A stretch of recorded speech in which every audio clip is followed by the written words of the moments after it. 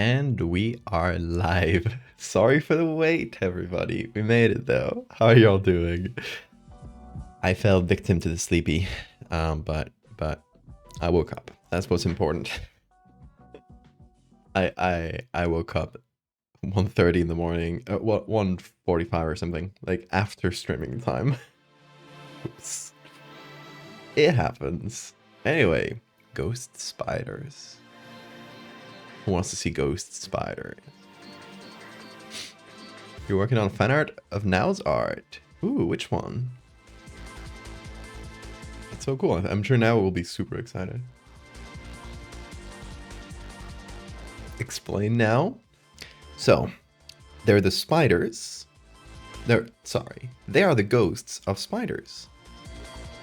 Isn't that clear? Ghost spiders. I don't know what you guys don't get. You ask me for explanations when it says it right on the tin.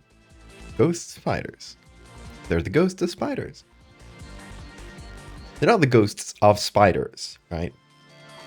But of spiders, they are the ghosts. You get what I mean?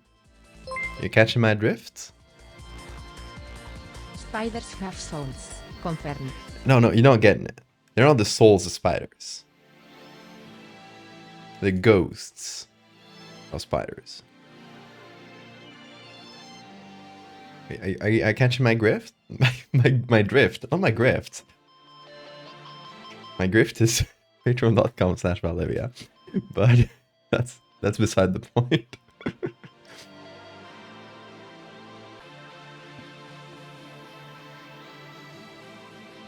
Trying to model the Nidhogg, and I was wondering what kind of tail it had, if any. I don't know if it has a tail. Probably yeah. Probably something to swim, right? I'll let you interpret it, Liz.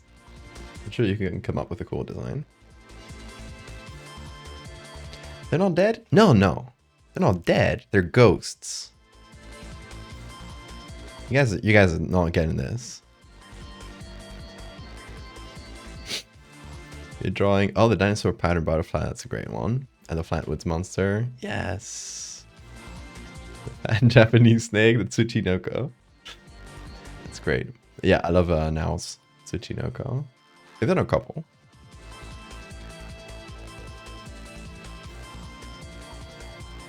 Ghosts that haunt spiders? No. They don't haunt spiders. They haunt houses and humans. The ghosts do. No, the ghosts... No, they're not ghosts that affect spiders. They are spiders, first and foremost. Spiders cause a ghost? No. You guys are not getting this. It's very simple.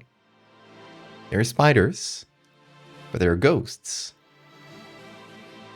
They are the ghosts of spiders. Like, of all spiders in existence, they're the ghost ones. There's a lot of spiders. Most of them are not ghosts. These guys are, though. Is it clear now?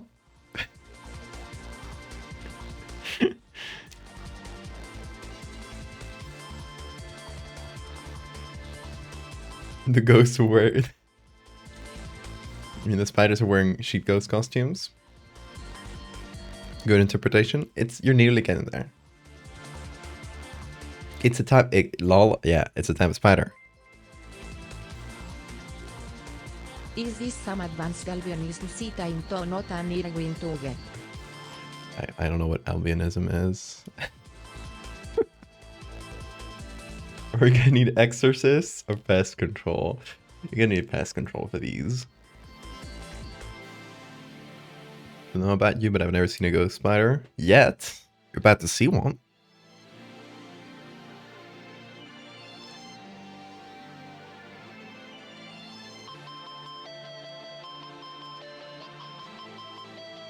Who you gonna call? Spider busters. Ghost spider busters. Do we need an old priest and a young priest?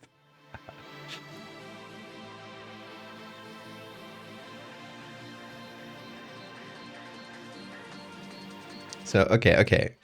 They're not like ghosts. Like, they're not spirits, but they're ghosts. That's clear now, right?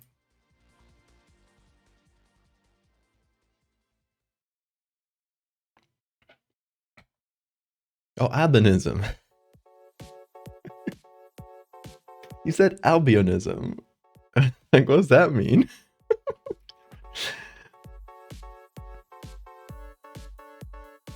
Spiders that look like ghosts? They are ghosts, but they also look like ghosts. But they don't look like the ghosts of spiders. Right? They just look like ghosts. You're losing your minds? It's very simple. I'm explaining a very simple concept. I don't know what you guys aren't getting.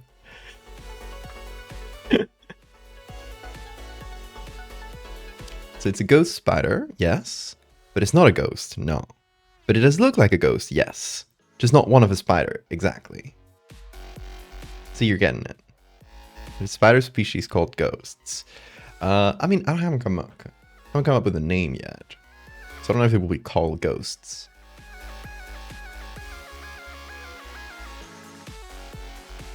CC Bill is getting there. Are they wearing their webs? No. I mean, the spiders themselves aren't the ghosts. The spiders, like, make the ghosts. Are you getting there? Are you getting it now? So they don't wear webs. They build webs. Of course. They're spiders.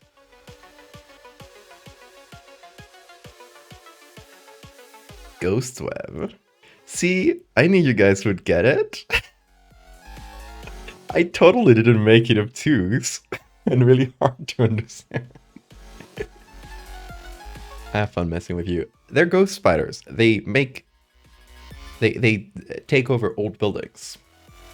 They build these enormous webs together, and they decorate their webs to create like this human figure.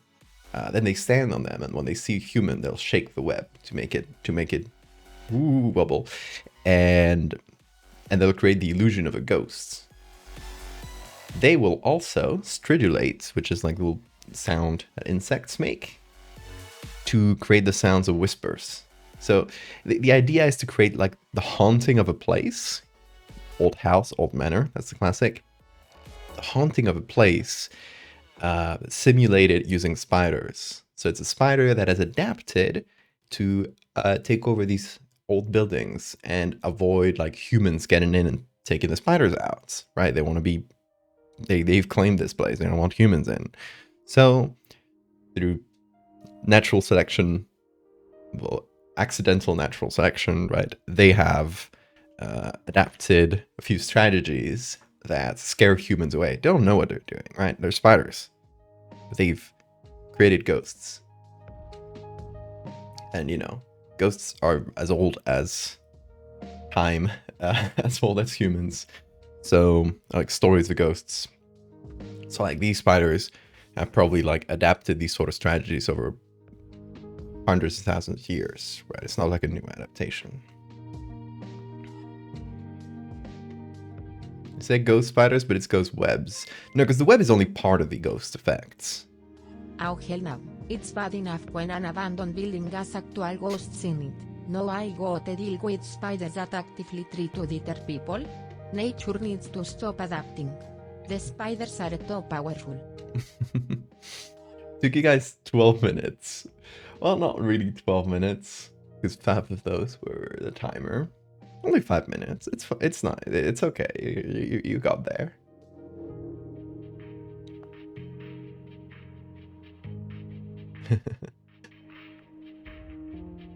I said they were ghosts. They are ghosts.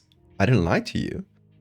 Because ghosts, the stories of ghosts, our concept of ghost, comes from a spider that tricked us. You know, it's convergently evolved with the spiders. So they are literally, in the most literal sense, they are ghosts. It's just that ghosts aren't spirits. That's why I was telling you, no, they're not dead.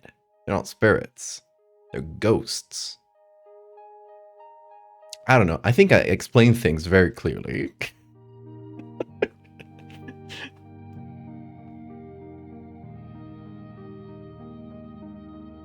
Scooby-Doo villain spiders, exactly.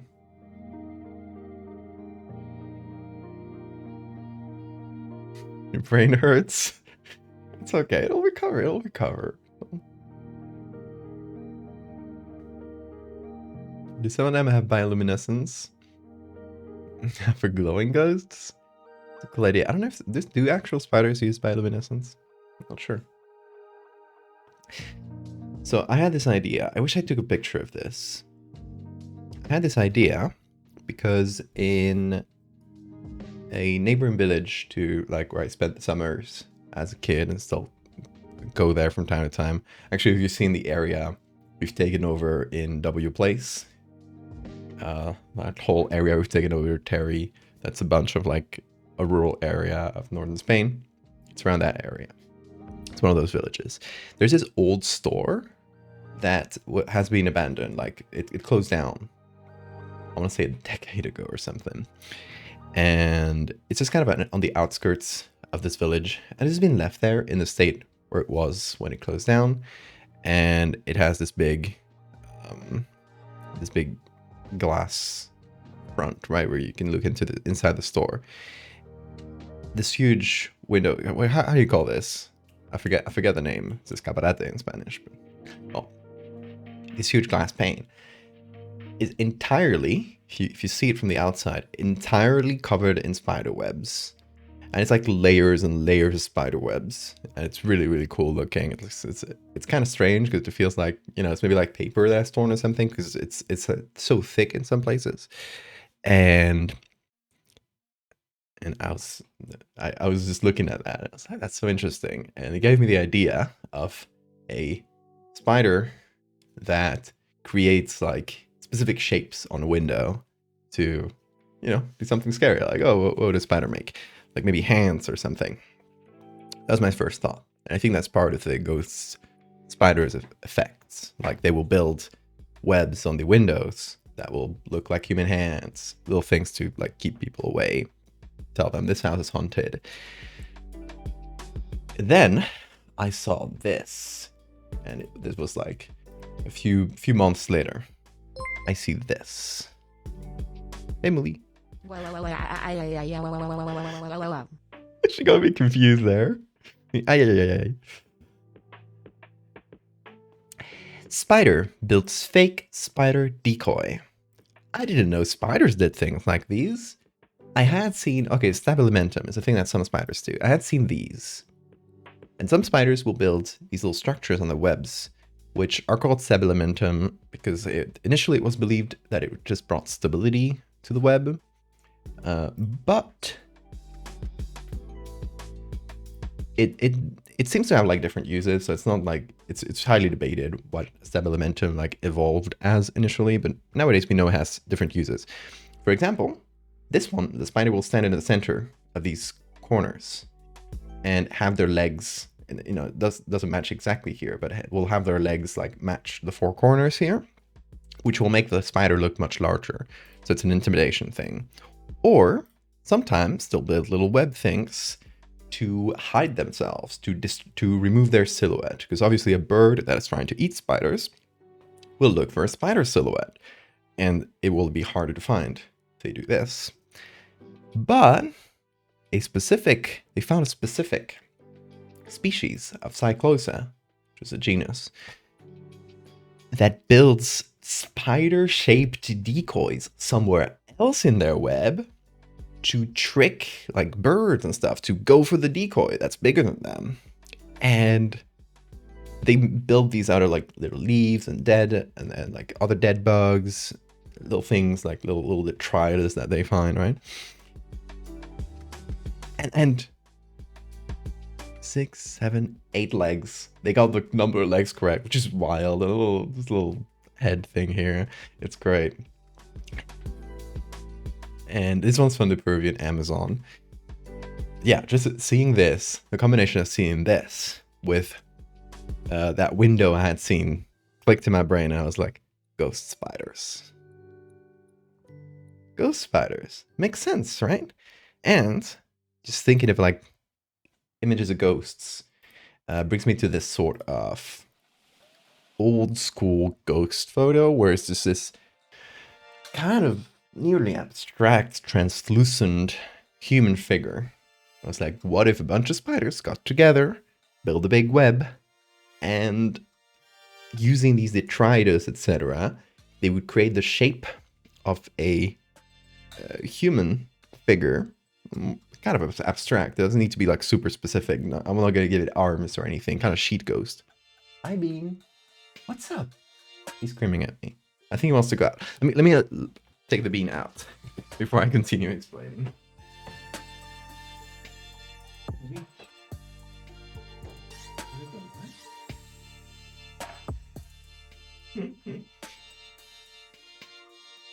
The little guy was screaming at me.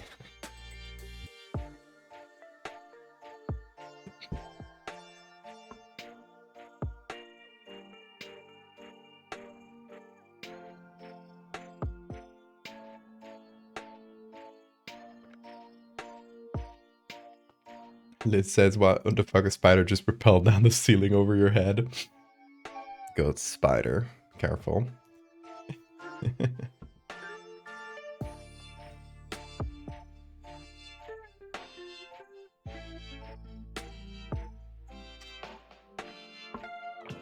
These webs not always come in the form of people. Not necessarily. Like, hand-shaped webs, I was thinking for the windows. Specifically, I was getting the image in my head was like this old Victorian house, like the classic haunted house. I don't know if I'll do that for the final image, but it was like the image that came to my mind, just so you guys understand.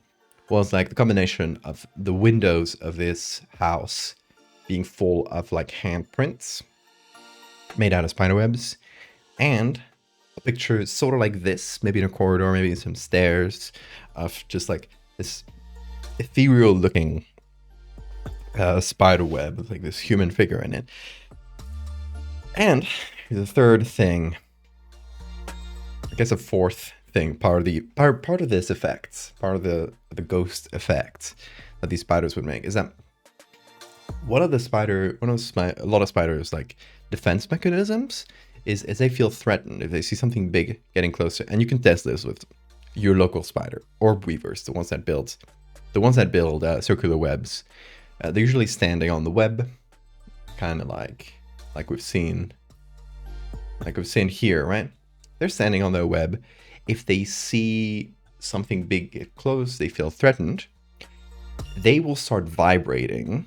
Like they'll move and they'll shake the entire web, which it's like that Pokemon move, like what is it, double team? Is it in English?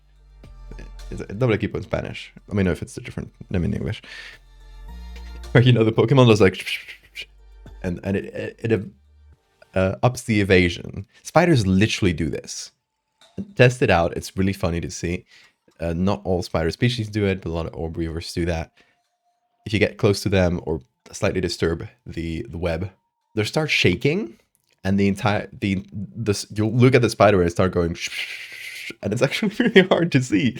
And it's not really hard to see, but if you were like someone trying to catch this spider, like a bird or something, it would be hard to peck it because it's moving around a lot.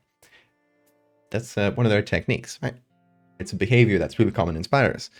If you get your sheet ghost made out of spider webs and a human gets close, a bunch of them could start vibrating and just create this effect of movement that would probably spook this person quite a bit. Because if you see sort of a big spider web and it has a human shape, like maybe your brain clocks it as a spider web, but if you see it moving, you're like, oh shit, that's a ghost, right?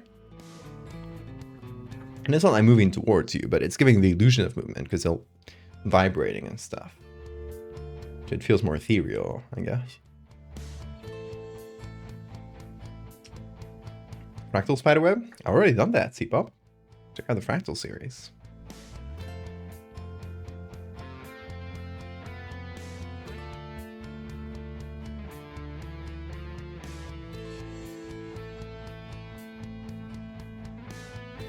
Broke spiders are making decoys to protect against predators. Woke spiders are making waifu web pillows.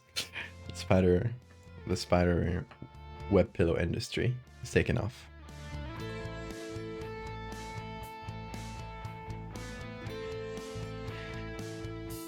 It is double team, thank you. No, it's not ataque rápido, it's doble equipo.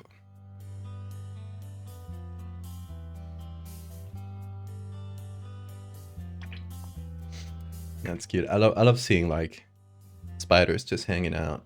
I usually like if they're not if a spider's building a web and it's not in a place that will bother me, I'll leave them and I'll sort of watch them.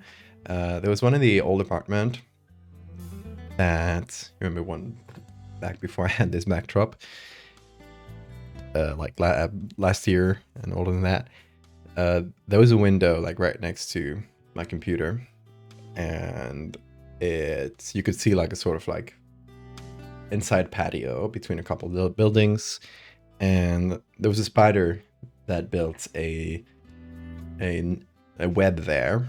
And I would just feed it. Like if I caught a mosquito or something, I would just like get a mosquito. I'll get the dead mosquito and I'd put it on the web for it. Here, my tribute. And she hung out there for I want to say a month or so, which is pretty good.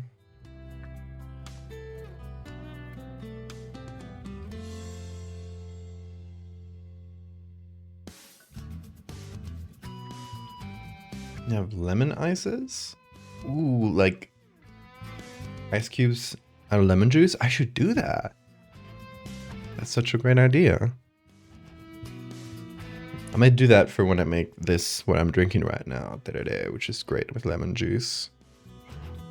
Literally so smart.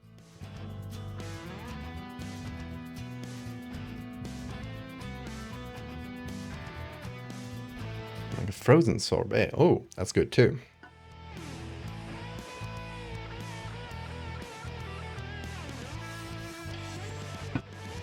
So yeah, that's our idea. Let's see how far we got. We started really late with this stream. My bad.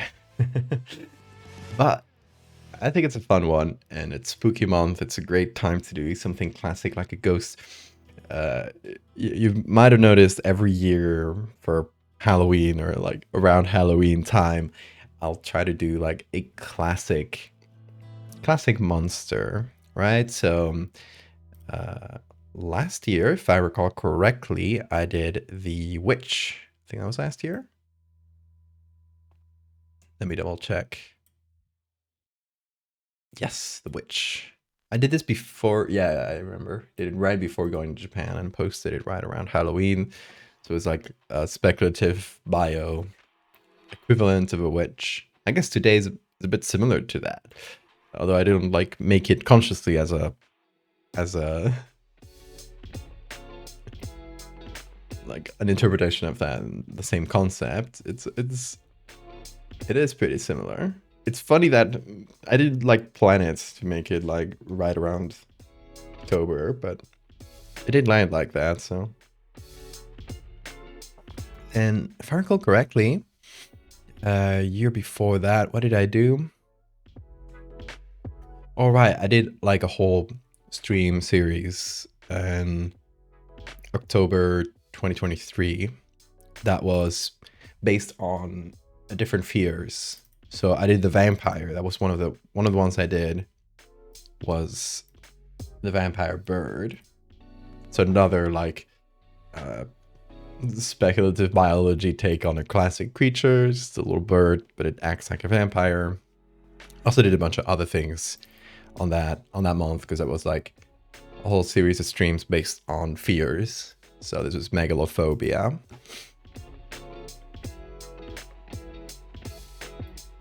Yeah, inadvertently, I've been doing the same thing every year, which is really funny.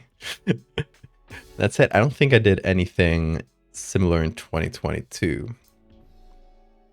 Because I did this one, which is sort of Halloween themed. I was just like testing out other styles, and I made this one into, I went for this like really grainy style. Kind of like black metal album cover is the vibe I was going for. And this is like a witch's coven or something. And you got this this big demon. So I did do a demon, but it's not in my usual style. It's like testing out a different style. I did make this into merch. It was a fun t-shirt design. I could bring it back if anybody's interested.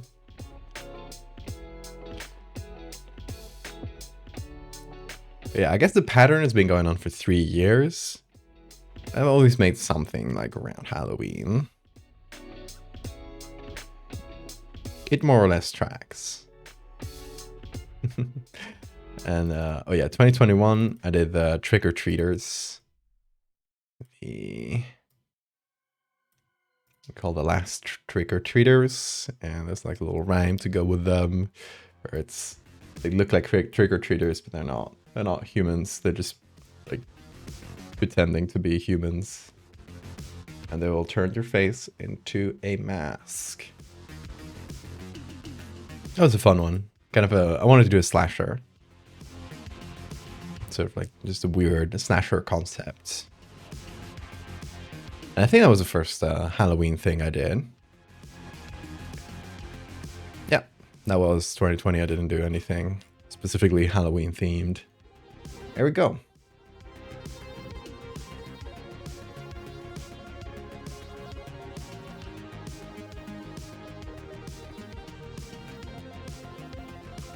Frozen lemonade in a cup sounds delicious.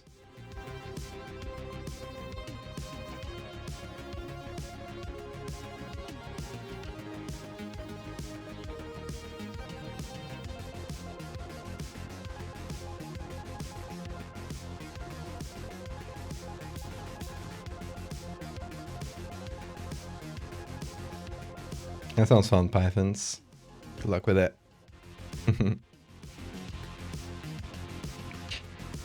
Anyway, yeah. Ghost spiders. I've explained the concept. Now you know. Now you're not confused anymore, I hope. I'm gonna remind you guys, by the way. There is this auction going on. It's still going on until tomorrow, so do mark it in your calendars if you want to participate in this auction. There's one of my commissions is up for auction, and all the money goes to the Samir projects for helping Gaza. So if you got money to give to a good cause, you want to commission me to do something. This is an auction made by the Gravity Falls fandom, so it's a lot of Gravity Falls things you can get at the auction. A lot of art made by people in the fandom, stuff signed by Alex Hirsch. And you can get a commission from me. It does not need to be Gravity Falls themed, of course. So yeah, it's currently sitting right below 200. So yeah, usually with auctions you'll see a lot more action the last day. So mark it. I will put a link in the chat. Mark it. Put in your bids before it's too late.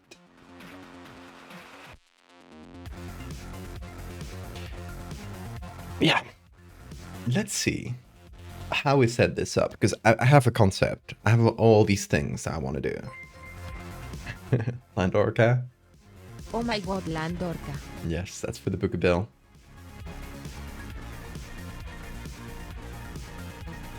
He said there's going to be at least 2 photos. Not sure. That's what we're figuring out. Like, I got the concepts. I got all the different things that these spiders do. Visually, the most interesting is like this. Is like the ghost photo, right? That's the main thing we should focus on. The secondary one that is fun, I think, is like the handprints on the walls. But I think this sort of thing is the coolest. And there's this vibe that old black and white photos have that might enhance this. That might just make it a bit more primed for a ghost photo. So we could look for historical photos of like abandoned houses, abandoned mansions. It feels like it makes more sense with like a big mansion, like a manor, sort of Victorian style, because that's like what my brain, I think most of our brains go to when you think of like haunted house. But it might also be interesting to go in the opposite direction, go for a modern like decaying building, you know, like abandoned mall type shit. Might be interesting too. I don't have a specific preference. I think both could work.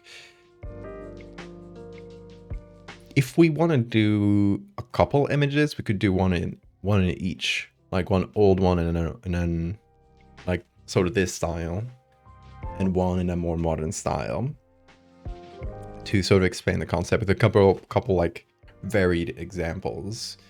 And you know what, I could do so the thing that inspired all of this, which was this old like abandoned store, and it was the glass like front of the store that was full of spider webs, and those could be hands. So I could do something like that. Should have taken a picture of that store.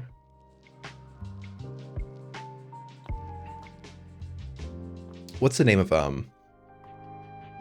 the glass front of a store, you know? You can see inside. It says caparate in Spanish. Hold on.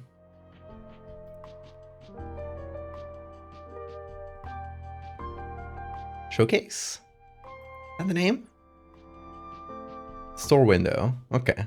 This is just a store window. I thought it would have a special name, but I guess no. Disappointing.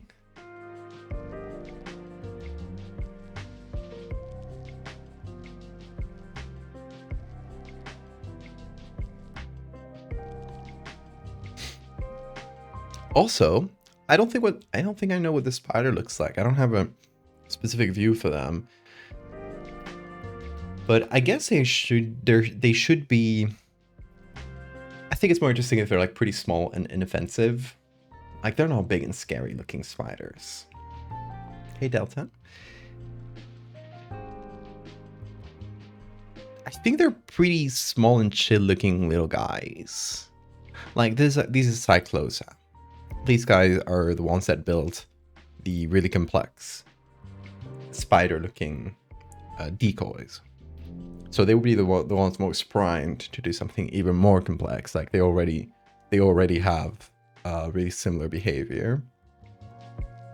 Oh, look at this one. It looks like it has nearly a little face. The humped trash line spider. That's mean. So first of all, that's mean. That's a mean name. The humped trash line orb weaver. Come on. Mean as hell. Wait, let me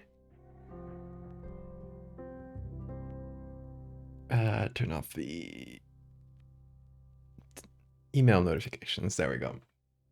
Anyway, that's kind of a little face. That would be fun. Like this small inoffensive spider, but it has like, it's not intentional red, but it's something that looks like a little face. That would be cute. Hey Maxwell. When his stomach is upset? Oh no.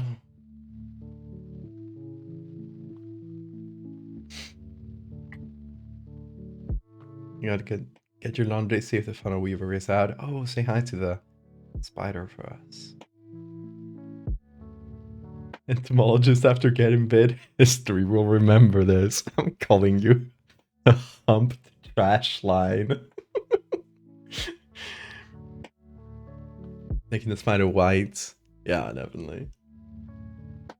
So yeah, I think just in contrast with like them making these really scary images, it's fun to have them be like pretty small, inoffensive looking. Like they don't have any venom that would affect humans.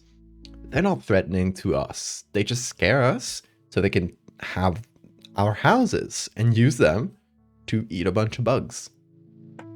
Because decay in houses is an incredible place for bugs to hang out in. Your webs look like trash. That might be it. They do lines of prey debris. Trash line. Oh, I think you figured it out. The Sulta. You got it. That's probably why they were called trash lines. Even though It is mean, but but yeah, we can look for species within the genus Cyclosa. They're not the only species that do stabilimentum, these sort of like That web pause things. between doing lines and every took me out a little.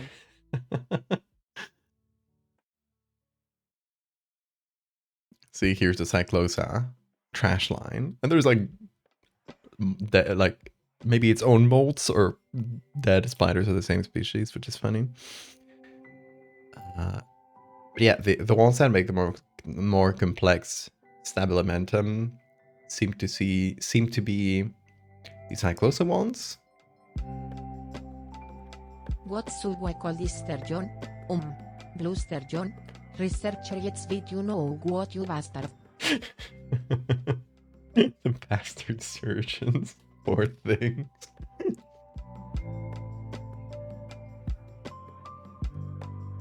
Jumping spiders are so cute.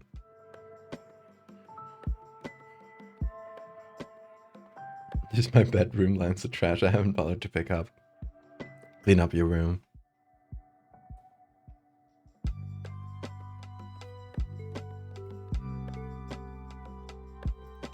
But yeah, a lot of stabilimenta, I guess, are made out of silk. Same as the webs. So they're just white and they have a bit of that pearlescent glow, which I think is cool.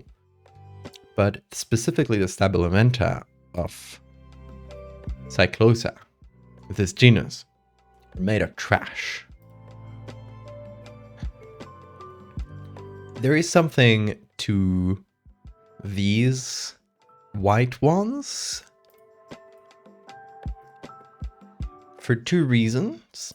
First of all, like pale white ghosts, classic, right?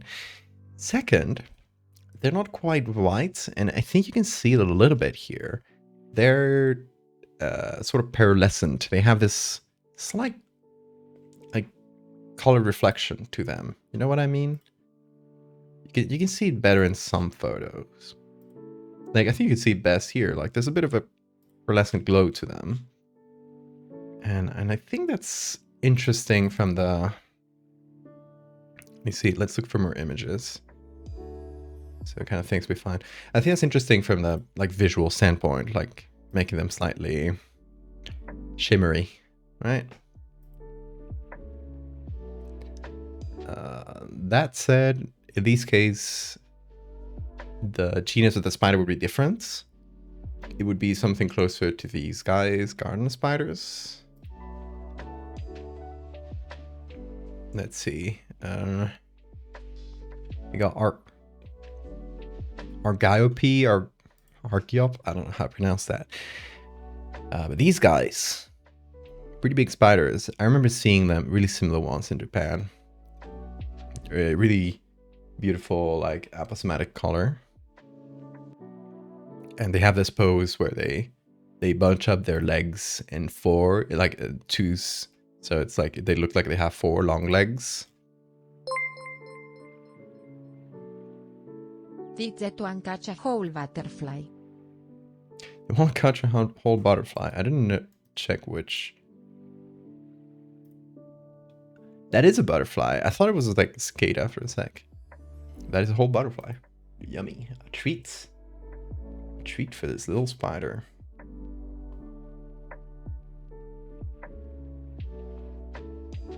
It's not little. These spiders are pretty big. I think it's more interesting if the spiders look like Cyclosa. Because they're very small and they have interesting shapes.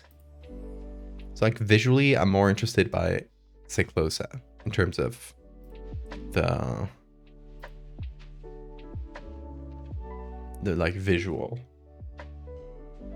look for them. I don't know if we're going to do a close-up of one of these spiders. Like maybe that would be cool. But specifically these guys, because a little face and this little hat. Look at that. It's cute. So I think like it wouldn't be an enormous stretch to say like, yeah, this genus of Cyclosa or this species of Cyclosa Fun fact: butterflies drink the blood of corpses for essential nutrients. Awesome. In the olden days used to believe that they were mourning the dead, which is true. They are often a symbol or mourning. Interesting. Didn't know about that. That's so cool. Predatory butterflies. Or like flesh-eating butterflies. Ones that graduated to eating live prey. Be cool. Noting that now. Butterflies are a metalaf. Let me put this in my big list of ideas. My bestiary list of ideas. You can see. This is my lists of ideas, right? Each of these is like, well, there's a general one and then there's a bunch of series specific ones. The bestiary one is sitting at 68. So butterflies graduated from eating corpses to fresh meats. Noted.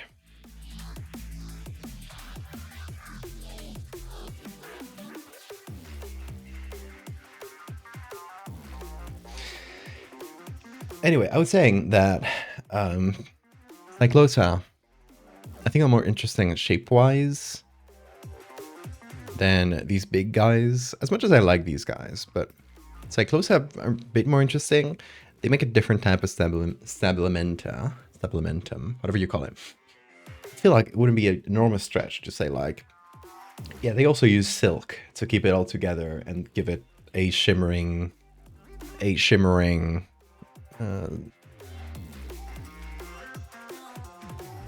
like color or something, and that way you can put it in the edit but still use Cyclosa. Let's go with that. Now for the edits, should we go for something modern or something old? That's my internal debate right now. Let's go to Pickroll first of all, because that has everything. Let's do abandoned house. Let's see what we find. Just a general quick search.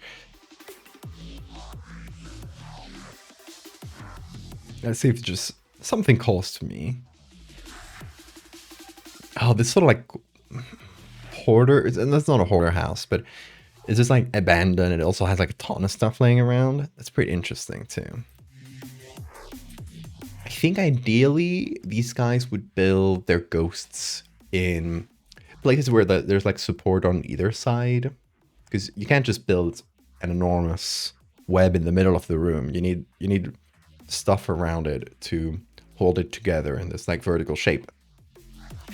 So I think they would use doorways, corridors, stairways, all that sort of thing, which is also where you tend to find ghosts for some reason. You never, I mean, you can, but it's not typical to see like a photo of a ghost like standing in the middle of a room. They're always like in a door, at the end of a long corridor.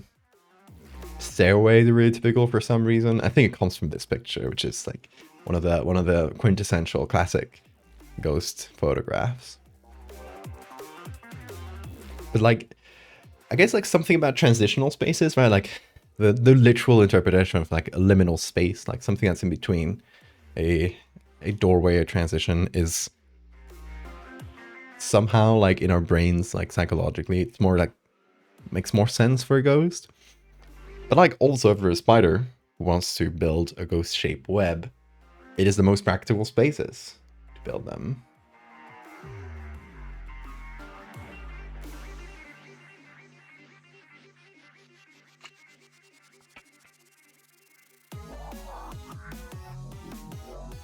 So jumping spider by your garden over the summer. Jumping spiders are the best. We used to have one at home. I called her Aranza because it sounds like araña in Spanish, and I love to name animals, like human names that sound a bit similar to their animal name. So her name was Aranza, the spider, and it was one of those jumping spiders that have like really long front limbs, so it looked kind of silly, and it was always walking around the ceiling of the house. She was like all around the apartment. They lived for about 1 year, so, and I think she was already pretty big once we saw her, so she might have been like a few months old once we moved into the apartment.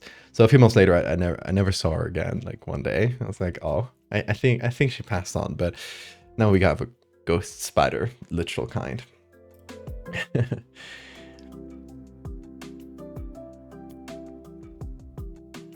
Oh, what an incredibly creepy abandoned house. It's literally called Spooky. Can't cut here, but Spooky House, Abandoned House, Spooky Building. This is really good. I wish we had a better close-up of the windows, because that's here we could make like the hand and maybe like a sort of fake human figure. I'll still look for the original. It's Pixabay. That's kind of hard to find sometimes. Just like Google search this image real quick. New tab. Google Lens. I have 3 generations of a family of wolf spiders in my house. I know it's from that family cause they wave at me. Oh, cute.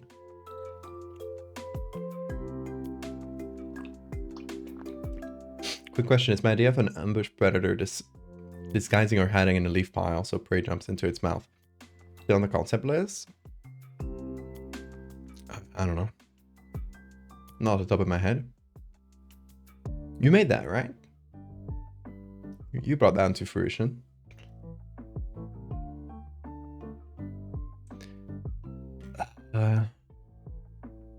Exact matches? Oh, there it is in Pixabay. I want to see how big it is. Ooh, 5,000 pixels. Oh, well. Let's just see how big it is.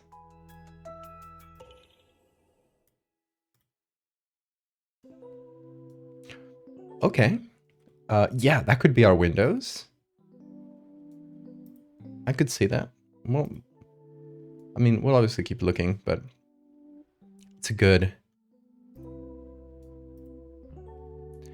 really good option right there. Oh, this doorway might be good.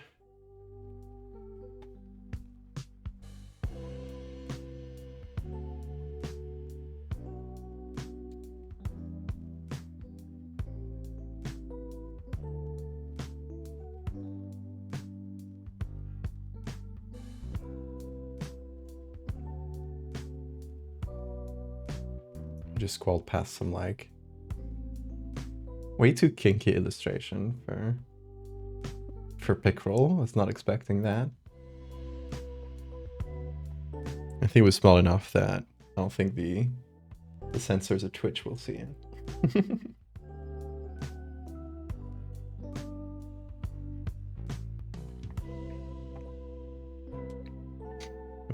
You want me to post the current art you're working on? Yeah, put it on the art dungeon so people can see it.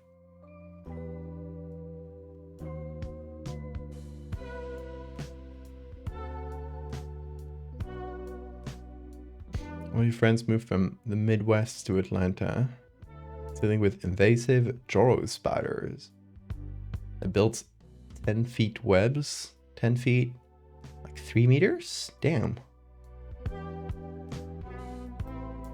I don't know about Joro spider, but I'm gonna Google that. Let's see what that look like. Oh, these guys. Oh, they're Japanese, right? I mean, I don't know if they're Japanese. I saw them a lot in Japan, though. These guys are big. I took a lot of pictures. Oh, yeah, they're big. They're big.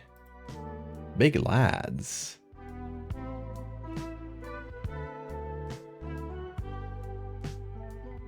That's really cool. Oh, wait, do they build... They also build Dabilamenta, looks like. Very cool.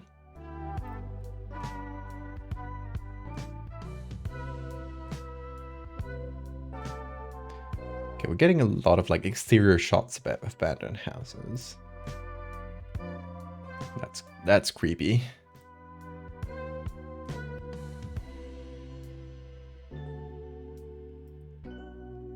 I could look for abandoned house interior. Just gonna look it down, but it's also probably gonna cut out some interesting ones. But we can start by searching that. Just see what we get.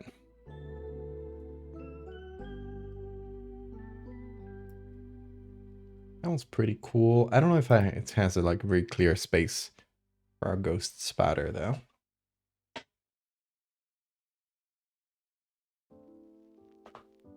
That is dark. Can barely see what's going on there.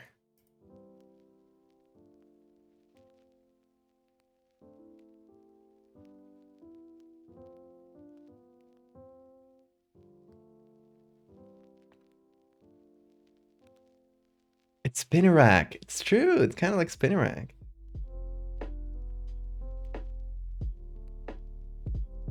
One of the literally just an animal Pokemon.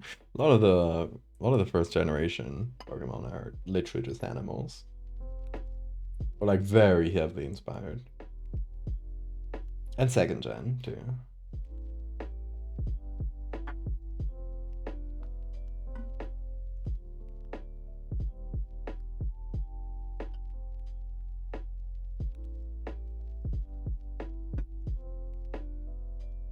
Got a new pet hamster?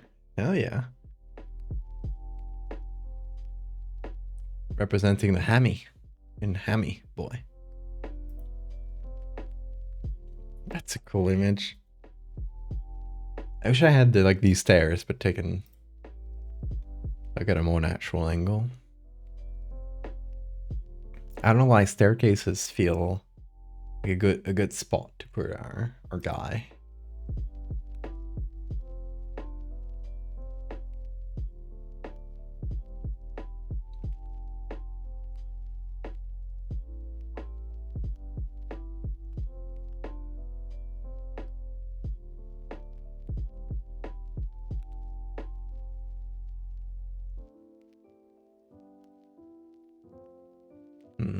Finding like not only a good abandoned house photo, but one that has like a good spot, a good negative space for our ghost. It's not the easiest thing, but that's good, right? Like doorway, pretty good place for ghosts. We got the inside of the room being quite dark, so you can have like sort of semi-translucent in there. That's a good one right there.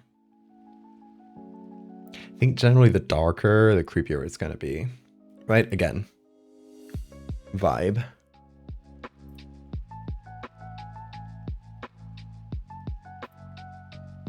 It's another good vibe.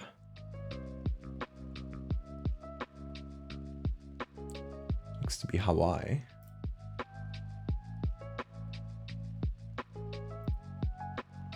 Old church. Oh man, this picture is tiny.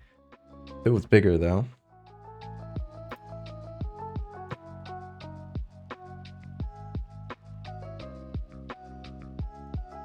A lot of dirt. A Russian Orthodox church. The church bells. That's cool.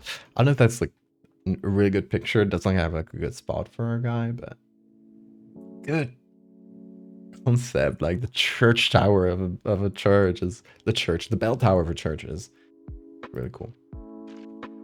Ooh, okay. Trenton House Hotel, abandoned hotel. Classic, love it. The Belfry, that's the name. I assume that's Belfry and not Belfry.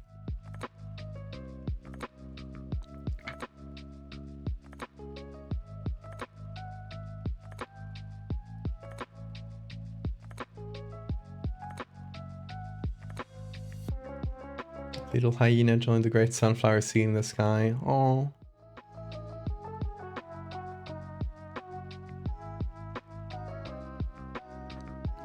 What's a Syrian? Like a breed of hamster?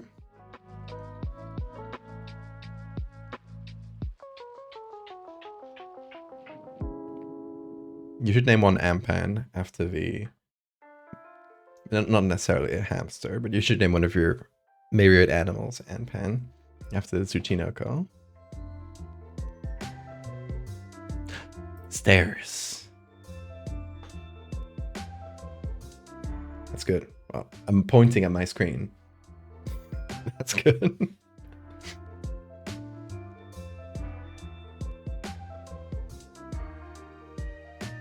Oh, it's the same hotel. It's a Trenton House Hotel. Really cool. These pictures from the hotel are really cool because they also have the flashlighting, which is great for ghost photos. I think those two are the top ones, though, out of all these.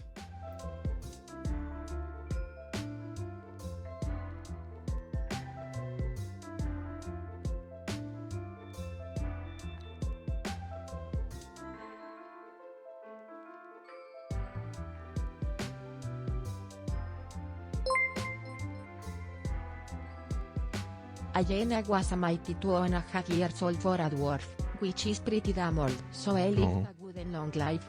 As Glad. Indian hamster is another name for teddy bear hamsters, so they're larger and a bit more high maintenance in terms of feeding changes. I have like 80 isopods, and those little guys can all be Ampan. Ampan have mind. Pen have mind. I like that. Okay, that's another good one again from the Trenton Hotel. Good pictures from that hotel. Another good one. Like sort of strangely framed. Like I would zoom it into this doorway.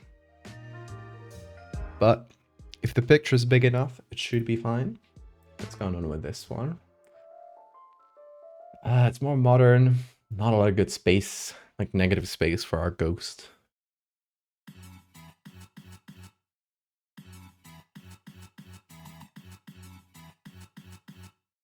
Plantation house. Damn, those must already, like, just by default be extra cursed.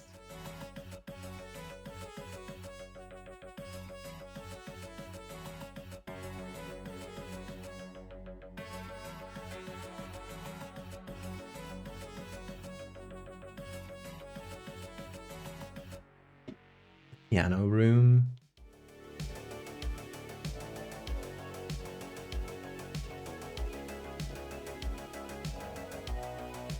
Oh, what must this place be? Kind of like showers or something. I had a dream that you made a Leviathan king and it was like a rat king with Leviathans and it used its intertwined nature as a net and starved prey so didn't have hunting peace. It was an odd dream.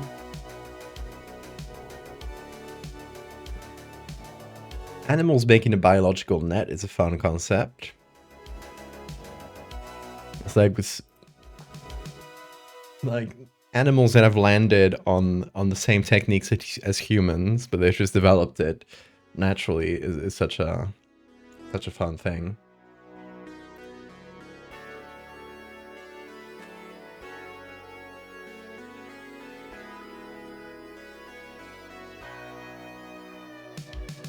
What's an animal that would make a biological net for fish? I feel like it would be something like a basket star, maybe, or siphonophores, like these really, really large. Let's say, what's the name of it? It's not a communal. It's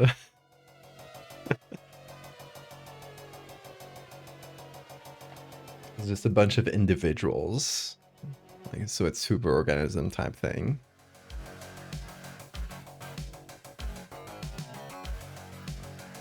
So cool.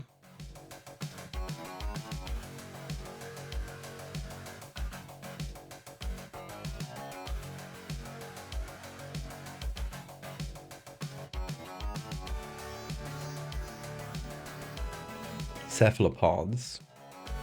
I like that. Like a net hunting octopus. I feel like octopus makes a bit more sense than squid. I can see like just the octopus It's like really symmetrical shape, just branching out and forming into these nets that they could just like put around a prey. More like, not like really passive net, but more like an active net hunting. It's interesting. Ants will create boats with their bodies. Trellower is drawn to save the ones on top. Maybe a water-based ant creature? Water ants. I was just reading about sea wolves. Apparently, I think this is in Canada. There's a population of wolves that, wolves everywhere will sometimes like imitate bears, like the behaviors of bears, and they will like go hunt for like just fish in the streams and stuff. But there's a population of bears that, probably due to humans like messing with their regular like hunting environments, they've started adapting to hunting in the water. And just in the span of like a century or so, now they're pretty much like they will ignore small mammals, like the typical, like they'll ignore rabbits and things like that, and they will go actively hunt into the water. They will swim like kilometers into the sea and dive like super impressive to super impressive depths to catch fish. So interesting.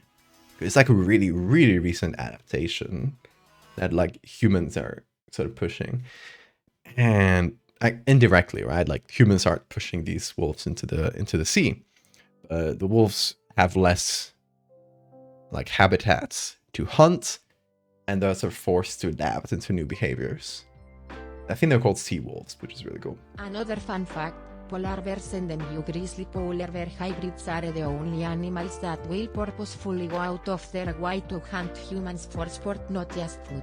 Cara sonriente. Really? I hadn't heard about that. Wait, grizzly polar bear hybrids? I need to...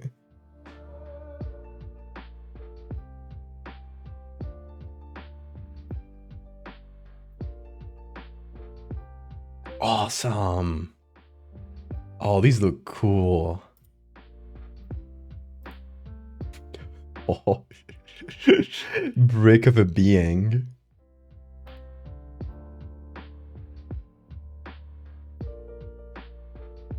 They look exactly how I imagined a grizzly polar bear hybrid to look. I'm like not surprised, but also I love them. Look at this thing! A growler bear! That's a terrible name, honestly. Polar bears are not afraid to beat people and they will make that our problem. The hybrids are apparently a little bigger and stronger than either parent, though. Just think as you need more reason to avoid bear country. Hell yeah. No, I stand the bears. I'm sorry for the people that get eaten, but I think like animals adapting to attack humans, we kind of have it coming as a species. We're destroying the world, so. Dangerous and getting closer to Alaskan civilizations where I grew up. It's actually terrifying because Scary. I still have family in Alaska menor que tres. Yeah. I don't disagree, it's scary. But also like kind of as a species, I feel like nature defending itself is only natural, right? But my favorite example of this, because they're not killing people, is the orcas, the killer whales that attack luxury yachts in the Strait of Gibraltar. They're my favorites. I stand them, and I think they should do it more. And it's such a funny, I don't know if you guys have like followed this like in the news and stuff, but there's been a bunch of cases of this happening. Apparently it's a group of orcas that have been teaching each other and teaching like other families and stuff how to attack these ships, and they go for the rudders. Like they know exactly where to go to leave these ships stranded. And yacht owners are getting like super pissed at this, and some of the techniques they've started using feel like such bad ideas. They will start playing heavy metal music into the water to scare them away. But it's like, I think you're just telling the orcas exactly where you are. Oh yeah. In Alaska, if you leave trash out in camping grounds, people will get on your ass because bears are horrifying and we respect nature in Alaska cause if you don't you will die. Alaskan moose. Terrifying. Love them SM. Yeah, mooses? Yeah, they're scary. I saw some in Sweden, and they were like, just enormous things. I feel like they scare me a bit more than bears for some reason. Because bears are like huge, but they're proportioned. Like, you know, they're like round little things. They're so cute to me. I obviously wouldn't get close to a bear because they're extremely dangerous, but like they're cute fluffy things that are really dangerous. But moose, they're like lanky, disproportioned things to me. They're scary. Sharks and orcas are the only known natural predators of moose because moose have been known to swim in the ocean to get from place to place sometimes. I've heard of that. Oh yeah, do not get by a baby moose. If you see a baby moose and no one get out of there. True. That goes for a lot of baby animals. I think like a really common mistake, at least like where I live, is oh, this is a good one. We got the guy in the mirror, but this is a really good one. I feel like a really common one is like wild pigs, boars. That's the name, right? Boars in Asturias. It's a really common thing. They're sort of everywhere to the point where, you know, they're like overpopulated. So it's like allowed to hunt them because, you know, their populations explode. And it just destabilizes every ecosystem if you don't. But yeah, the wild boars, they're highly protective of their kids. Like they usually travel in little packs where all the kids are following the mom, and I've seen that. I've seen them run around sometimes. You keep your distance, obviously, especially if there's little ones, because the parents can get really aggressive. But especially if you see one that's alone.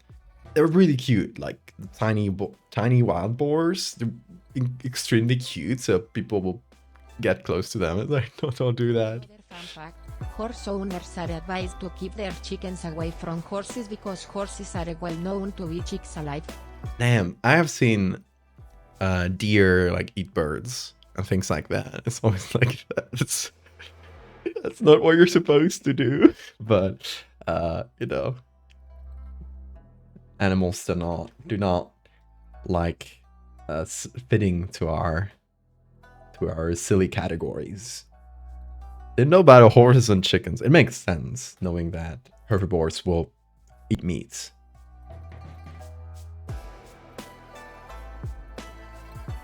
Oh, it's a pretty good one. It's like really close to the ground though.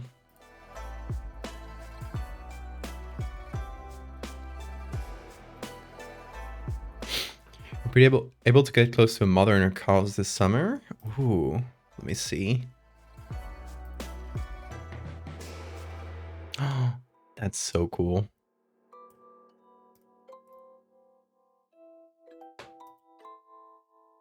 See, like the babies are more proportioned to me.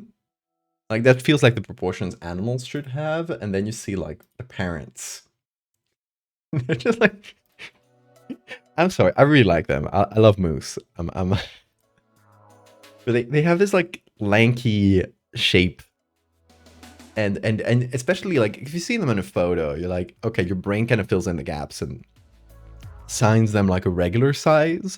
But then you see them in real life, and they're much bigger than you expect. And they're these like super tall, lanky things. They're like, oh no, that's not right.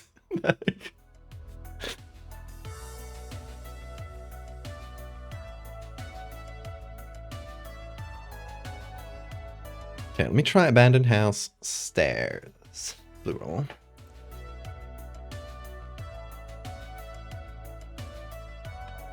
A lot of uppercut herbivores. Not above the free protein pack, exactly. Chicken nuggets.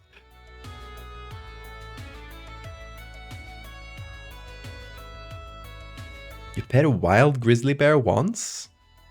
Wild? You are unafraid to die. I am impressed. You have a lot of stories about times you very much should have died. Yeah, I would not recommend chat. There's a PSA. There's a PSA. Don't do what Pythons did. Don't pet a grizzly bear. Don't pet wild animals. In general. Respectful distance, always. This is a really good photo too. I'm gonna get Bean. Gonna quickly go to the bathroom. Refill this, I think. There's a little bit left. Yeah, it's fine. I'll quickly go to the bathroom and get Bean. So I'll be back in like a couple minutes or so. So don't go anywhere. I will leave you. I'll have the intermission screen on, so I'll just leave you with this for a sec. Be right back.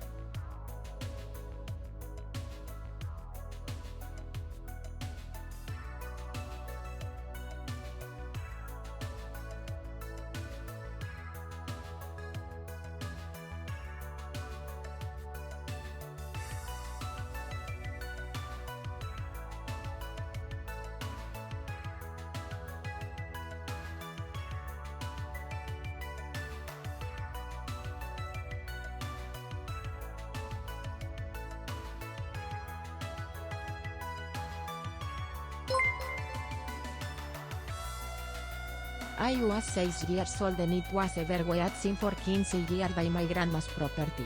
I was getting watermelon berries. It walked by me and I was like stay still stay still.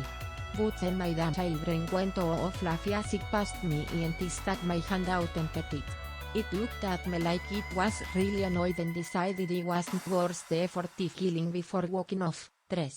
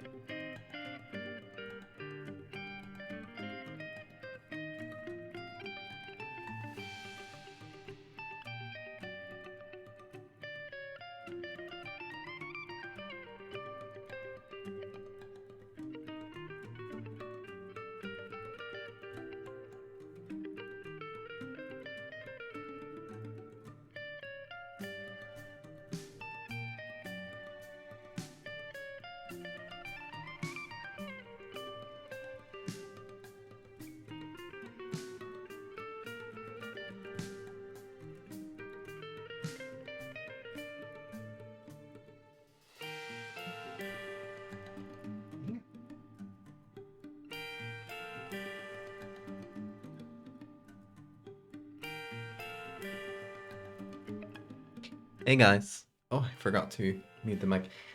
You hear the Bean? I had to wrangle him. I had to wrangle the boy.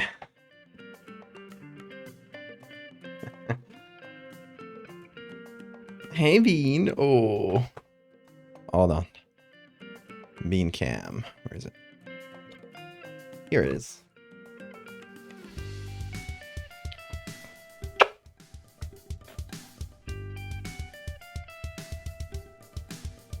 Anyway, did I miss anything interesting? Hi, Bean. Hello. Hey, King. You did arrive to me leaving, but not for long. Don't worry. Hey, Bean. Yeah.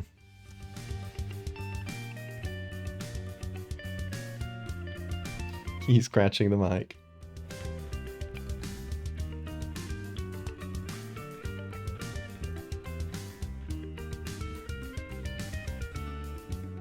Come over. Jump. Oh, careful, Bean. Careful with the mic. This mic stand you see here.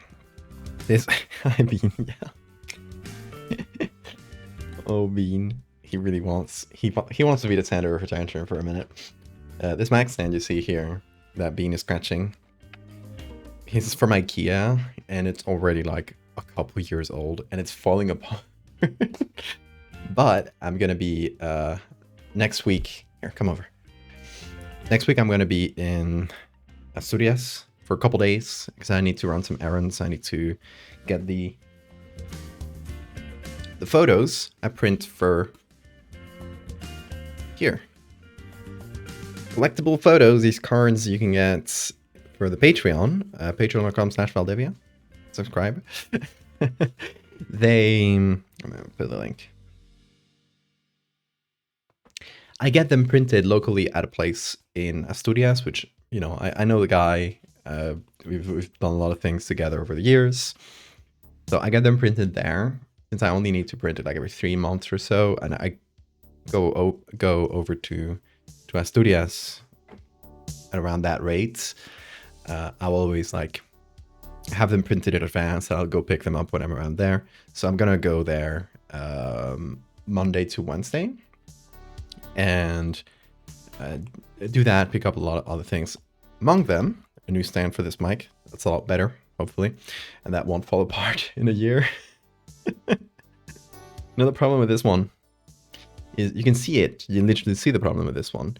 It doesn't hold the mic up, because ideally, instead of having the mic like below the stand, I would have like the stand down here and the mic above it.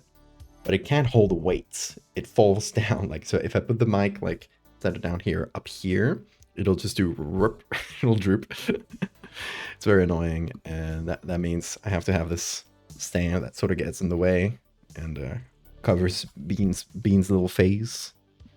Very annoying, but I'll have a new one soon-ish.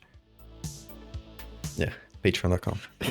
I also have all the new cards printed and ready by Wednesday, so when I come back here, I can send them out over the next couple of days. And yeah, the Patreon cards, if everything goes well, the printing doesn't have any problems, etc., will be ready by, like, everything will be sent before the 12th.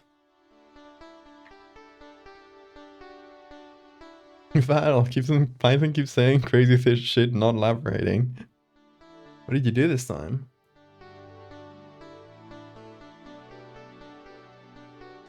I should write an autobiography and read that.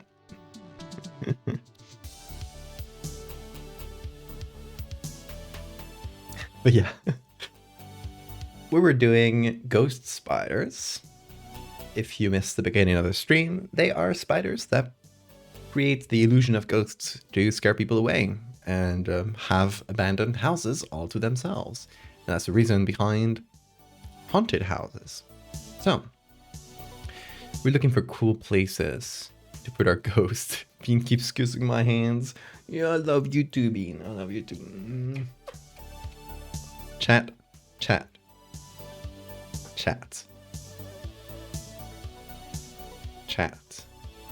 Does he get a treat? Or no? You are the ones to decide. Has he been good and kind? Or has he been mischievous and evil? Choose. I keep manhandling him. He loves to be grabbed.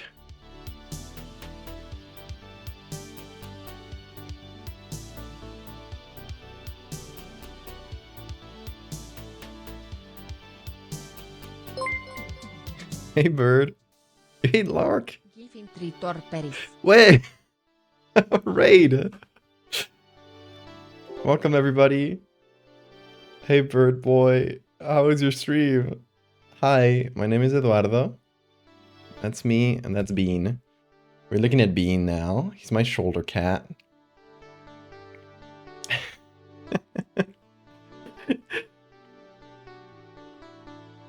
Oh, you're the bird. I love your work.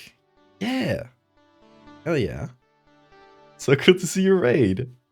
I didn't know you streamed, actually. I'll have to check out your streams. You came into the best part of the stream. Yes, his name is Bean. You hate Lark. Poor Lark. You love Bean, and Bean loves you. Everybody. He's so full of love. There's infinite amounts of love. And we were just about to give him a treat. That's where we were zoomed in. He has this treat collection here.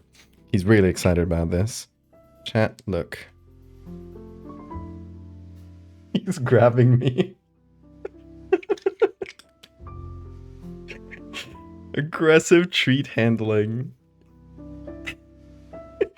Here, get the dust. There we go.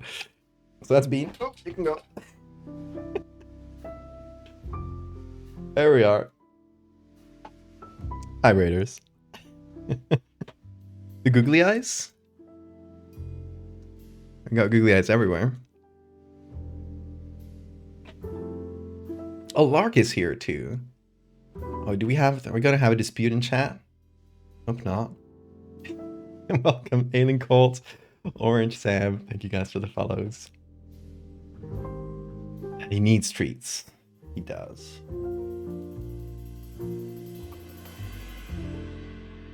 The bird just showing up like a cryptid. It matches the vibe. Dalton, thank you for the follow. Another story from my childhood is a moose incident. A moose incident? So my elementary class was going out to the forest by our elementary for mosquito larvae. We were going to race for science project. And the new kid from Texas walks off, so we follow him. Oh, this is gonna be in 2 parts. Oh, you left me hanging. Oh, thank you so much, Lark. Okay, chat. Well, I guess we got a little new folks.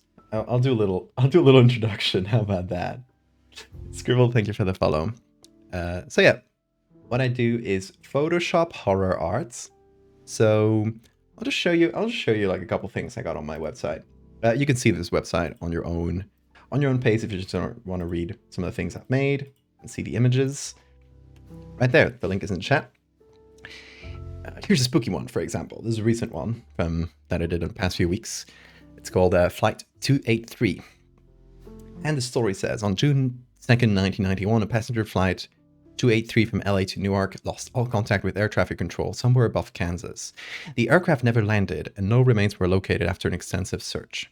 Ever since, rumors of a ghost plane have surfaced among aviation enthusiasts, who claim to have seen flight, that's Bean scratching his thing, don't worry, who have claimed to see flight 283 attempting landings at various airports around the world. Over the years, descriptions of the plane presented is gradually more decayed.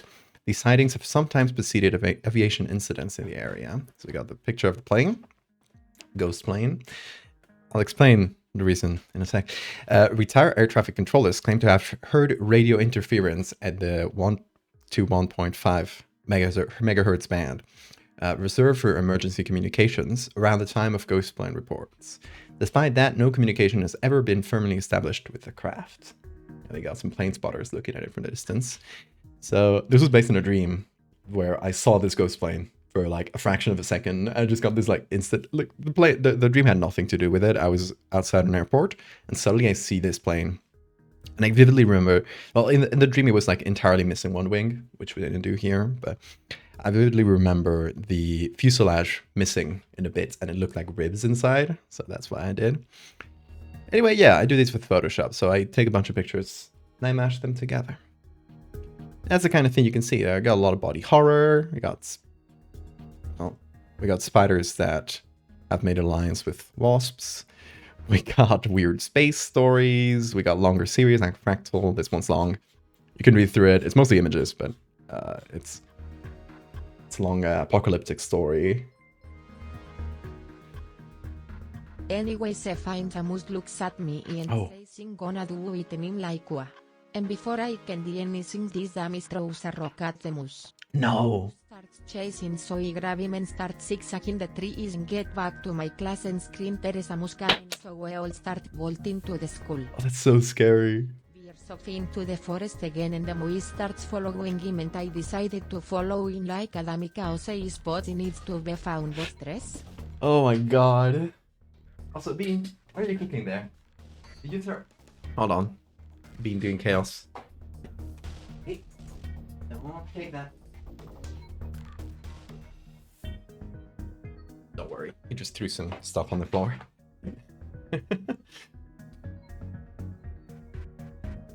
Have you read Hauntings by Ellen Datlow? No. What is it about, Lark? The funniest thing to do is plug a creator in their own chat. That is a good bit, to be honest.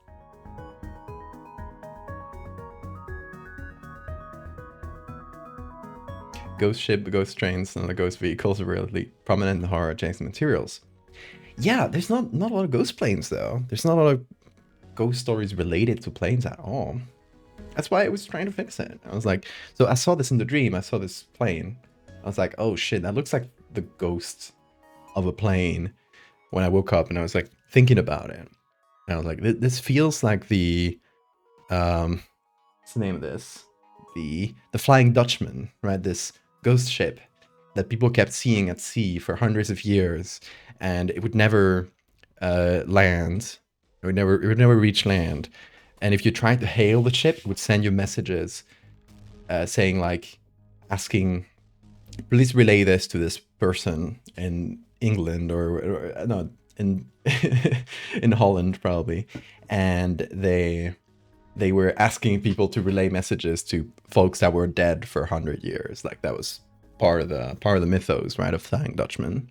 I was like, we have nothing like that for planes. And that's why one of the things I wrote into the story is that it keeps trying to land, but it can't.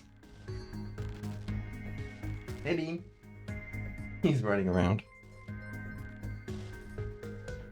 Anyway, she grabbed this kit and zigzag again and senko these Moses antlers hits a tree and gives us enough time to get the hell out of Dodge, and then we barely made it into the gym before the mus got us, and when the 4-inch metal door were closed and the mus hit it made a huge dent.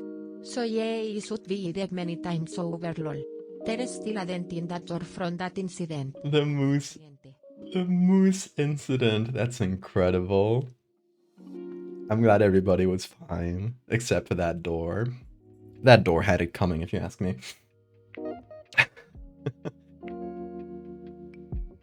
Also, Hauntings by Ellen Datlow. I'll make a note of that because I will forget otherwise.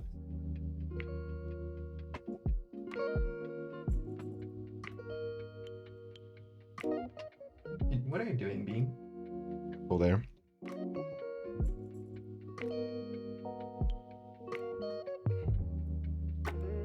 Ellen Datlow. Thanks for the rec. I love a good ghost story. Ghost vehicle. I like that. I've been thinking, okay, it's yapping, but I've been thinking of doing a series of funky ghosts, just like Lark says. And it's all ghosts that can be perceived, instead of like being translucent, which is the classic thing of a ghost, they can only be perceived in like very specific ways. And this comes from this one I did, called the Blue Angel, where it's this ghost that can only be clearly perceived in the blue part of the color spectrum. So if you look at this image, and this actually works, if you got one of those old 3D glasses or any kind of blue filter, like maybe, don't do it.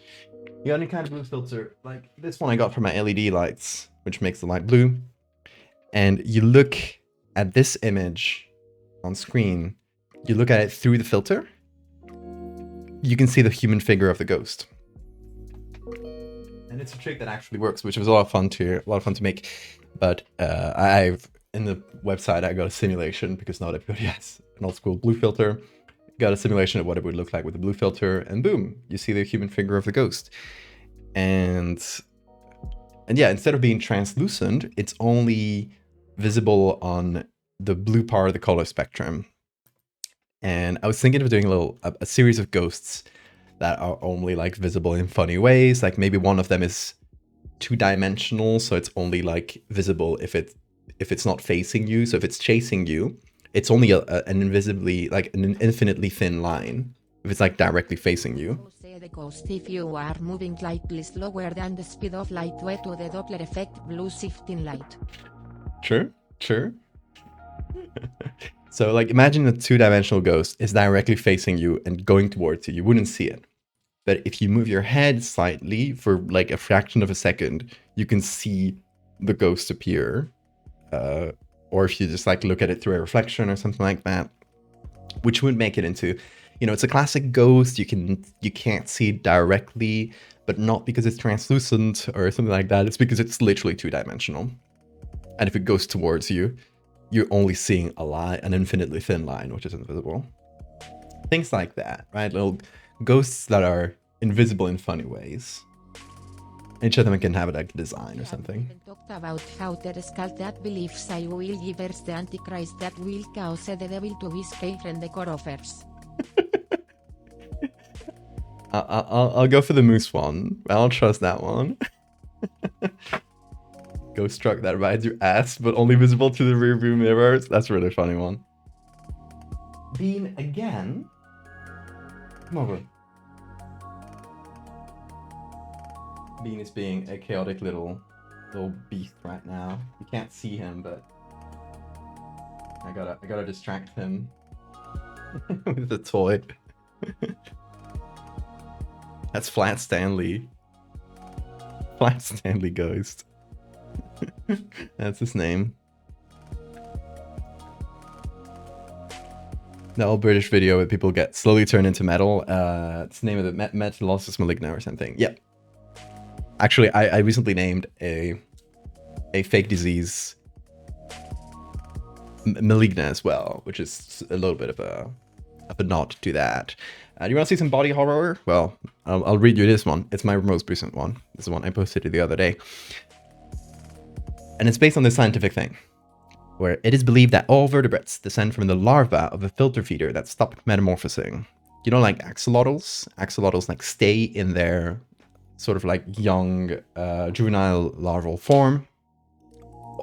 It's believed, one of the hypotheses for the descendants of all vertebrates is that the first vertebrates were the larvae of a filter feeder that in their larval form would move around. So they would have this little tail with a nervous system inside, and then they would find a new place, they would stop there, and they would become filter feeders, and they would lose the nervous system. Okay, so much like tunicates today, which you can see this way of life in tunicates, which are the closest siblings to the vertebrates. So the adults would be simple animals with only 2 siphons to filter out nutrients from the water. So it said, what if we as humans, as like modern vertebrates, reactivated this ancient metamorphosis? So this ancient transformation is thought to be the basis of the incurable disease Retromorphosis Maligna, where dormant genes reactivate and remodel the body into its adult, quote-unquote, sessile form. And here we have the first stage of the disease.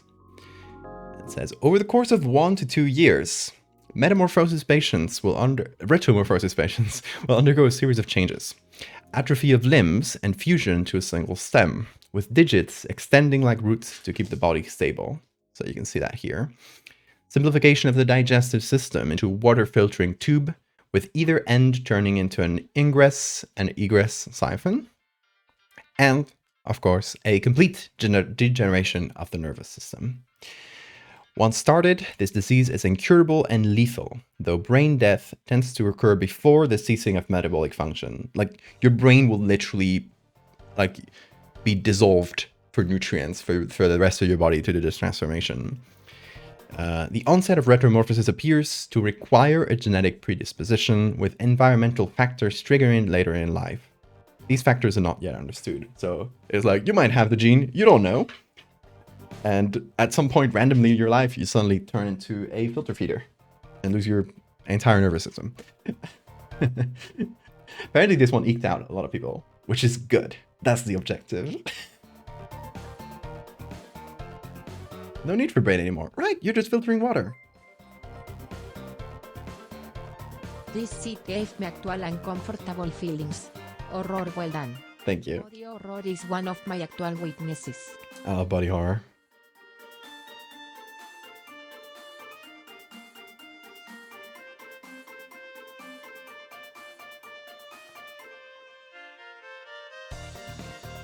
Exactly, like the brain just uses a lot of nutrients. If you're just gonna filter water and get nutrients out of that, you don't need a nervous system. It's for chumps. Boog? Well, how do you research for this kind of stuff? Is it just stuff you picked up, or do you get this from somewhere? I read a lot of Wikipedia. I watch a lot of YouTube. I studied medicine, so the medical side comes more naturally to me since I studied that for 6 years.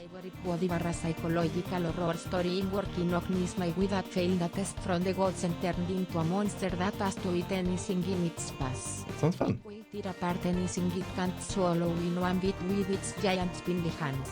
The first thing it ate was his daughter's dead body, cara sonriente, and Cara sonriente. he's also still fully conscious but cannot control his body or actions, so it's just watching it happen. Sounds fun. I get my facts by being autistic.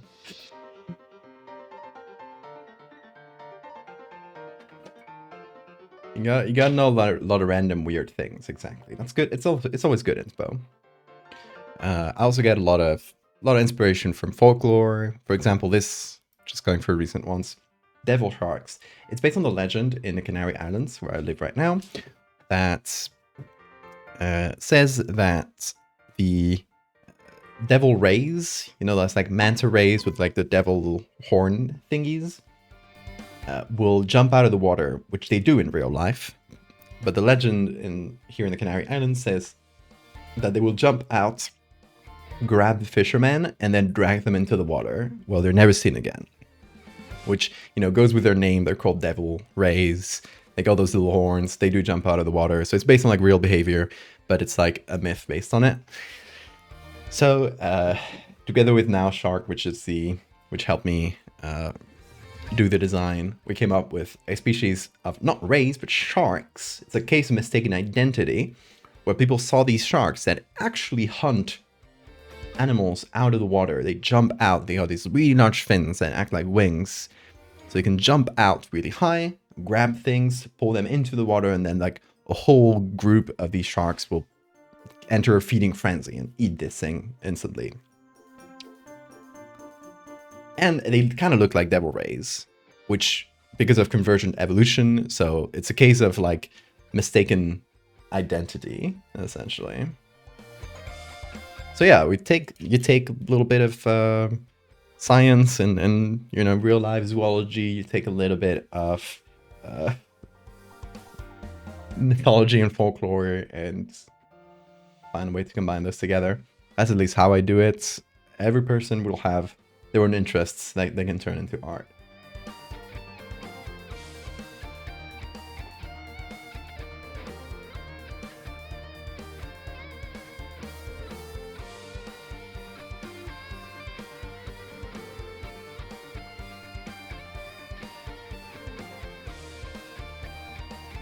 I presume the idea behind the myth was the devil rays would jump out, accidentally hit a fisherman on the way. Maybe this happened once, but you know, like stories, people will see the devil rays jumping out of the water, and maybe one day like a fisherman made a story up, say like, oh yeah, this jump out of the water because they're trying to get you, and this like spread. So it doesn't have to be based on a real event where it knocked out a fisherman. It might, but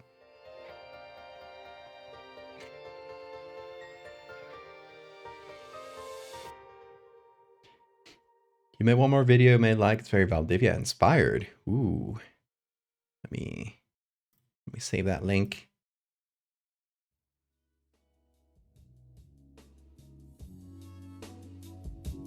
Sally Copling's telephone incident. Hell yeah. Check it out, Lark. Sounds fun.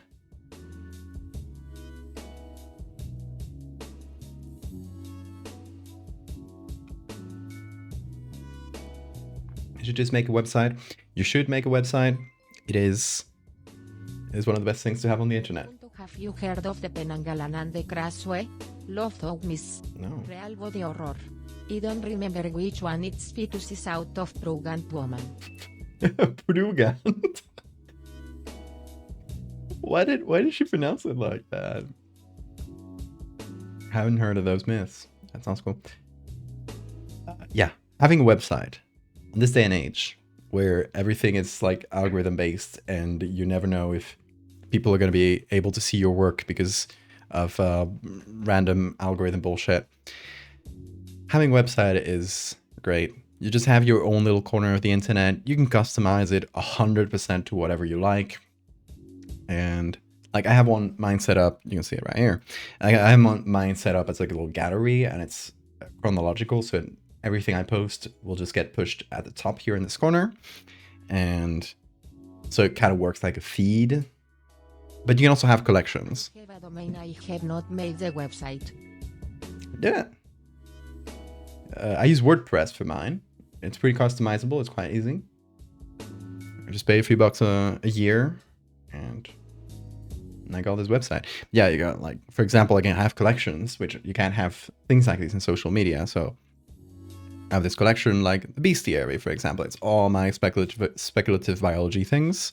And they're all in one place. So if you like this specific kind of thing, you can go to the website and get all the ones I've done. You get medical, horror, folklore, cryptids. You can have like different series like Shipitotec. It's all here, for example. You can read it in order. Yeah. Websites are great. And this is like, I don't know how to do HTML and I know a little bit of CSS, but I just Also, fair template. warning, Val, anytime Michiri must do it 5 times in a row because you will cry if I say an odd number by the cheer mark. I'm sorry. That's funny, don't worry.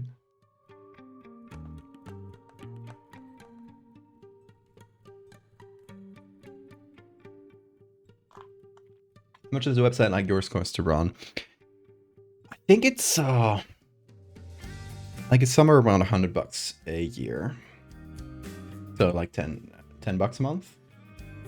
100 and some a year, about $10 a month. And you don't need to get like, and there's like several levels. I use WordPress.com, not .org. I think with org it's cheaper, but it's like a different set of features. Yeah. And there's like several levels you can get. There's like much cheaper levels if you want something just to start with.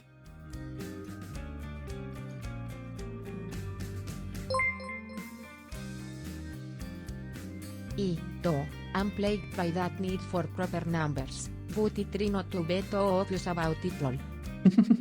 Though, I love gallery websites like this so much. It makes looking at art so much fun. It's much easier. It's, I don't know how many people who like directly check my website, how many people just come from social media, but I've heard from a couple people that $12 a year. $12 a year, yeah. ML and such, so I can just make my own from scratch saying kinship. Yeah, that's great too if you got the time to like learn HTML. But yeah, I've heard from a couple people, like one person once told me that their dad has my website like on his bookmarks, and he'll just enter from time to time to see if there's anything new. Like and that just warmed my heart because like, oh, like for this person, I don't know how many people will use it like that, but for this person, it's like a destination. And that's how you used to do things before like big platforms and social media. You'd have a few websites and you're like, oh, I haven't checked this in a while. I'm going to see if there's anything new there. That's kind of awesome. I think the internet should be that, but isn't, unfortunately. But maybe I'm just nostalgic for an earlier time online. But you can have your own little corner of it. You know, one of my favorite things in the website, if you go to the About section here, and it's right under my camera, but there's a guest book page, which I'm just going to paste in here. It's just a little place where people who visit the websites can just like leave a little message. Like, hey, oh, I love this piece. I love your work. This sort of thing. It's just so nice. It feels like a little, and I hacked this together from like a comment section like function. This is technically a comment section, but I just turned it into something like a guest book, right? And it's nice, it just exists there. There's a bunch of little messages, you can scroll through them, there's 4 pages of them. Is it weird that the reason I don't post things is because I'm afraid of succeeding? I don't wanna become an willing cult leader again, man. It's valuable to post your things to a small audience. I think it's definitely like just sharing it to a few people that will really be into it. I think it's extremely rewarding if it's not like successful in the like massively successful. I say that as someone who like right now, you know, got a bunch of followers, etc. But the for most years that I've been doing art, for like the longest amount of time, I was just posting it to like a couple thousand followers or something like that, and that's fine. I still very much enjoy it. I actually missed part of it. I think it's its own. Sorry, my camera is like all wonky. I think it's its own like reward, just posting it to a few people that will like it. You don't have to deal with like big group dynamics. At some point if you get something going really popular, you just get a lot of weirdos. There's something called context collapse that happens, where if something gets shared like outside of its original context, it'll get in front of people who see it in a different context or completely like, and specifically for my posts, like the first people who will see it are people who enjoy art and horror, and they will share it. And at some point, maybe someone who is into science but doesn't really post that sort of thing will repost what I made, right? They will share it. And suddenly it gets in front of the eyes of a bunch of people who were there for like science news. And they're like, oh my God, this is fake news. And they don't see it as like, oh, this is art, this is horror, this is fiction. They see it as fake news. So suddenly I'm evil.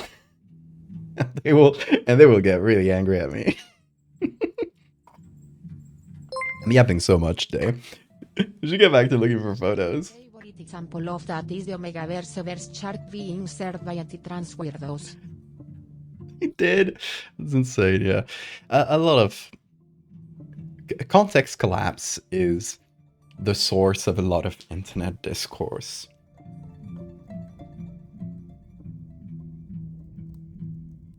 Oh yeah, I guess we got new people, and I've been yapping for so long that I should probably re-explain what we're actually doing today.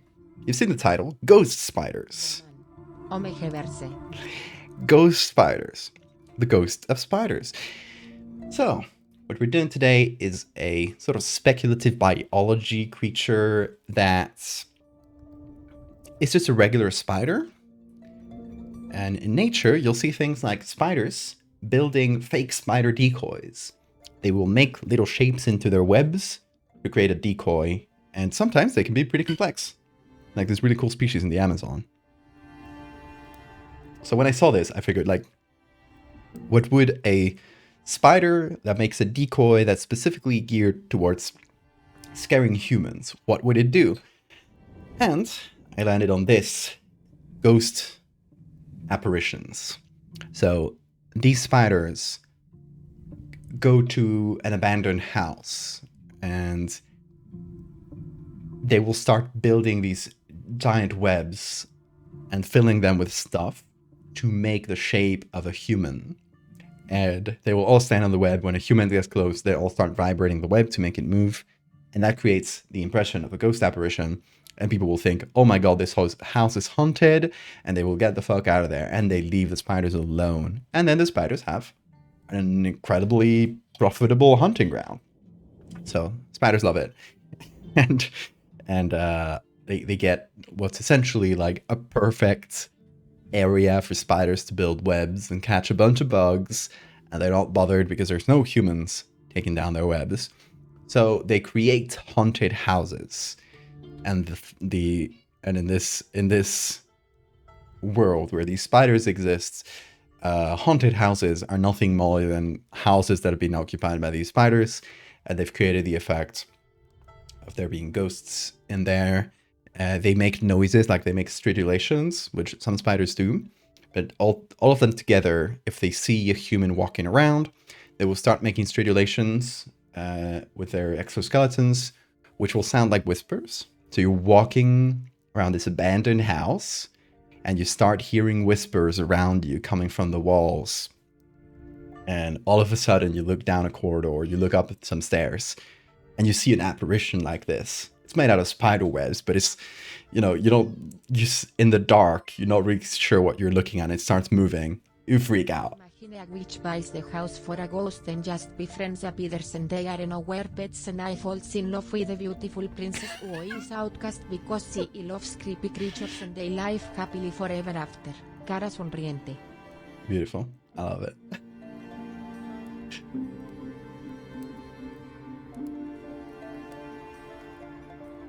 Bean, what are you singing about? Do you guys hear him?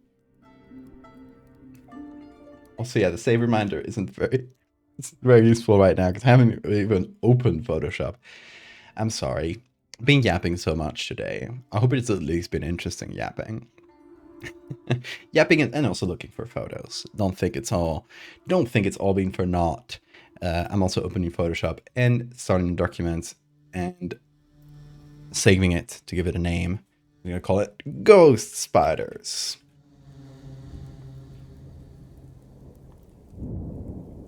Okay, that's the Photoshop document started. And yeah, I was looking for pictures of creepy stairways, creepy corridors. I feel like these ghosts, these spider ghosts, will find places where they have like sort of a frame to build their webs. They can't just build them from the ground. They need something to put them on. Apparently my life is interesting. Tres.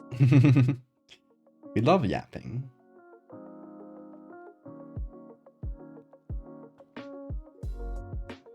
Teen 1, bro, just go in the house. Ghosts aren't fucking real. It's just spiders, bro. Bitch, I'm scared of spiders. Exactly. It's like, you may figure out that the house isn't full of ghosts, but then you realize that the house is actually filled to the brim with spiders. So like for some people that's worse.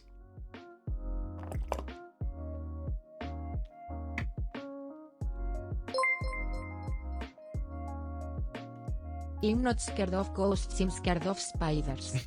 Exactly. So yeah, stairways have something to them, right? Look at this destroyed one. Oh, that's cool. It's like a lot of like open windows in the back though.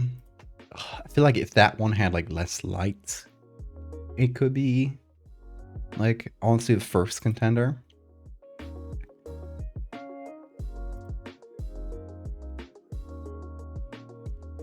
Lots of good creepy staircases. Ooh, look at this one.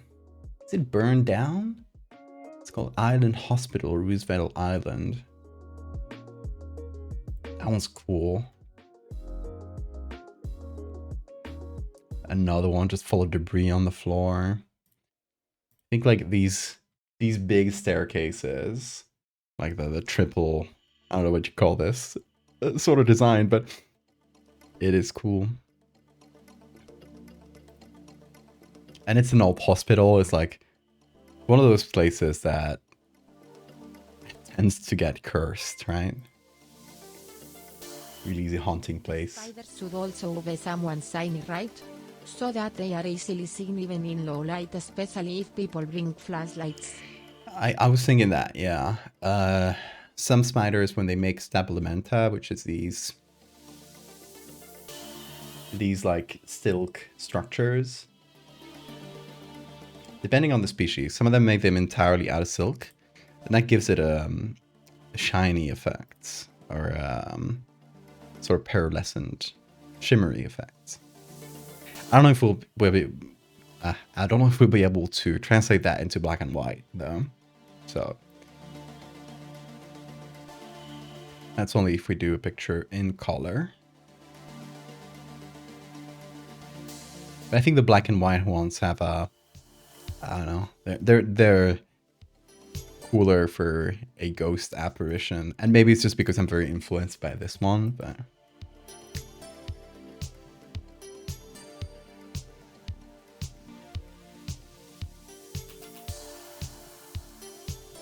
Hi, Bean. You're yapping today. What's up? Where are you? Are you there in the corner? Wanna come over? Wanna come over? Or just wanna yap? You just want to yap. So interested in this.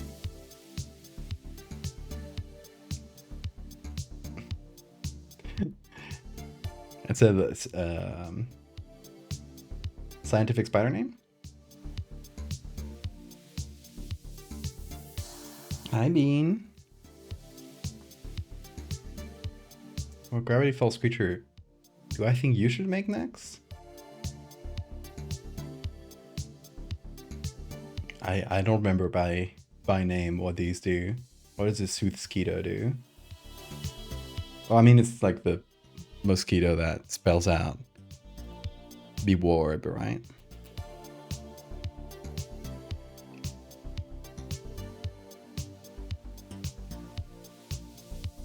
I did that one once when we did the countdown to the Book of Bill.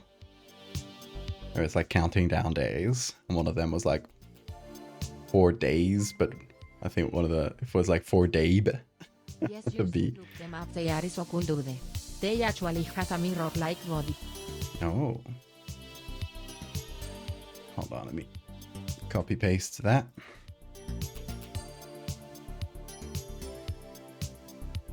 Oh, fancy.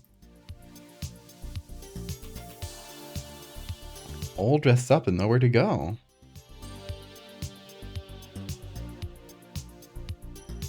That's cool. I wonder how they make this mirror-like effect biologically. It's really cool.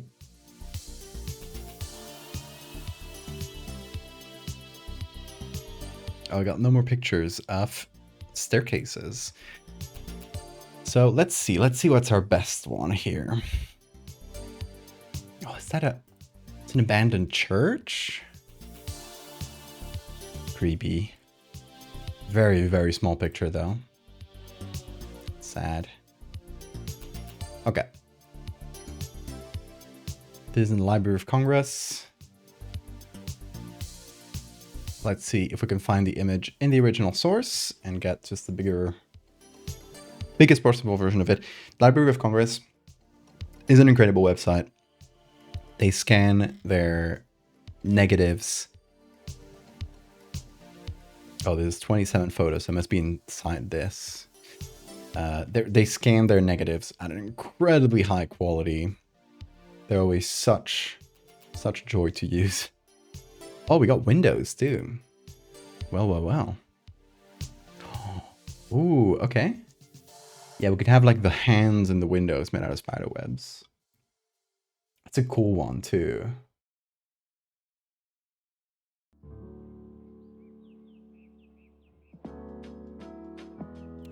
I've been here. I went to New York a few years back, and I was in Roosevelt Island. I remember something about this like abandoned hospital. Oh, it's another cool one.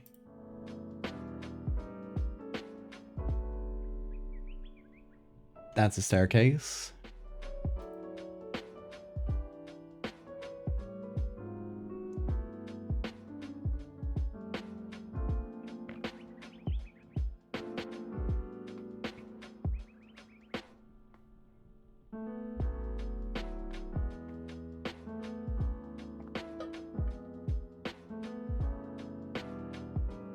And 9.9k points. Oh, you're so close.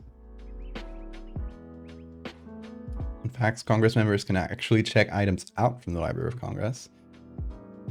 I hope they don't take my pictures away from me. It's one of the things... Okay. I know it's a minor problem considering everything that's going on in the US. But selfishly, I really hope they don't mess with the websites of like government agencies. Because some of them have really good like collections of photos that are all in the public domain, because by US law, like federal agencies have to release their pictures to the public domain. So I hope they don't mess with the Library of Congress. Please don't. That would be so sad.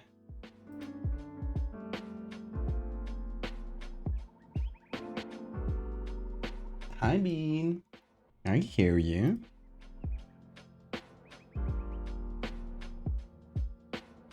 Okay, no more pictures here. We need to do other searches. Got a couple good ones from here. I think this was my favorite so far. It's gonna need a bit of lighting work because it's like a lot of light, and I would like it to be a bit darker. But this one's really good for the windows. So if it's good, if it's big enough, which I think it will be, I don't know how big the pixel size will be, but we'll check it out in a sec. But if it's decent enough, hopefully we'll be able to get good use out of this one.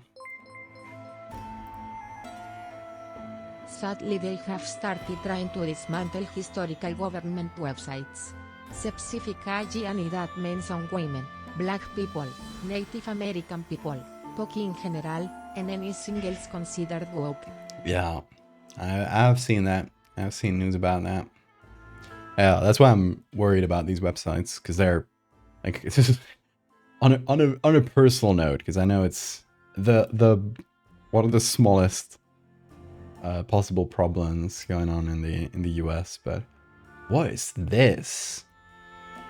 Oh, telephone station, Central Telephone Station, 1929. They say the streets. I don't know if this is the big Stockholm telephone station. It does say Stockholm in the tags. Let me check. Jakobsberggatan 24. I'm curious. Is that Stockholm? Maps. That is a place in the Canary Islands. I don't think you're getting it. That's very funny. I think it might be the Stockholm telephone tower. And I'm gonna show you because I love this place. It doesn't exist anymore.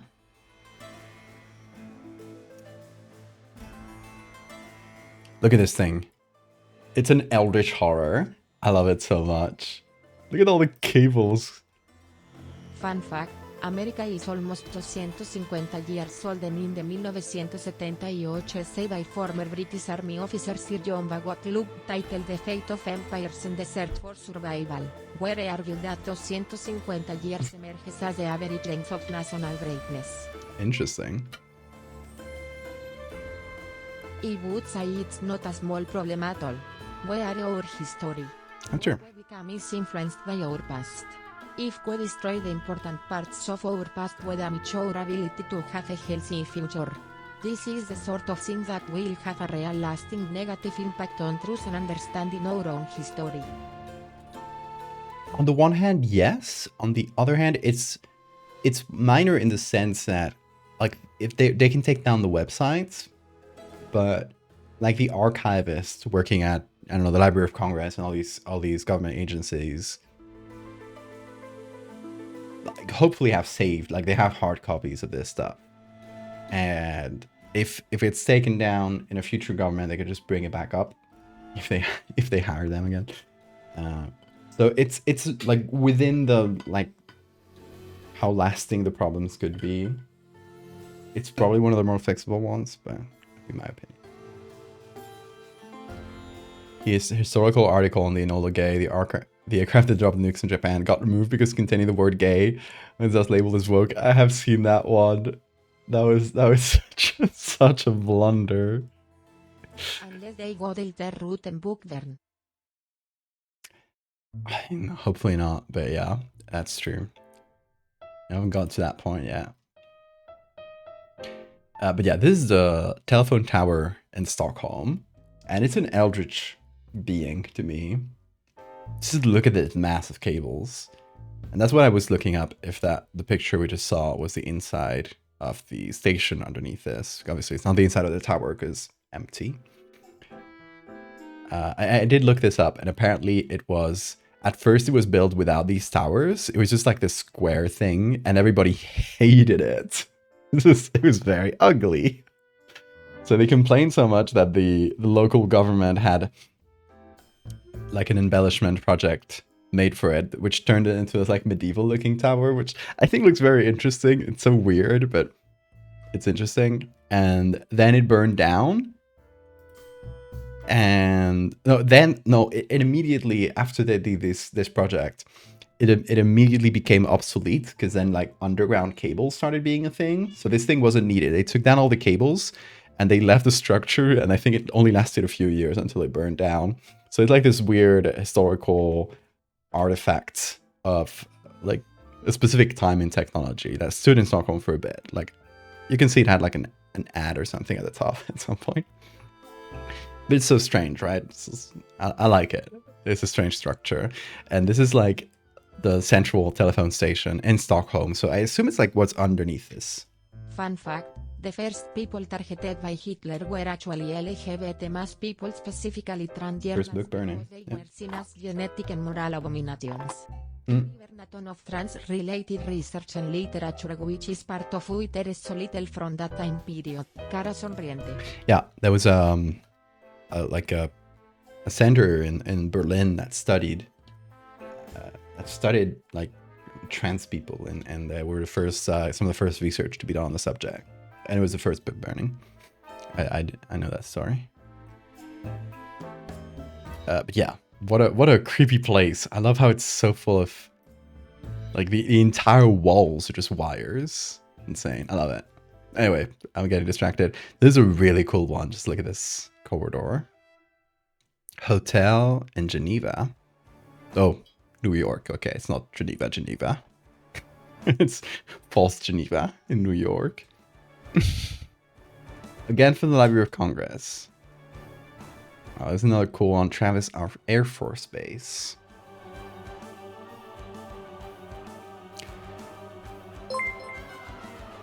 Okay, let's look up Nestor Hotel. Facts aren't that fun sometimes. That's true. That was not a very fun fact. It is an important fact, though. Valdivian Discord World, you did it. Hold on. You're Python's Council, right? On Discord.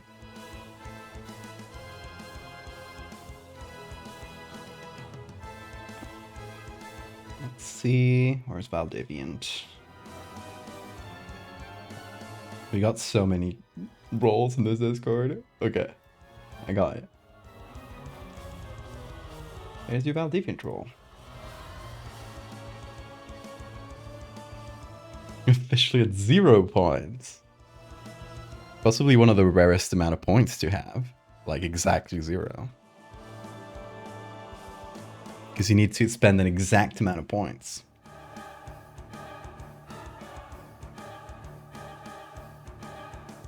Bean, what you yapping about?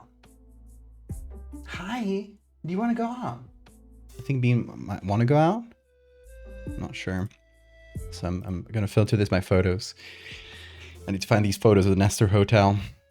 Oh, I didn't even read this notice. Due to a temporary shutdown of the federal government, all Library of Congress buildings are closed. Okay. They're still keeping up the website, thankfully. It's good. Oh, okay, I just copied like a huge chunk of text. That's why I didn't find anything. Ha. 30 photos, Nestor Hotel. Let me open the door for Bean, because he's been screaming at me, and I think he might just want to poop or something. Yes, I did. Yes, I did.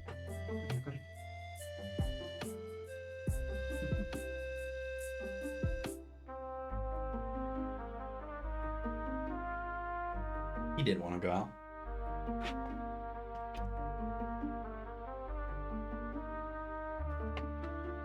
Oh, King, you too. While we're at it, yeah. Hold on a sec. Everyone's getting Valdivians today.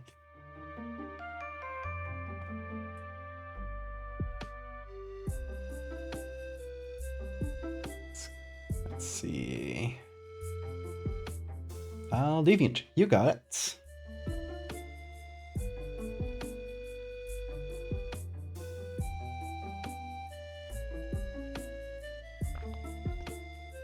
Yeah, you get like instantly points when you follow a channel. It's like having 0 is an extremely rare amount. Fun fact. More annoying fact, my husband is in the military reserves and as such as to go to drill once a month. He gets paid for that time. Usually. Except during government shutdowns. But the government shutdown doesn't mean he doesn't have to go. On the contrary. He still has to go? Go to drill. He just won't be paid for it. That's wild.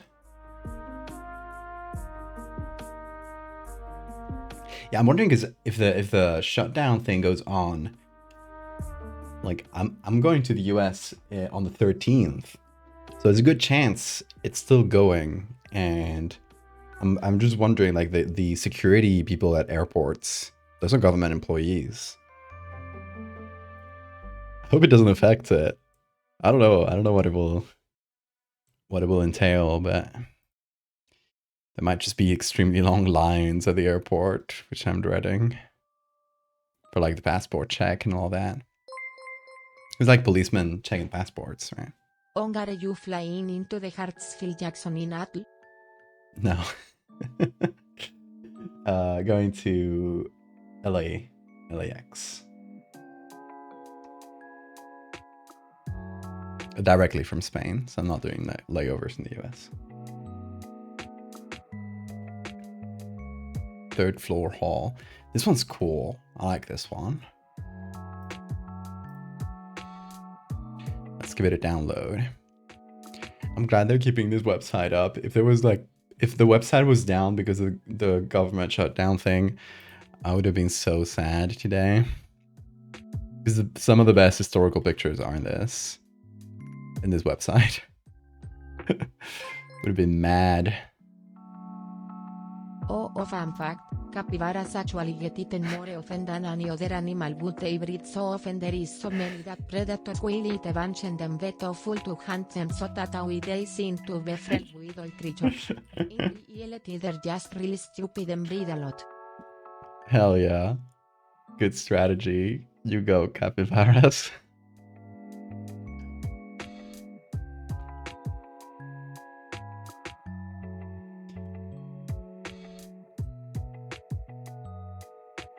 Perhaps the shutdown doesn't affect pay for Congress members, congressional staffers, and law enforcement. Okay, so that would mean like the passport check people at the airport, which is probably where the lines are going to be. That's police, right? That's part of the police. I don't know how it works in the US. Usually it's police. They will be paid, so they will be there, I assume.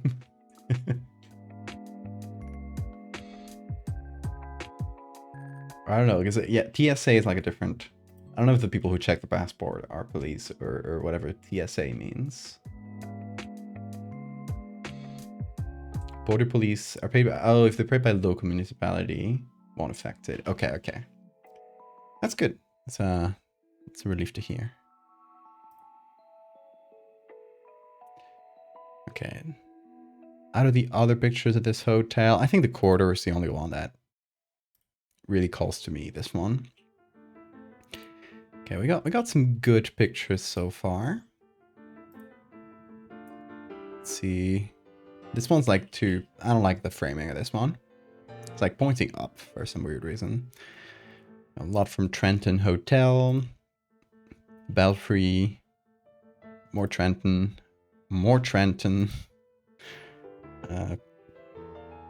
This one's okay, but I prefer the corridor.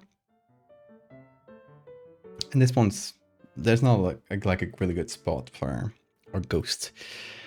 This one might be good for Windows, but we already downloaded it, so I think we'll just go to Photoshop. Photoshop. And we drag all these in, and we choose. Okay, these are really large pictures because they're TIFFs, which is one of my favorite things about Library of Congress. You can download everything as TIFF, which is a lossless thing. So they're really large files, but they're also like crispy. Like, okay, I'm talking crispy, like you can see the grain in the photo. They're zoomed in. These, do you see these little dots? These are the silver crystals that are suspended in the film, like the photographic film. Those are individual little crystals of silver. That's what marks the resolution of old photos. And that's why film photos have huge resolution. And if you scan them, if you scan a negative of a photo, you can get like an incredible amount of resolution, better than like a lot of modern digital cameras. Probably not like modern, like current. If you get any current digital camera, they have a lot of megapixels, so you still get like really large images. But this is, as you can see, just a scan of an old photo is equivalent to like the better cameras nowadays, because the limit of resolution is not like pixels, but microscopic grains of silver, which is what we're zooming into. Anyway, that's just to show you that a scan of an old photo can be so good. And here we have these old windows. They're boarded up, but I think we could turn them into windows. It might be good to have more like these though. But yeah, it's a good spot to make into a haunted house, right? We even got the, what do you call this? Forget the name of this. Lámpara de espino in Spanish. I'm forgetting a lot of English words today for some reason. Anyway, same with this, like everything downloaded from Library of Congress, you're pretty much assured that it's going to be pretty much at the maximum quality it could be. Like, again, we're zooming in, we're seeing the grains, the individual grains of silver. And this is like a tiny, like we're just zooming into this tiny bit of the image. The full image is about this big. Isn't that cool?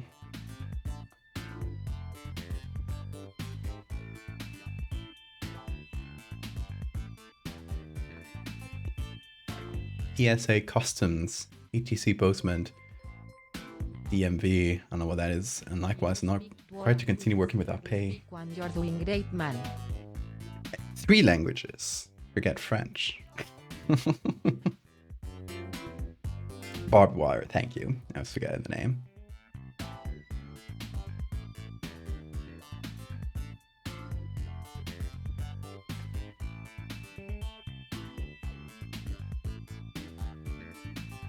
I'll probably razor wire specifically, yeah. It looks like razor wire, yeah.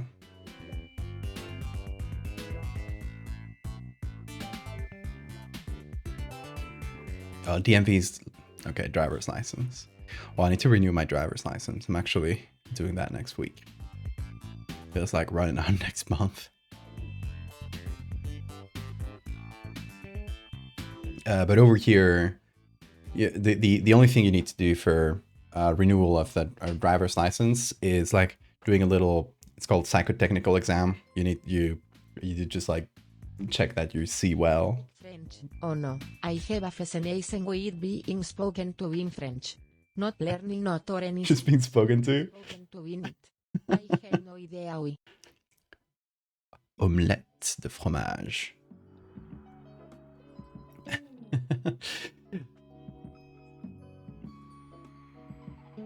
But yeah, in Spain, it's not going to be a lot like a line or anything. You have an appointment, you do the little exam where they check your reaction time and your vision and stuff, and then they automatically renew it for you and send you the updated like card.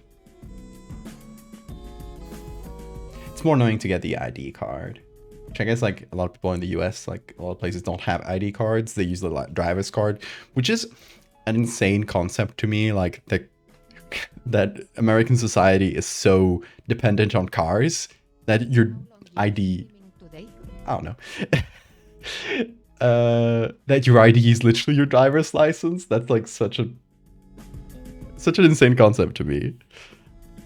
In Spain, in all other countries that I know of, driver's licenses and IDs are very distinct and separate cards managed by different like, institutions.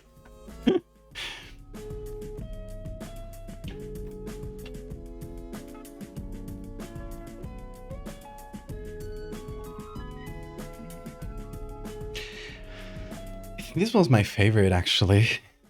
I was thinking stairs, but this picture calls to me. I like how dark it looks at the back, and how we can like increase that a little bit. It's like tweaking like that.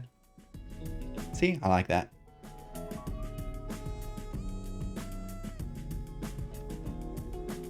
And just by changing these levels, we can change how light and dark different parts are. If you want like a little bit of the broken floor to be more visible, we can do that. But we have like this area of like penumbra right in the middle here. We got a little bit of light coming from the front, a little bit from the back, but it's a sort of a dark area. That's where we're putting our ghosts. There is this guy talking that speaks French. It's exactly my type. It's a problem. My other two partners are all for it again egging me on size as actual raven guys. This guy legally as a rave. As a pet, okay, that's Raven pets? Raven pet sounds incredible. It's a keeper. Spider webs. Yeah, look for like really big spider webs. I mean, I think most of the pictures we'll get is like this, which is cool. This literally the picture I use for the Fractal series. Second spot. But I'm looking for really big spider webs that are not in the morning dew. There's so many that are in the morning dew, looks like.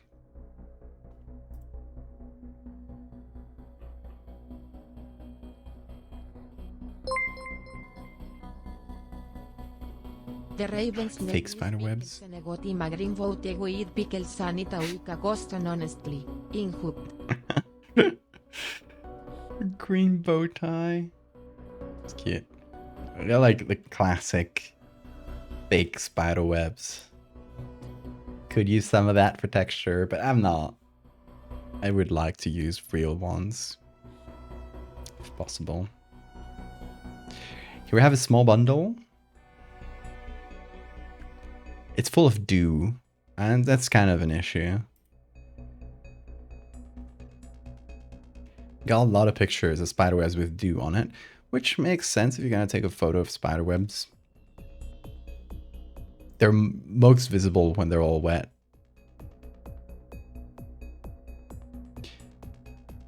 But that is straight up not what we want. So the pictures here in stock sites seem to be a combination of... Oh, look! Stabilimentum. Or stabilimenta, plural. We could use some of this. Like maybe these little chains of it could be used in some places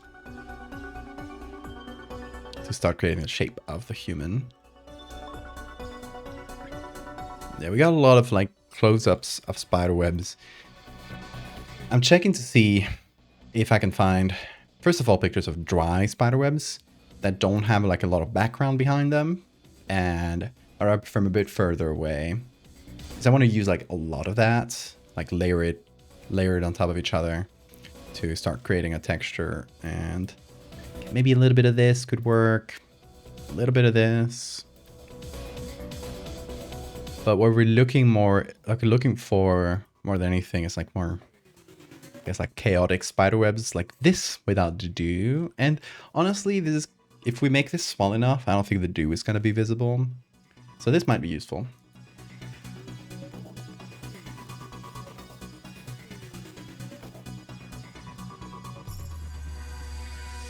Spiders aren't cause ghosts. It's weevils.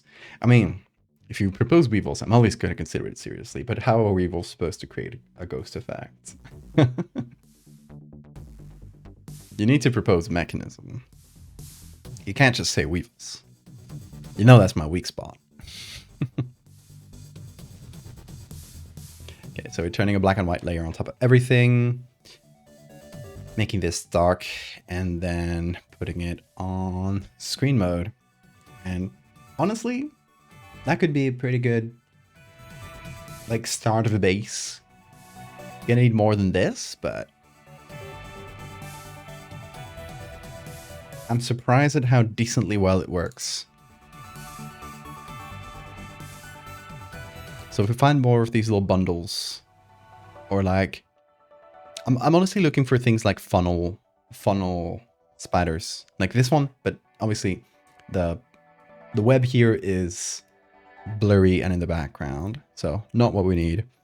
This is a funnel, that's a fake spider web.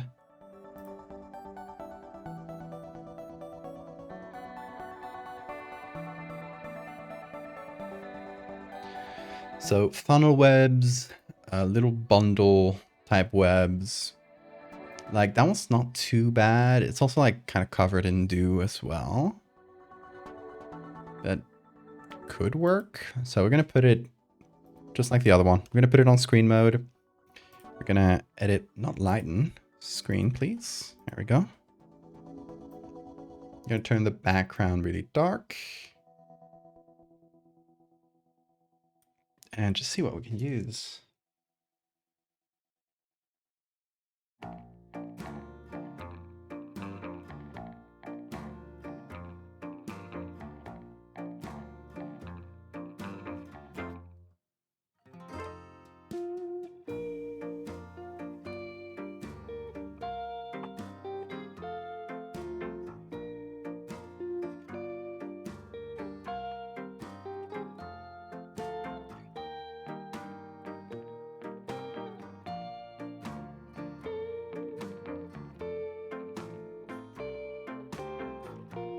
What's your language, Bill? Where are you cooking?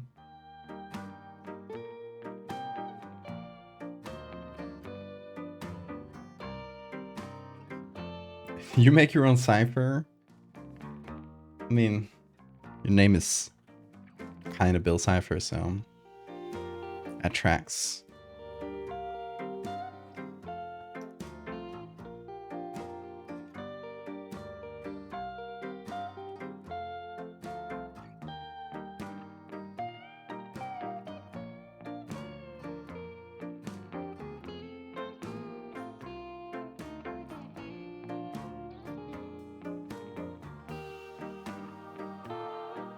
You know what would be a twist, Bill? If it turned out that your name was actually Bill, and it has nothing to do with Bill Cipher from Gravity Falls.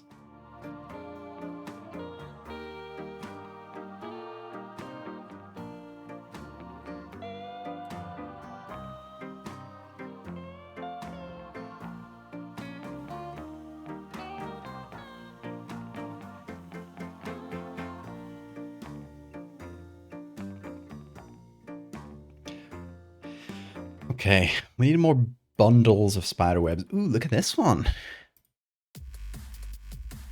That one's, I think it's like a destroyed regular orb weaver web. I'm actually 3.5 capitons in a human skin suit.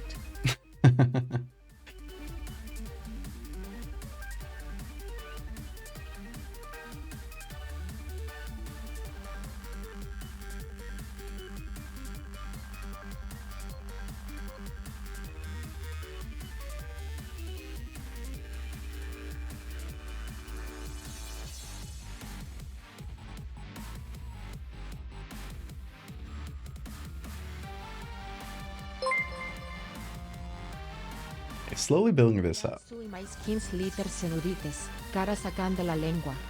Cara sacando la lengua. I love how TTS just like directly describes emojis. It's never not good.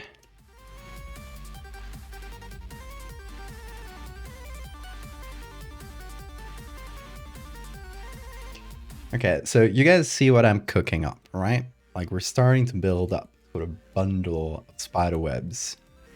And we're gonna build it up to here. And then in the center of it, we're gonna have like a denser area that's gonna have the shape of a human. But it's still made of like spider webs. It's a 3D structure. It's not like where I'm doing a 2D drawing on a simple like bit of web. It's like a whole like 3D structure.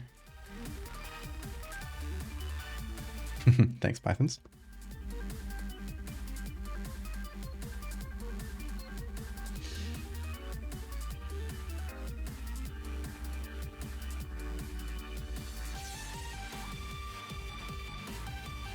So let's see what else I can find. I'm also gonna do like other little bits of spider web, maybe like the corners and stuff. Just like have some other spider webs in the area.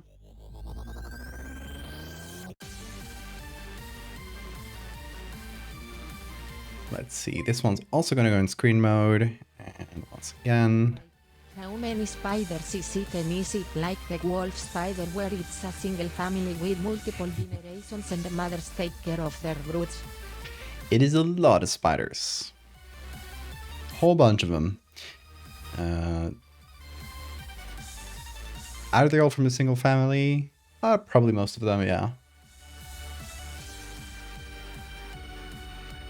At least the ones that create the ghosts. Like there could be like several families of ghost spiders, but they're probably each gonna make their own little figure.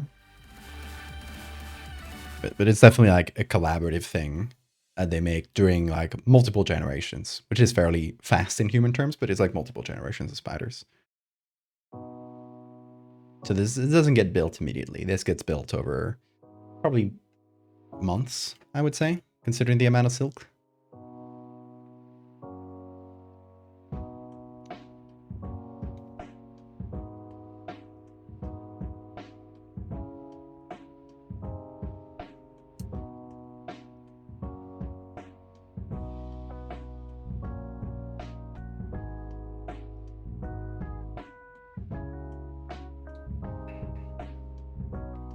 Ayo, why are we saying Ayo?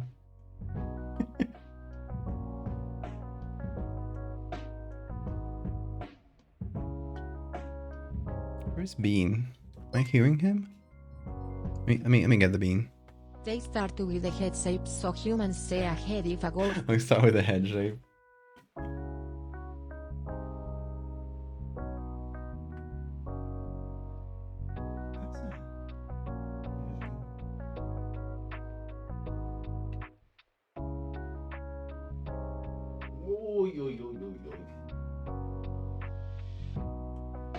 He is such a needy one.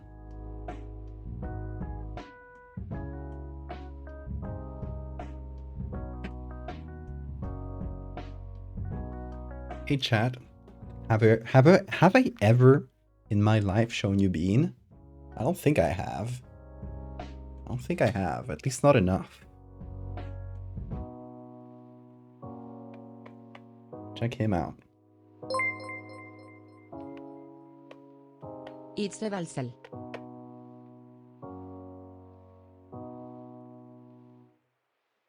His motor is engaged. He's purring right now. All his gears are turning.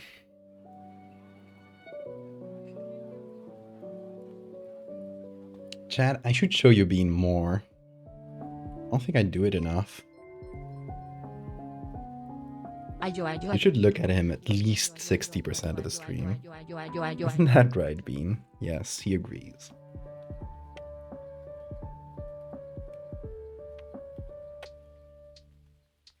What's up? Hello. Yeah, I love you. He was screaming at me on the door. He's a yapper today. Oh, he's purring so hard. I love putting my ear to him while he purrs.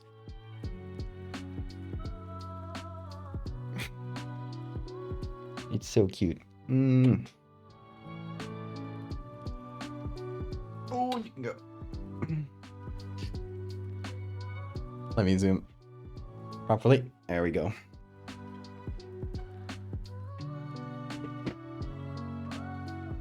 How amenable would Bean be to just picking to you picking him up? So if he knows you, if he trusts you, you can pick him up like any way you want, like this, for example. And he's still purring, by the way. You can pick him up like a baby, you can flip him around, you can do anything, and he loves it. As you can see. And but he has to trust you first. And there's very few people that he trusts. You need at least a week of like slowly getting close to him until he trusts you, and then to like be comfortable and not scared. He won't like ever bite you or anything or attack you, but he'll just get scared if he's in a situation where he's like, oh, I don't know this person. He will just run and hide somewhere. He has like a few specific hiding spots. Isn't that right, Dean? Mm-hmm. But once you get him to trust you, he literally lets you do anything. He's so nice. Ooh. You can pick him up, flip him. You can do there's a little thing that I do when he gets really excited to like get the adrenaline out of him, which is like I'll throw him, not really throw him, but like fake. Like I raise up my hands like all the way up, and I'll pretend I'm like I'll just let them go down really quickly, which gives him this sensation of dropping. He loves it. He starts purring. It looks insane, but he's purring really hard right now. He loves this. Whoop. He'll extend his little fingers as if he were about to land. But yeah, you can do this. Whoop. You can see him like extend his arms. Whoop. Caitlin, thank you so much for the follow. And whoop. You see he like engages his arms a little bit, kind of like preparing to catch himself if he falls. And he loves it for some reason. I discovered it like messing with him, thinking he would be annoyed at it, and then he started just purring really hard. And it turns out to be a good way of like getting like the adrenaline out of him. He's so excited. He's so excited about this. Yeah, I guess it's like that sensation you get in like theme park rides when you go down and it's just like a little pit in your stomach. I think it's like it gives him that sensation or something similar. And he loves it. Look at him. He's so happy right now. He will not stop kissing me. It's like bouncing a baby.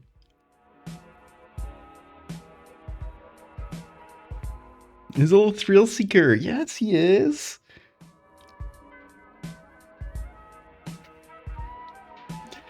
We love Bean.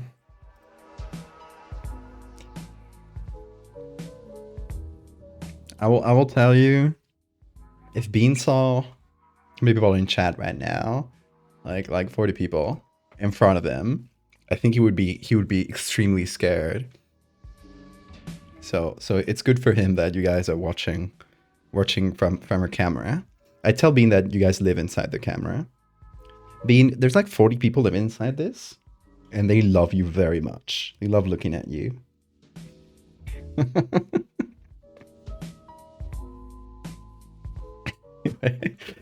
Spiderwebs. Let's keep looking.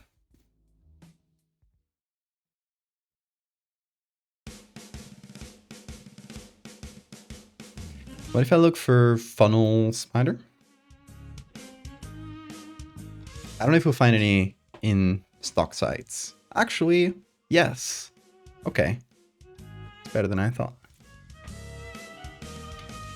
So obviously we're getting the spiders, but I'm looking for the funnels more than the spiders. Oh, jumping spiders. Not what I looked for. Jumping spiders do not make static webs.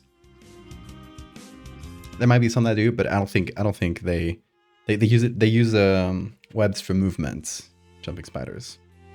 They like tether themselves to where before jumping, and like have the web kind of behind them on their jump so they can catch themselves if they fall.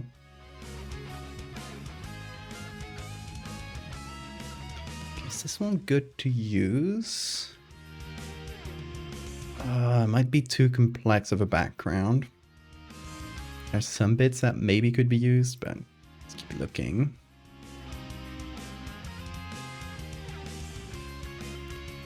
It's one of the issues with like the funnel spiders is that the funnels themselves would be really close to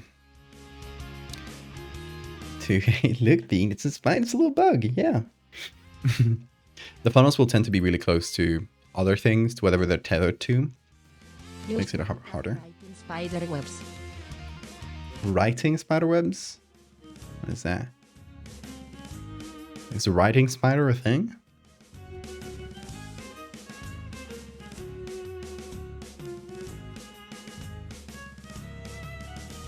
Did not know spiders had developed language. This information scares me. You have arachnophobia and you're in this stream? I'm very sorry, King. Like actually, you won't have an idea by how I act, but I have a genuine fear of other people. Cara sonriente. Whenever I go outside I start shaking and dissociating. It's not noticeable shaking for most people, but it's a constant. Training my dog in public service dog-friendly places is actually a tagging experience and it's in my therapy plan as a form of exposure therapy. Cara sonriente. That's good. That's good. Exposure therapy is always good. Just like slowly exposing yourself to a phobia until you build up like a sort of tolerance to it. I hope it goes well. Cara sonriente. It's always fun when she says cara sonriente. Cara sacando la lengua.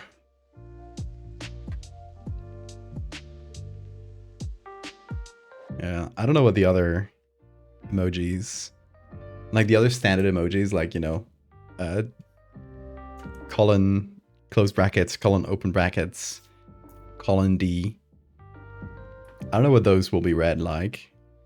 I know cara sonriente. We had cara sacando la lengua before. Oh, sorry. Cara sacando la lengua. Cara sonriente.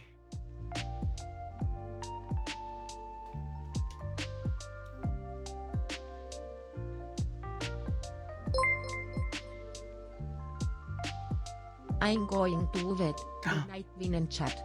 Oh, en Valigues. Good night, Welsh. Bean, say good night. Right there in the camera. Oh, kiss for Welsh? There it is. That one goes out to you.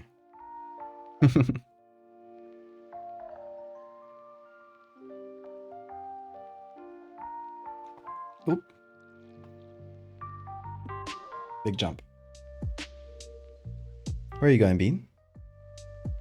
Are you sticking around on the table? Or I don't know what he's doing.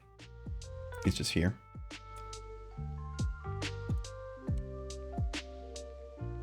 What? What is it? Hi, Bean. He's very active today. Oh. It's going great actually. Having a service dog in training is genuinely so helpful. Valdevian it's small but I try to do 30 minutes of training every week. The That's first good. time I took him out he cried for an hour and a half after, but no, he don't cry at all. Hell yeah.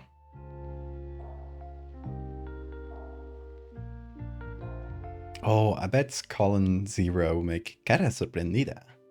Something like that.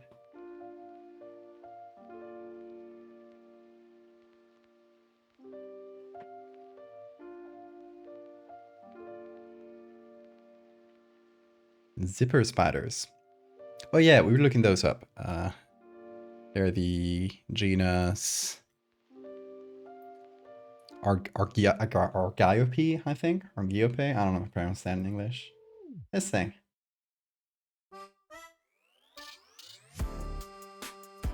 Makes some interesting patterns.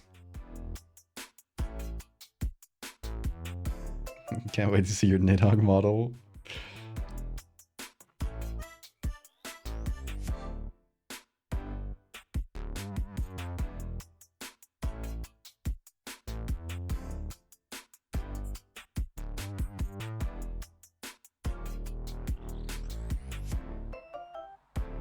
What is it, Bean? Do you want to do art? He's sitting on my tablet, so it's making it harder for me. What do you want to do? He just wants attention. He's like, I'm just gonna lay down wherever he works. And that way I get free pets. Isn't that right, Bean? Yeah, I got you all figured out. You think you're being smart. You think you're tricking me. And you are. You are, because I allow you to. I allow myself to be tricked.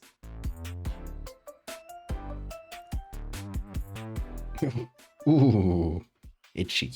Itchy.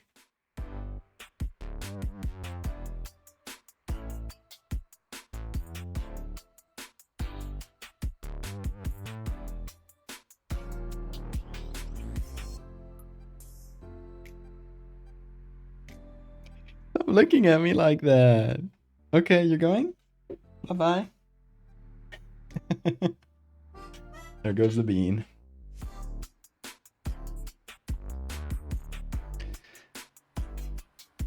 Okay, where were we? Making funnel, or using funnel spider bits. These ones are a bit like out of focus. I do like how they look a bit more chaotic, but they're gonna have to be really small to compensate for the loss of focus. Yeah, for now, let's just keep building them up. And looking for more funnel spiders and like little textures that we can use. Let's see. Wow, look at the eggs. It's pretty cool. We have one building a little web thing. Very interesting. It's gonna be too out of focus to use, unfortunately. Bean, don't bite that. That's not a toy.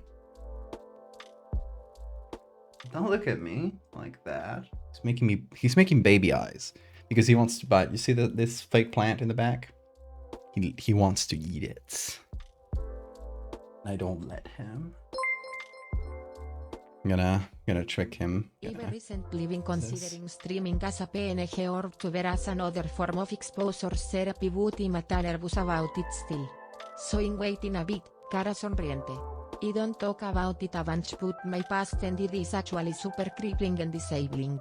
I try not to be a downer though, so I kinda avoid the hard parts when talking to others. Oh, streaming might help. Since it is so stigmatized already. Yeah, you should try streaming. Streaming is always fun. You can, if it's easier for you, like I think it's easier for a lot of streamers who are more shy about it to just have their own little persona for streaming, and like a VTuber or PNG tuber allows for that really easily. Just make up a little character and you embody them for a bit.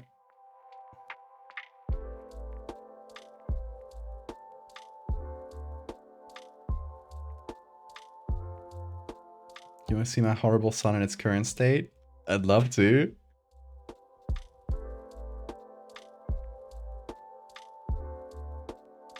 Oh, look, more Stabilimenta.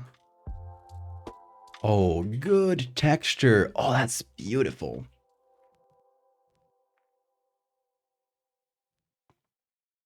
This might be super useful.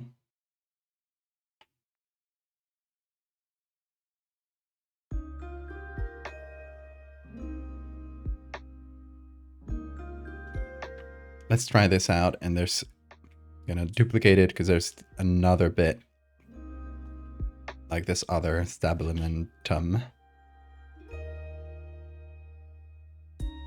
that could be used as well. So we have two little spots that we can use, and we're gonna take this, put it on screen mode, It's the good thing about like building against a dark background is that you can do screen mode, and it's a lot easier to do this because we don't have to actually cut around every single strand of the spiderweb. I think that would just be that would make me go insane. It would take like 20 hours just to do what we've done already. I've managed to trick Bean in really funny ways. I simply tied an elastic band to his like scratch posts, and he goes crazy trying to remove it, and he just pulls it in deeper. So it's really funny. It's a really funny interaction to see. Just a single elastic band.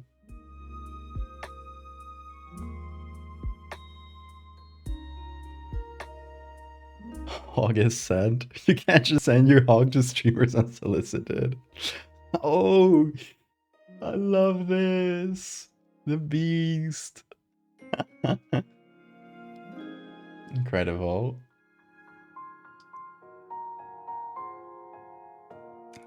Looks like a kindly and nice knit hog.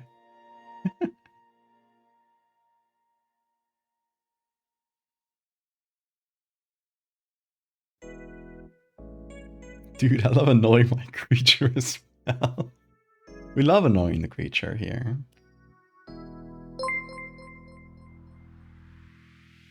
Currently in getting over my fear of perfectionism and originality in my artworks. My mother often used to say my work was less original than hers and extremely cliché. She would also start with what I needed to fix in my artwork whenever it's out there and would only say things like it's good but complex. Posting in your server is actually extremely helpful as well. Your community I'm glad. has been extremely helpful for me, so I genuinely appreciate everything you do. I'm really glad to hear that. Also, Bill sent a message, another coded message, and the Automod held it. Reason, smart detection. No, that was not very smart detection. I led the message through. Bill can have its coded message. I call it safety tax. You get food and cuddles and warm home. I get to put stupid outfits on you. Your toys sometimes. Exactly. Do you hear that, Dean? We call that safety tax. And since you get food and you don't pay rent, we get to mess with you a little bit sometimes. Not in mean ways, but in funny ways. I'm trying to grab his attention. It's not working.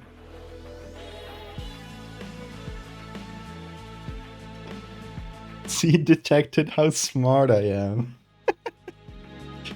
Let's say that's what I did, yeah.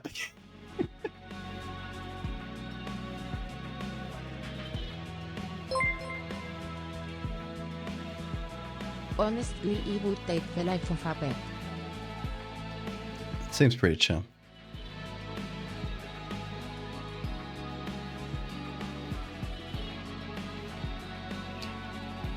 Okay, we can use this one like separately. I think just to add texture, since we're building up the center of this web as a sort of a denser area.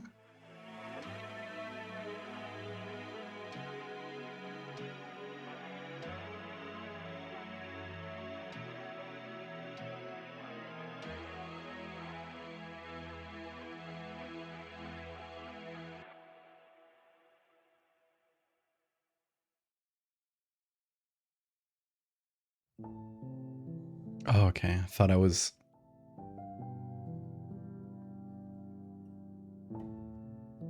I thought this layer had sort of a white background that was showing through, and it's just this piece of wood in the background. Okay. That's good then. Yeah, we'll keep building up the center as we build it up. Try to create this human figure. Oh, here's another one, making a trash line, as we've learned.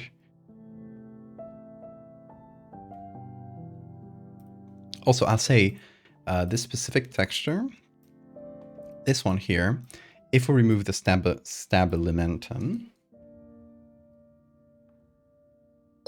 Or more or less remove it. Anyway, if anyone needs a human pet. Barra or is it a joke? Don't say that. Don't say that too seriously. That is a fetish.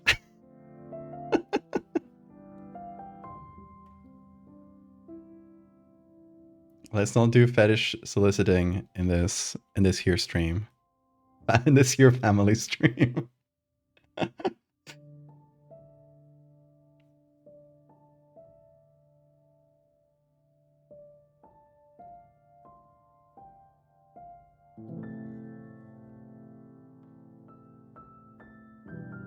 Yeah, this is a really good bit of web because it's just like dense enough that we can use it to like sort of build it on top of Guys, please itself. note my kinks barra J.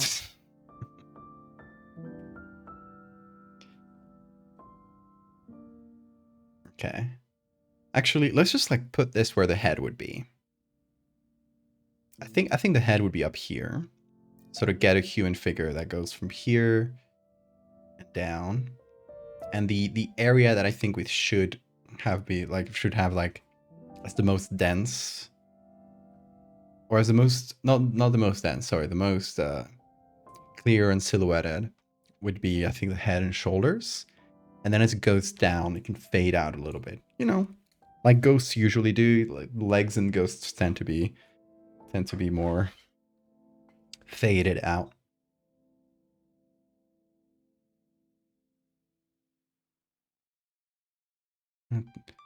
Don't teach Bean bad words. He's an innocent baby that has not had a single bad thought in his entire life. Oh, talking about the man. Oh, where is he going? All right, he's just lying down. Back there.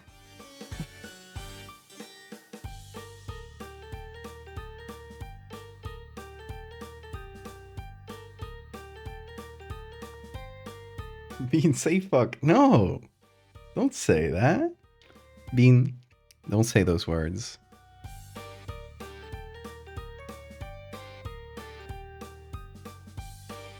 You are a being of pure hearts.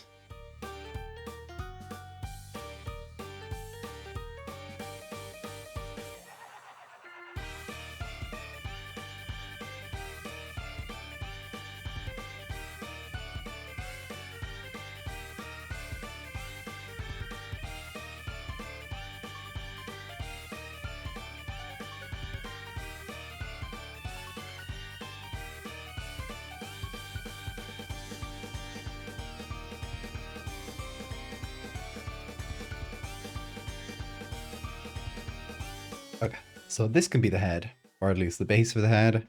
Now we just need to fill in like sort of shoulders and the area below it. Let's see what other spiderweb textures. Term isn't actually explicitly sexual and is actually just extreme interest, so many people actually have fetishes without identifying them as such due to the colloquial meaning. I mean, in a technical sense, but in regular parlance, it is always a sexual thing.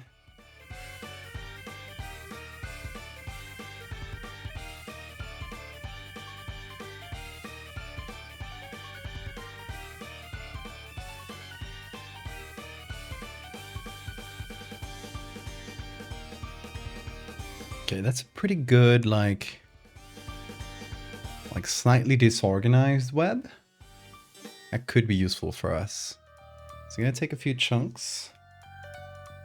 I think this one's gonna be like pretty zoomed out, I think. Vinget is Ben Harry. Bean, do you want to do art? No. Okay.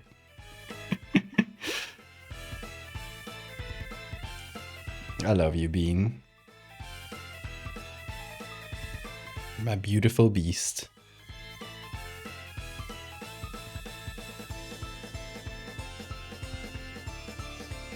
I've been live for 3 hours and I haven't done that much, but it's fine. I'm thinking, okay, so as I mentioned, next week I'm gonna be out Monday to Wednesday because I'll be in Asturias, getting the cards. My beat sending 6 Mallorca.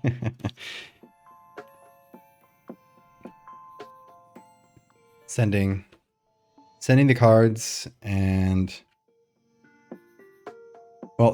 getting the prints of the cards for this next match, and all the little things that I got there in Asturias.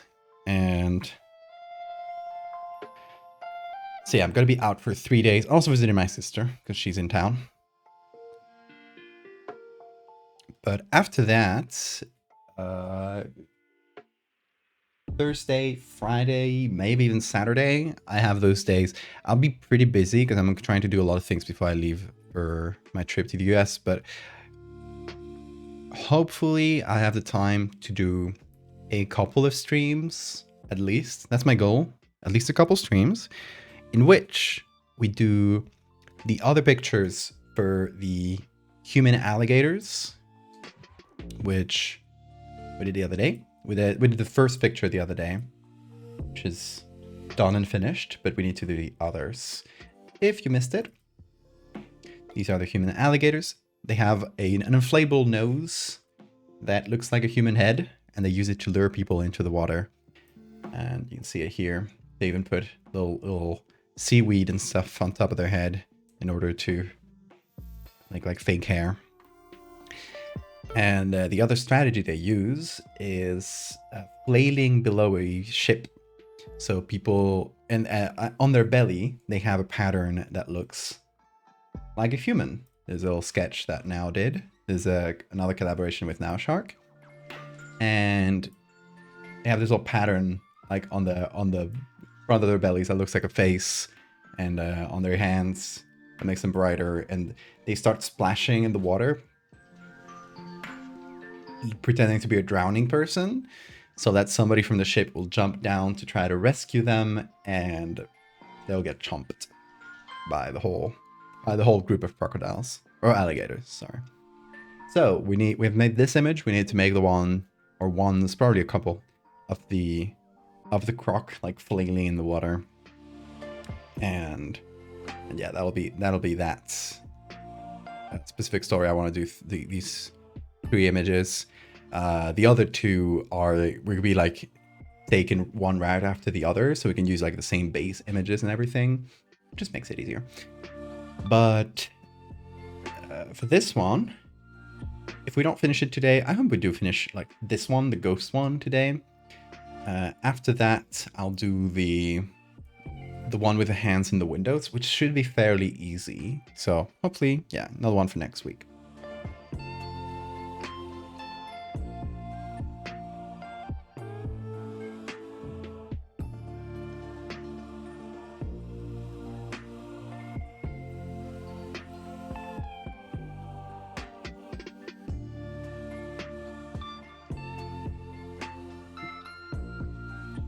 Pythons. I will make it. What I could make. I don't know if that would help, but I could make it so that the text to speech only works if you do an even number of bits. Or can you do that? Maybe like 2 as a minimum.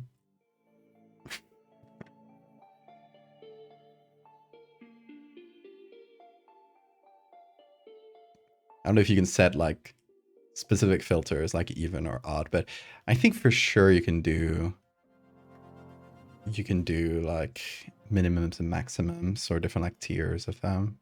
I'm not sure. I would have to look it up. I just have the default settings. If anybody knows, let me know.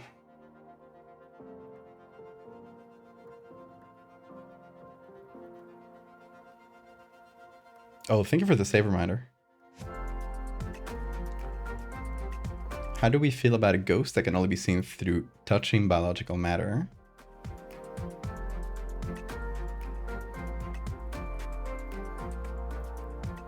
Oh, like the ghost can only... Okay, the ghost erases anything biological it touches, so you'd be able to see like a track essentially.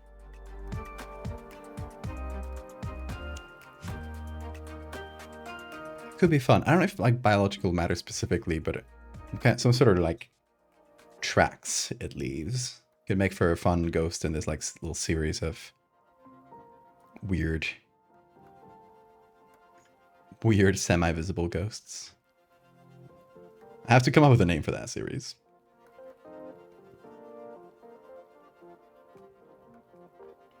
Round numbers like 15 and 25 are relatively common. It's true.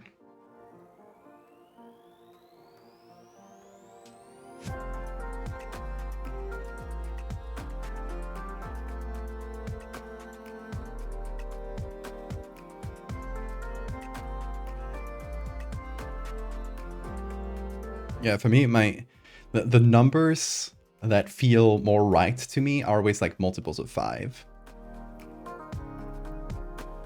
I also do this thing where I confuse numbers. Like, what would be the good term to describe this? So like 7 and 3 add up to 10, right? 9 and 1 add up to 10. 8 and 2, etc., etc. I tend to switch these numbers for some reason. Like, I don't know why. So and I also like those pairs of numbers. Like, I think 8 and 2 pair really well because they add up to 10. That's like, it's a very, very, very silly thing.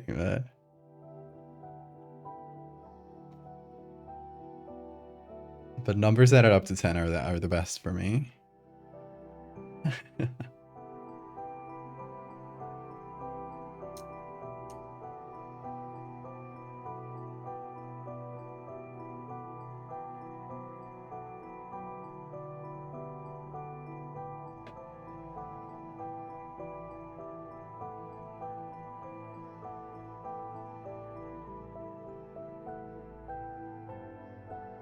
Definitely wasn't cheering a bunch to overtake Hammy. Oh yeah, Hammy's number 1 right now, right? Or wait, no. Oh, Pythons is number 1 now. Hammy's number 2 now. I was checking the gift sub one. Theoretical world building thing. What do you think would happen if an entirely new continent was discovered in modern day? Is it out there in a place where we should already found it, completed the zone, native people, complete ecosystem, biomes, evolutionary lines, and lakes. I think it would be really cool from a scientific standpoint, and there would probably be colonialism like immediately. Or not colonialism in the way that was on last century, but it would be like more like the indirect colonialism that countries do nowadays. But I think it would happen pretty much instantly.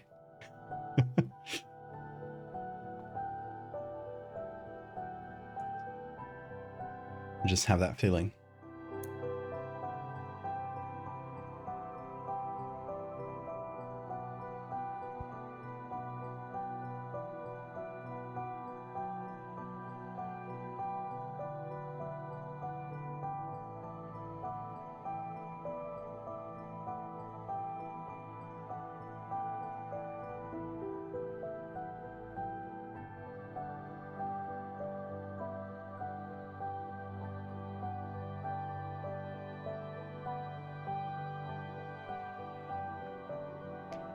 I don't think it would be like literal, the more like direct type of colonialism we've had in the past.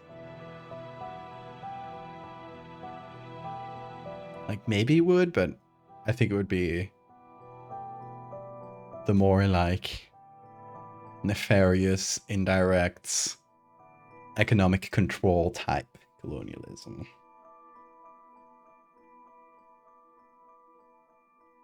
It's probably a name for that.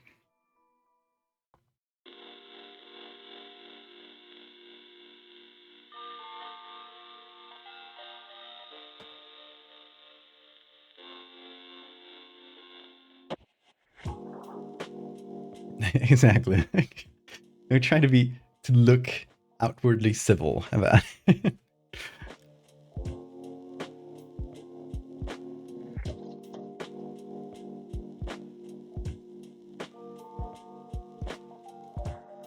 Okay, here's another good web. Obviously, I'm not using the center of it because that spider would be enormous. Also not using the bits of the background that clip through. And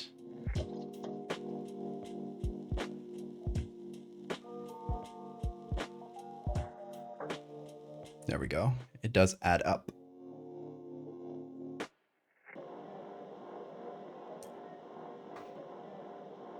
That's true. The introduction of new diseases, that would probably be the most brutal thing.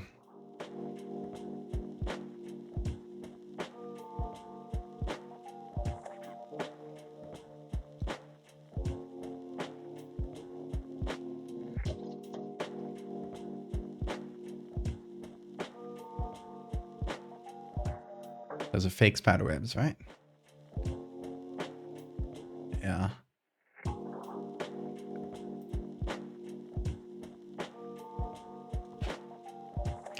Oh, I'm wondering, okay, if I look for spiderweb on Picroll, I wonder what we will find.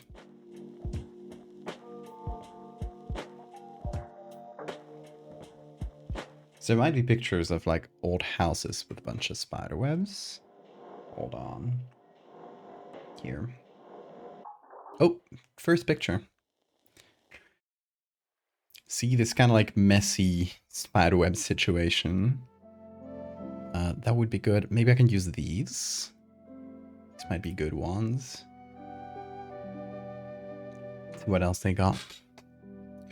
Pretty similar to the other sites. Oh, that's a window.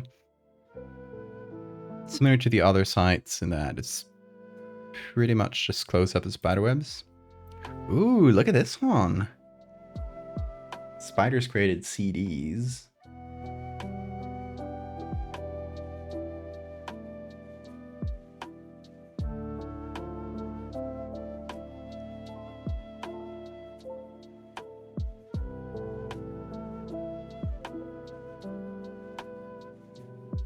Do you think Colossal would try and repopulate it with extinct species of animals? What I hope for Colossal is bankruptcy.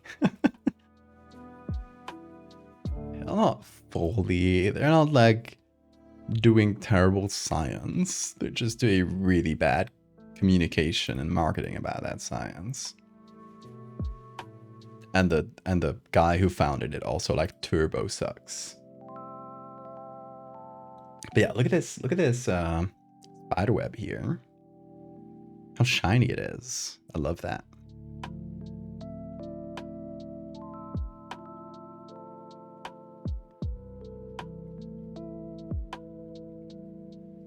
Ooh.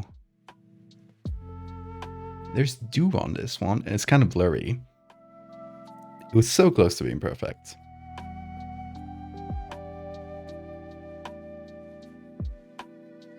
Okay, this one's still my favorite.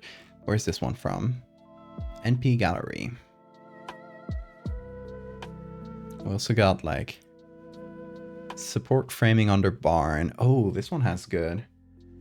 Like clumps of old spider webs, which is more or less what we do want.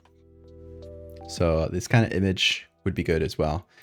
Okay, it's from the National Park Service. I don't know why this picture is in the archives of the National Park Service, but you know what? I will not complain. Why is it? Okay, there we go. Search.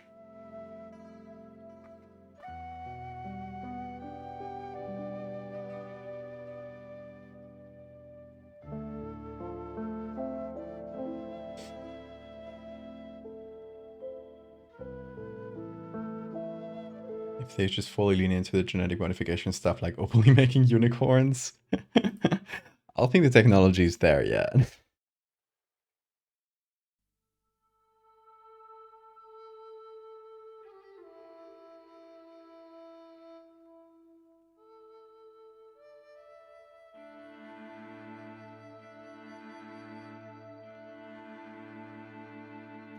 Okay, let's search for support framing under barn.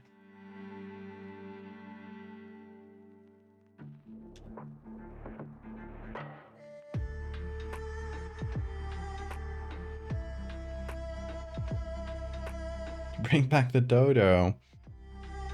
I wonder if they have the genetics, like the whole genome of the dodo, because there are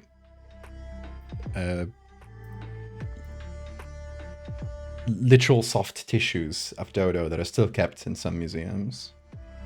So I wonder if they could get their whole genome from that. That would be cool.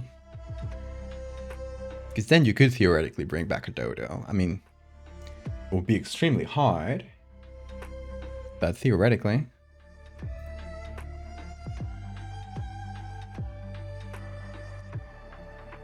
It's mostly dust, but it would be spider webs.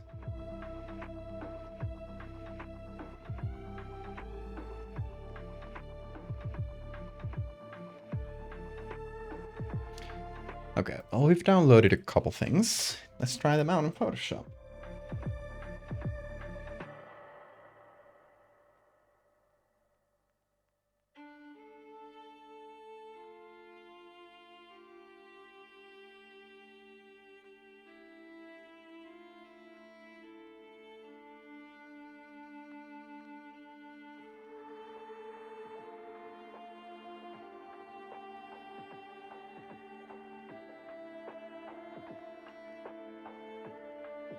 The thing is, like, bringing back a species, or even bringing back like an analogous species, like let's say you modify dogs or wolves to make something close to dire wolves. Great. Where are you putting them? Like, what are you doing with them? You're putting them in zoos, essentially, because the conditions that made the dire wolves extinct are still there. They're worse, probably, because dire wolves are even older. The conditions that made mammoths extinct, the loss of habitat and everything, it's still there.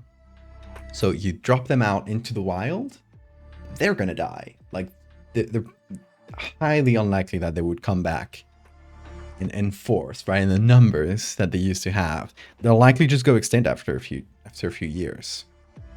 And you also have like no genetic diversity in that group. So like they have it hard. Is the issue. Like, it feels like putting the cart before the horse to try to bring back extinct species without like taking care of the environment first, because it's like, yeah, you're just bringing back a species and putting them in the exact same conditions that led to their initial extinction, so they're just gonna go extinct again. What have you achieved? I don't know. I'm not a biologist. Don't take my word. I have heard similar arguments from other people. But to me, it's like the most. It's like the thing that jumps out the most to me, right? It is a publicity stunt.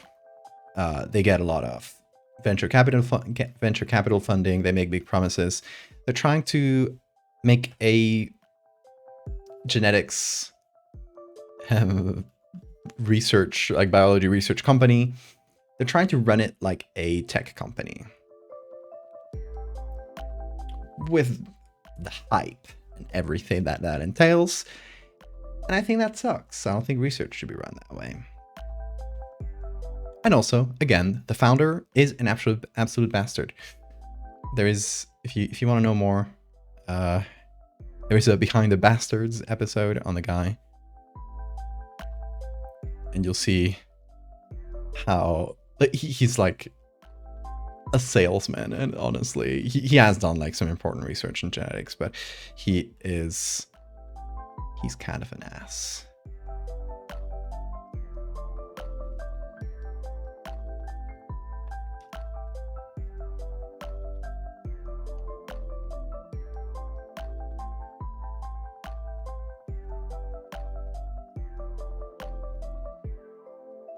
Not a fan of capitalism, to be honest. Yeah. like running a research thing like a hyper capitalist venture capital funding thing. It's the wrong way to do science.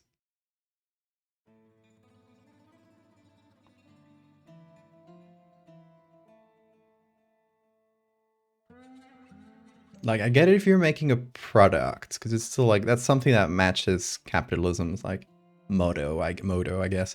Like, if you're making a product, okay, run your company like a company. You're making basic research, like kind of really important research that is like good for humanity, but you're trying to sell it like a product? Weird. It's weird. I don't like it.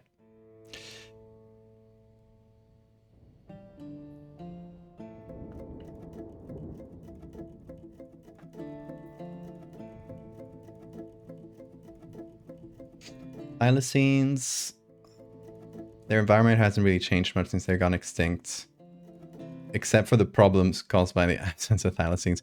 I feel like those have a bit better chances. They're really recently extinct.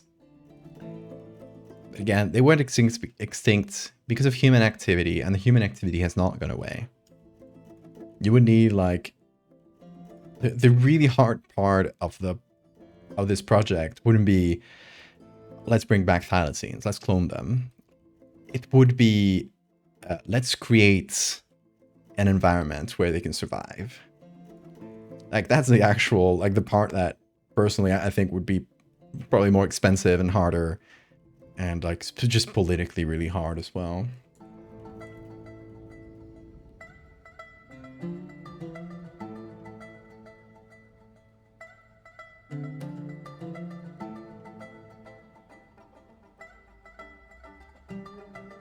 It feels like, is that one Spider-Man panel where Spider-Man is like talking to the dinosaur guy? And it's like, but you're such a smart scientist. You could be curing cancer. It's like, I don't want to cure cancer. I want to bring back dinosaurs.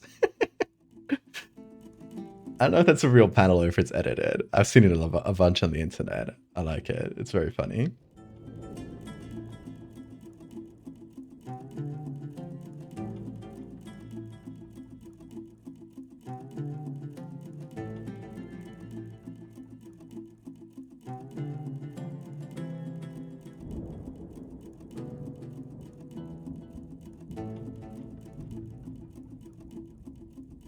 There's only one parrot species native to North America. I was hunted to extinction? That's fucked up.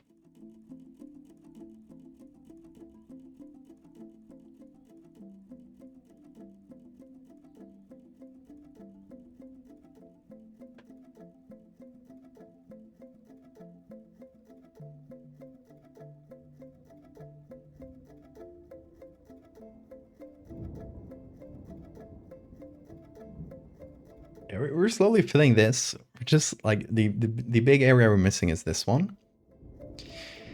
But it's getting there. It is getting there.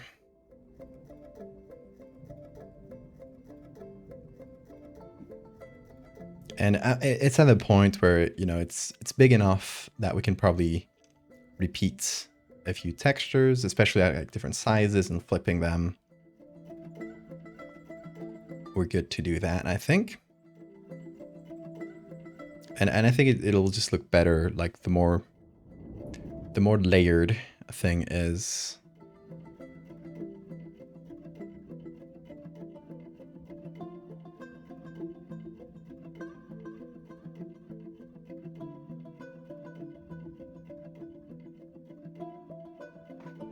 The more we pile up, the better. And hopefully this document doesn't become enormous. I think it should be fine. Like, it's a fairly large document, but each layer we're adding is not huge. So it should be fine, I hope.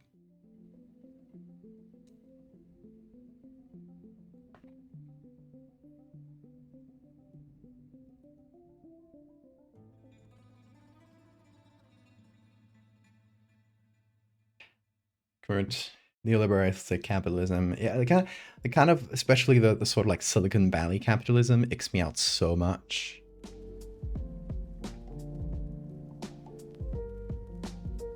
Like the sort of the sort of like venture capital, pay me a bunch of money so I can destroy a market, become like by charging like ridiculously low rates, destroying all my competition, and then hiking up the rates and paying out all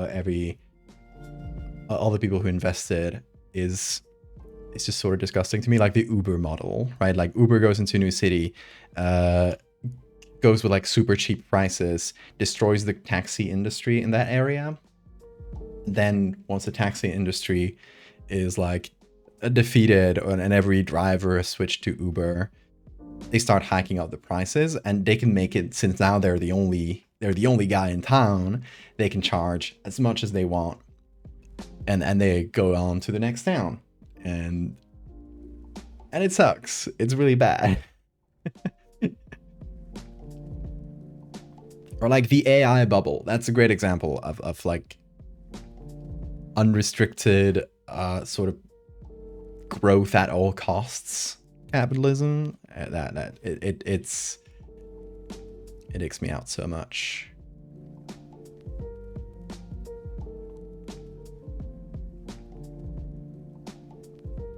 And when that bursts, it's gonna be cataclysmic.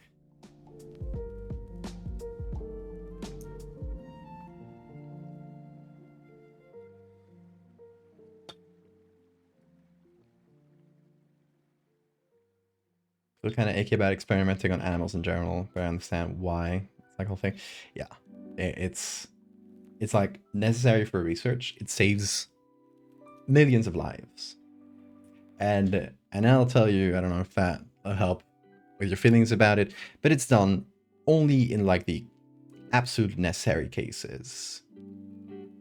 You know, in the regular research, I'm not talking about Neuralink killing monkeys. That's fucked up. That's brutal. That's Elon Musk.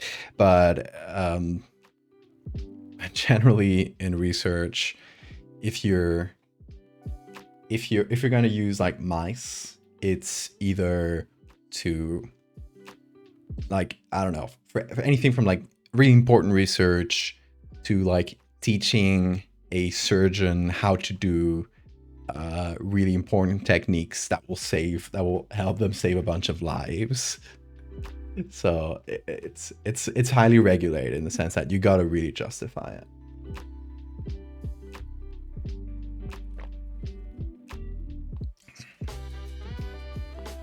Where would I draw the line to what animals we should and shouldn't bring back? I feel like we should bring back animals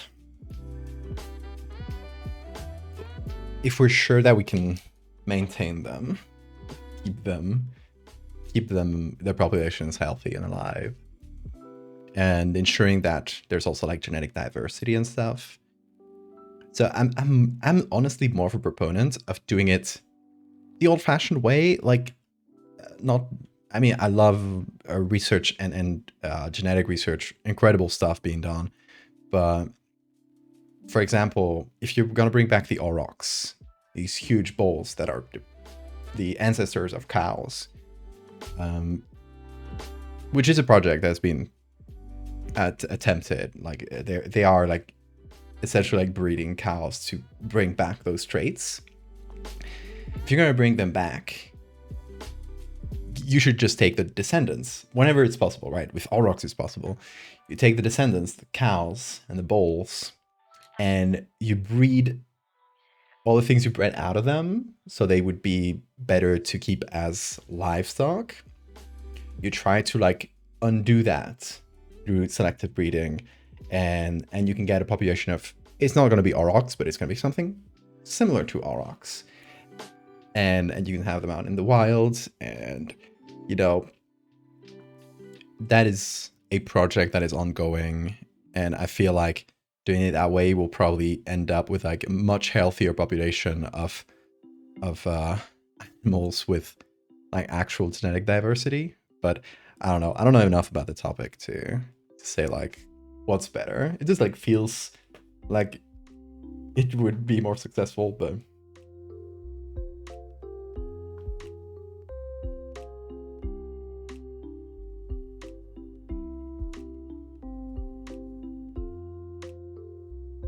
I apologize to Mark Zuckerberg. People have said Elon Musk is so much worse.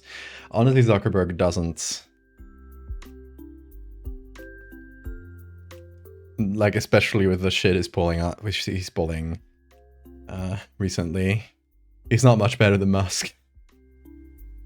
He's not that's like outwardly hateful, but he is like exactly as self-interested and like damaging to society.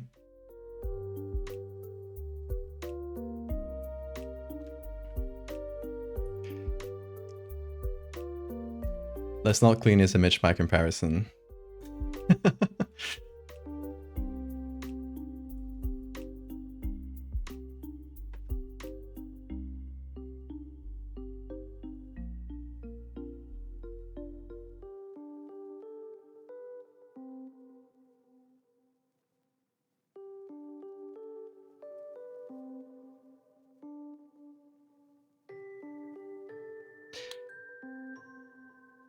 Starting to get a human shape here. You know what? I think... Hold on. First of all, I'm going to group all these layers together because there's so many of them. There we go. That's all the spider webs. And got some spider webs. Have we used these? I don't know. Actually, probably not, since they're still like in its untouched form. Unless we copied them. That said, okay, we have this, and there's this door in the back that when I put a spider web on, it just kind of breaks the silhouette a little bit. So maybe I'll stamp it out. I don't know. Let's try removing it. Essentially like closing that door in the back.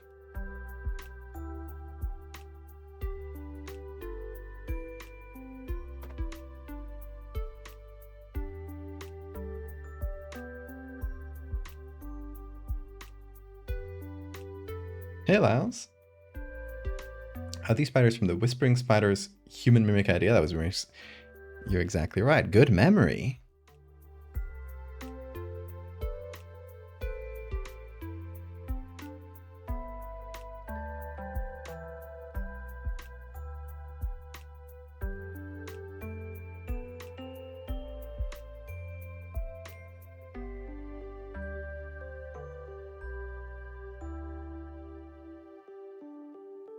Okay, we have closed that door.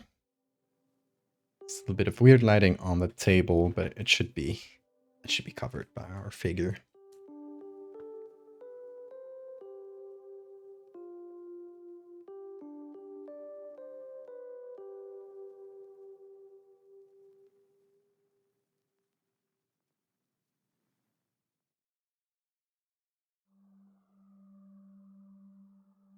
Yeah, I think we'll keep that door closed. And let's see what else. We got these like thick, I guess, clumps of old spider webs. This one's kind of blurry because it's moving. This one's pretty good.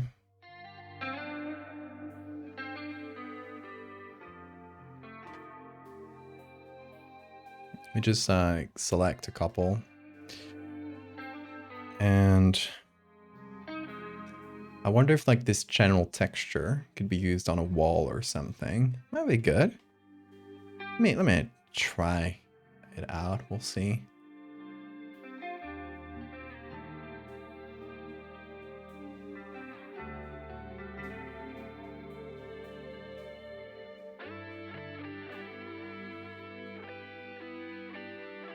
Like if I do this.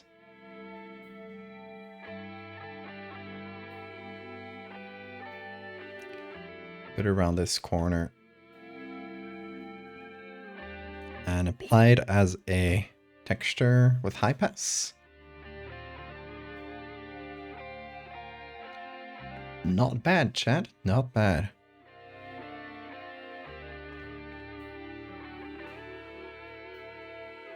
Just makes it a bit grimier, I guess. And it's old spiderweb, so it's like the right texture.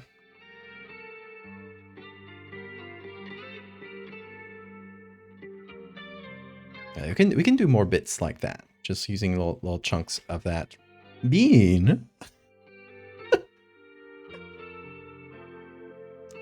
He just shook.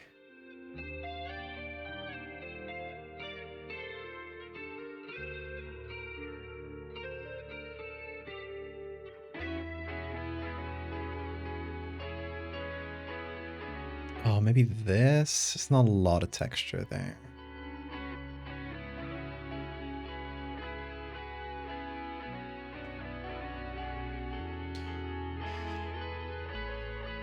Okay, what about this? Oh, this on just a regular wall.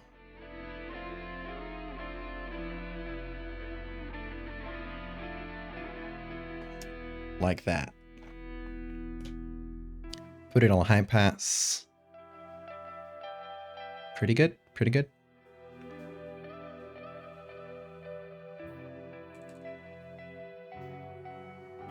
Some out of focus legs crawling into the camera.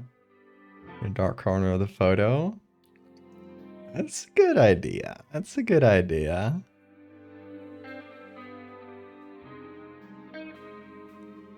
You're cooking, you're cooking.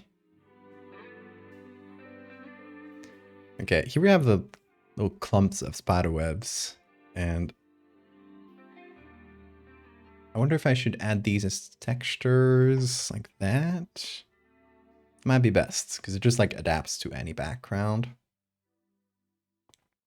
So I can put these in corners, kind of like it's the remains of a bunch of old webs.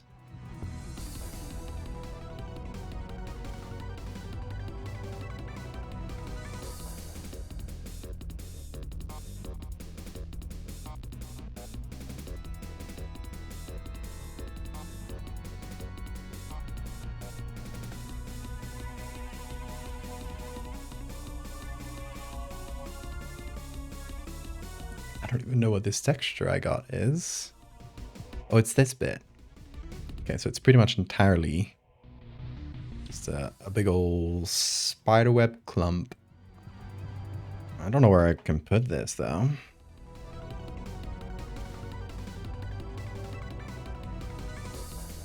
Let's try high pass again. So blend the edges. Maybe there.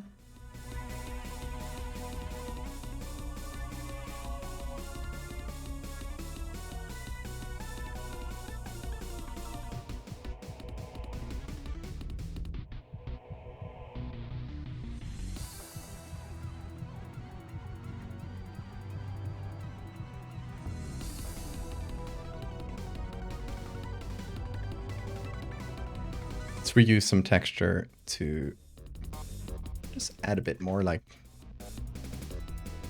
try the spider web everywhere.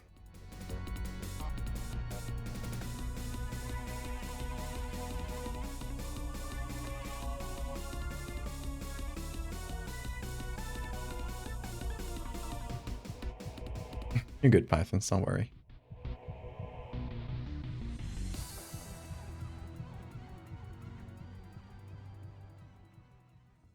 Bean is just shaking randomly.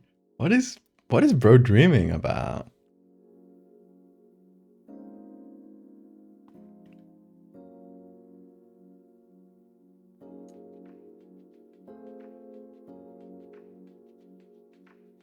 Roll up and buy your web clumps here, folks. Fresh web clumps. Farm to table.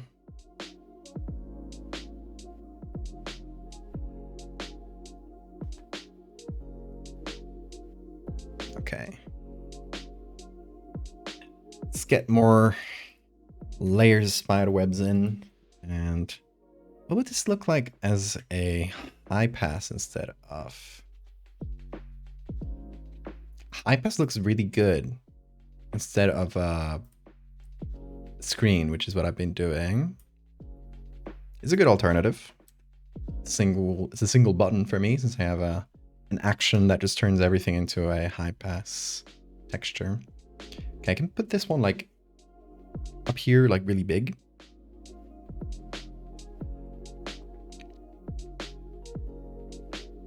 And just like selectively apply it only in the area where we want the silhouette. I want the silhouette to be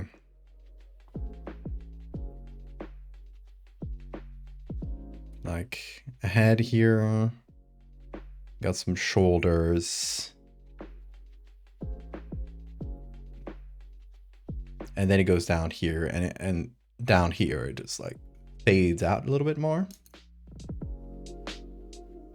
Like I want it to be clearly sort of humanoid, but we're going once again for the classic ghost photo look, where it's this sort of like nearly abstract, like a veiled figure sort of thing. And I kind of like that. This one looks like it has a veil, but you can sort of see the edge. You can sort of see a little circle where the face would be. It's pretty cool.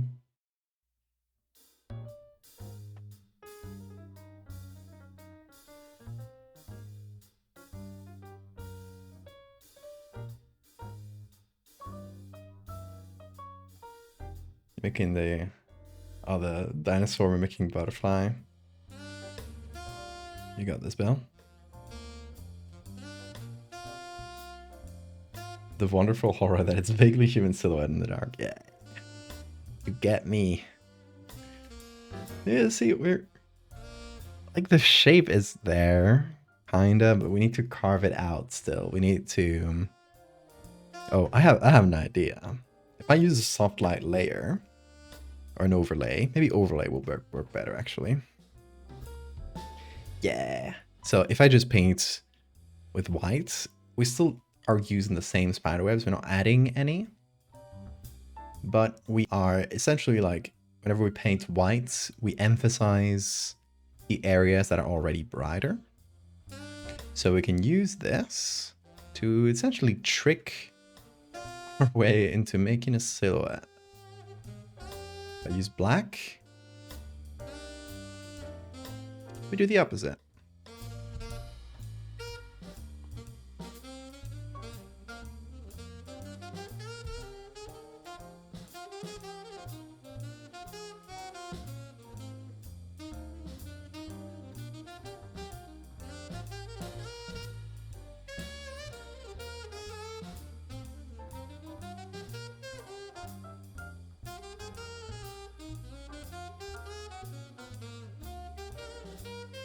If I put this on top of the spider webs, will it break things? It does break all the edges. Okay. Let's not do that.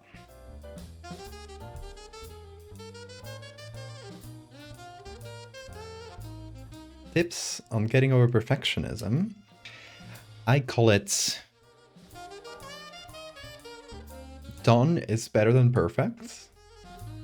And once something is posted online, I'll never touch it again unless that's absolutely necessary.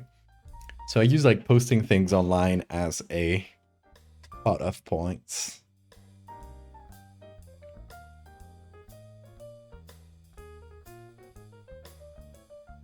And as a way to tell myself, okay, this is done. Don't go over it anymore.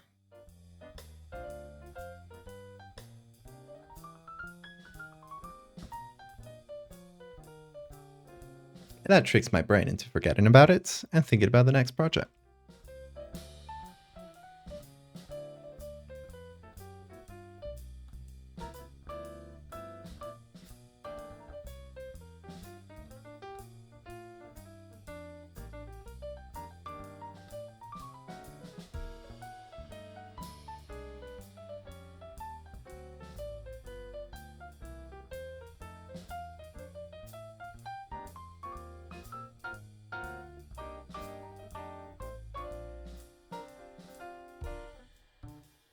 Okay, another possible little cheat I could do is very simple.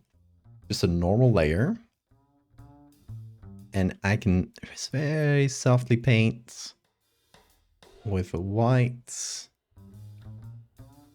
which will give it a bit more of a glowy, ethereal look.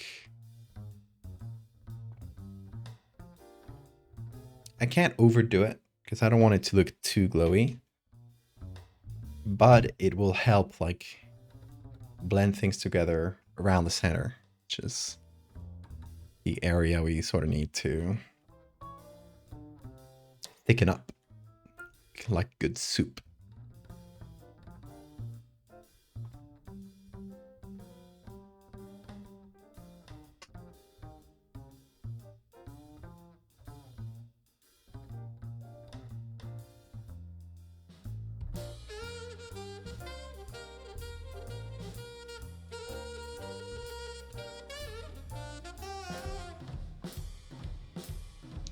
Because here's what I want to do.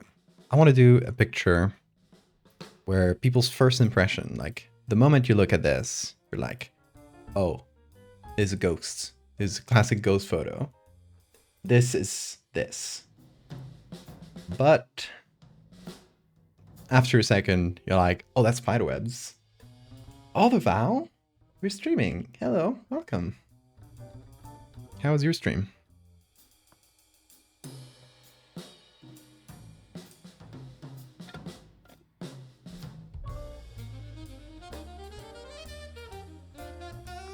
You're a VTuber. Nice. For yourself or for someone else? The rendering mines. You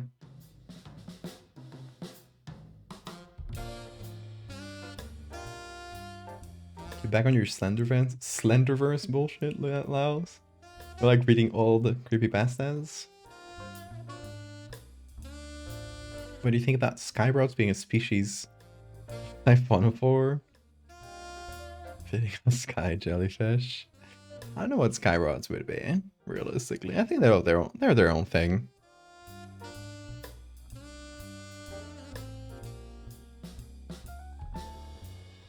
Generally wonder how old am I? 28. I'm going on 29. November.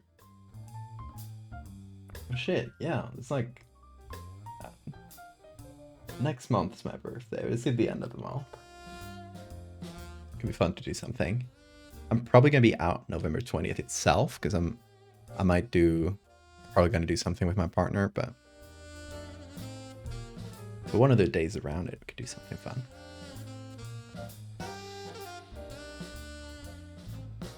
How long have you been posting art? 2017. January 2017 is when I specifically like opened a new Instagram account and I started posting specifically photo manipulation arts. And I've been doing art since I was a kid. I don't really have a date for like art in general, but like posting it online and like taking it a bit more seriously. It was around 2017-ish.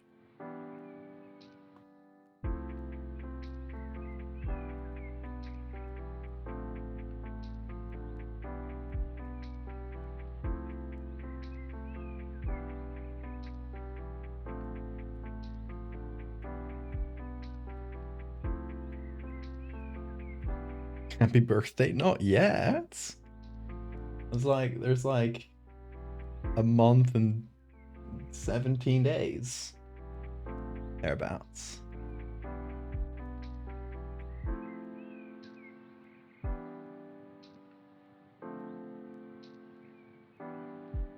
Two-Part Dog by Alex Hera.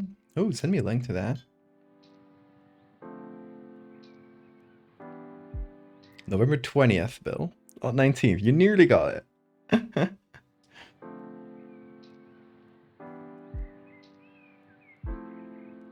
You always feel like you're too late starting doing things even though you're only 23. Exactly.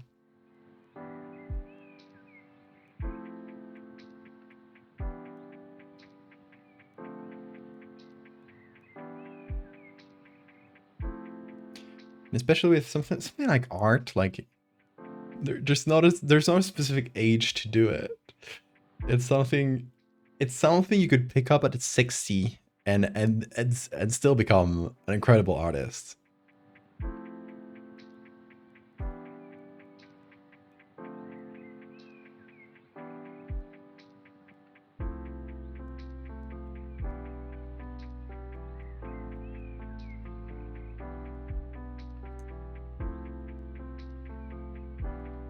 It's not refusable. Happy birthday. I will keep the sentiment. I will keep the sentiment until the date. Thank you.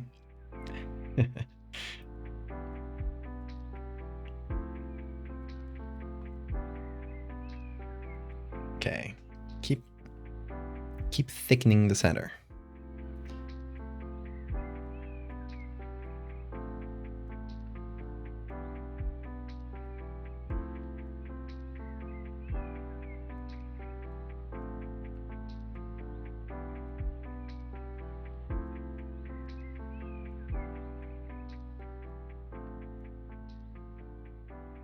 This one still feels like it has too much dew on it. But I'm hoping that once everything's put together, sort of we do our blur pass, it will look good. I'm just hoping. Yeah, I think that's my partner that's up. I'm gonna say hi to her in a minute.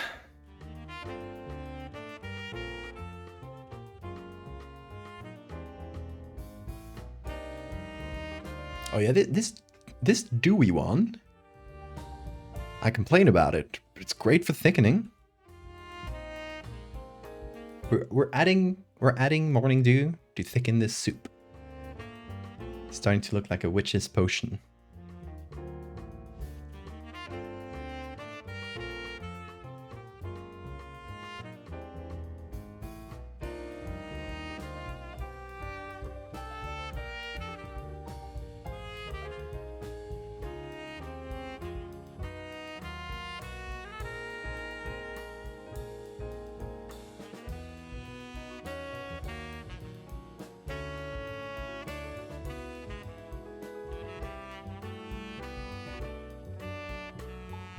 Thank you, Laos. I will save that link.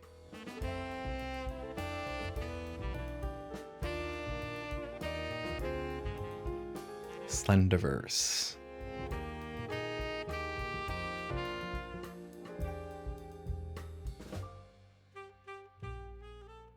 Oh, good night, Rocker. Rocker? Rocket. Rocket Slacker. This is a Rocker now. Oh, good night.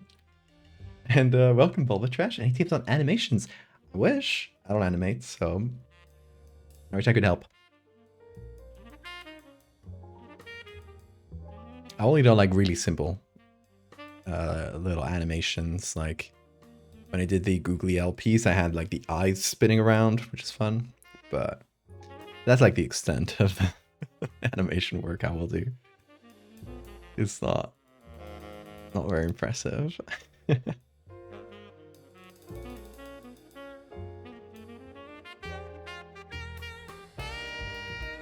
Actually, what if I switch this from overlay to soft light?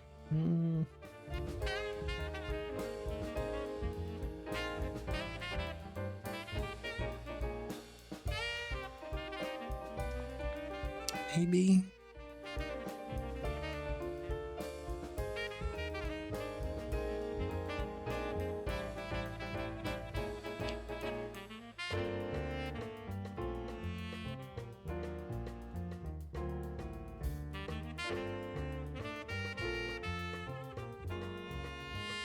Okay, one thing I might do.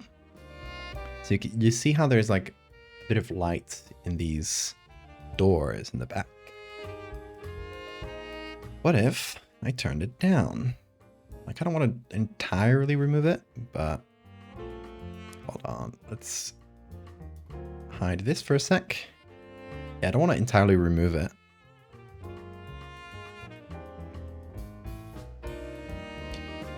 But I'm going to darken it a little bit, which will help, hopefully, make the silhouette of our guy clearer. Of our guy, who's not really a guy.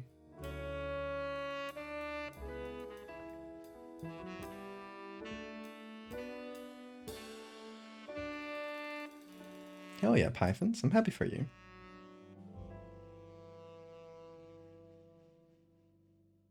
You to learn animation, do stupid skits. Oh, funny and relatable.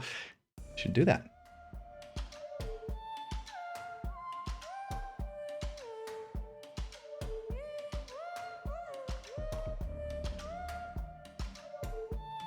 think general advice for any artist to play. That's true. That's very good. A very good point. Just mess around. Exactly. Like, do silly things that, you know, are just for you, and build up your skill set by exactly that, messing around. So if you're that means, like, if you putting Photoshop as an example, you're in the program and you can just like open up any picture and start pressing buttons, start pressing on some of the filters, see what they do something silly with it, throw it away at the end if you don't like it, but at the end of it, you'll know what that button what that button do. And over time, you will learn the program, and you can entirely learn a program like that. Like, I've pretty much learned Photoshop by just messing around. There's very, very few things I've gone to like look for tutorials for. Obviously, everybody has got different styles of learning. Some people might really, really enjoy like tutorials, like teaching specific things, but to me, messing around is like the core of learning, like any new program, any new skill in general. You just do silly things for yourself, and eventually you'll notice that you've improved it on. Like, for example, the tutorials I have for Patreon, which if you are subscribed to the Patreon at any level, you can get like 5 hours of tutorials that I did some time ago. And they're basically like, hey, I'm going to make this edit. I'm going to tell you exactly how I'm making it. I'm going to give you the same pictures if you want them. And you can do it along with me. And I feel like that's a better way of getting things done. Like, yeah, just follow along with me, or use your own pictures and try to follow along my process with your own pictures.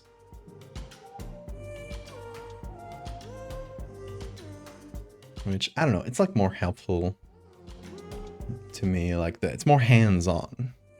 I like that style better. Obviously, it's personal preference, and that's why I did my tutorials that way. There's plenty of stuff online. Plenty of different learning methods that you might prefer.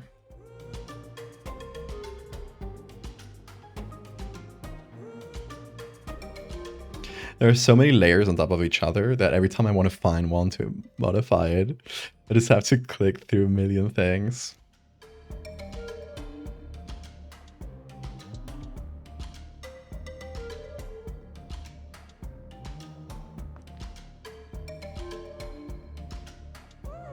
Oh, hang on a sec. I'm going to say hi to my partner before she leaves for work. Be right back.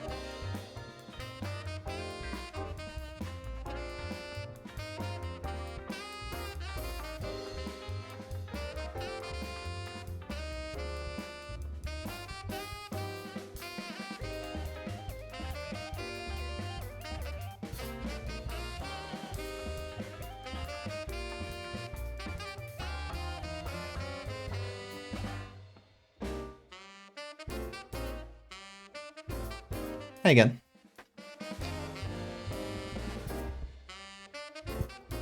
It's so hot in here, but at least I have my door open now, so we can get some fresh air in.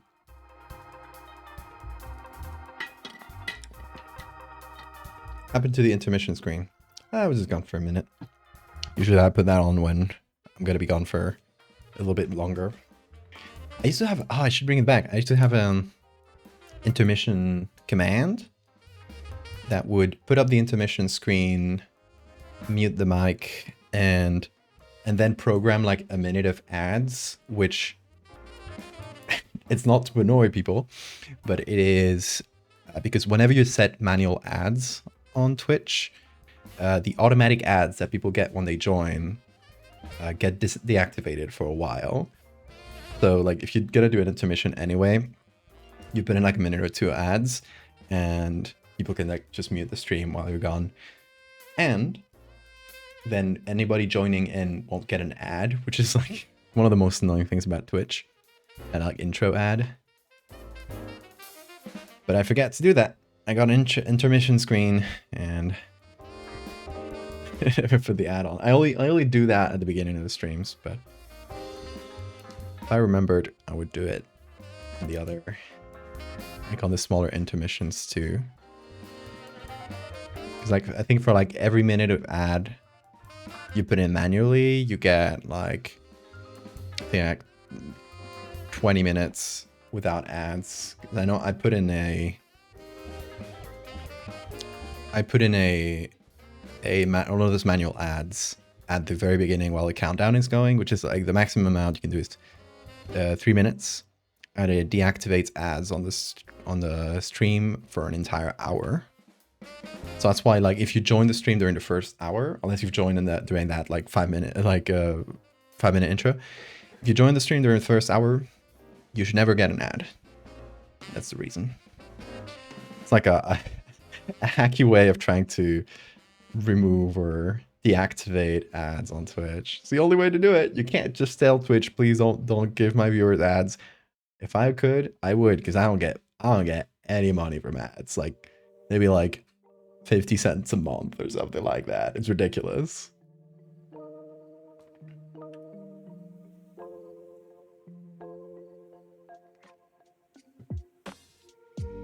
Opening the door to vent to the Val fumes. And bean fumes. And bean fumes. Don't forget. He fumes too. Oh, he got offended. Hey! Come back here. What are you doing behind the computer? You dingus? Oh, he's lying down in the most uncomfortable place. I don't think you can see him now. He's like there. Hold on. Let me see if I can put the camera somewhere where he's visible. There he is. Hold on. I'll leave the camera here. You can barely see him, but Bean Cam is Bean Cam. Sacred part of the stream.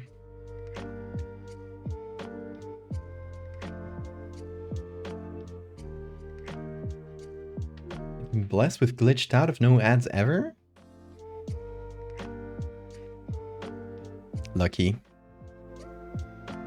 The main character.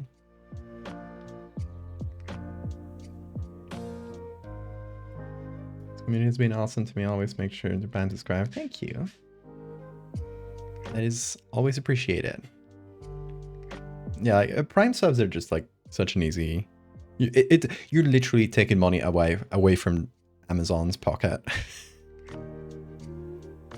Which is such a funny thing to me. For those who don't know, any Amazon, if you got an Amazon Prime subscription to like, you know, watch Amazon, the shows on the platform or like the shipping, etc., you get a free Twitch sub. You connect your Amazon account to your Twitch account, and it gives you a free Twitch sub that you can use every month. It doesn't automatically renew. Like if you say like subscribe to this channel, they like it only subscribe you for a month, and the next month you could like re-up it manually. But it's basically like a free sub, and I get the same amount of money I would get from a normal sub, which, considering Twitch is highly unprofitable, it's literally money away from Jeff Bezos. I guess Jeff is not the CEO anymore, but it still massively benefits from the company. It's money away from Jeff Bezos's account. So if you do have an Amazon Prime account for whatever reason, if you already have it, use your Prime sub.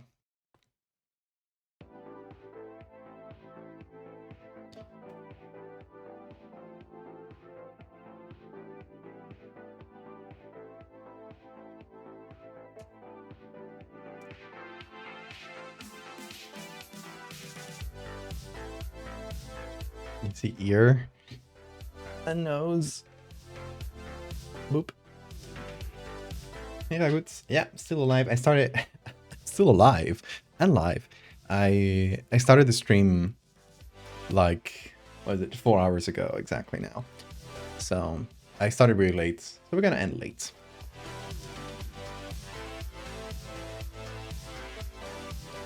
As long as there are folks to watch, I'll be streaming. I want to finish this edit, hopefully.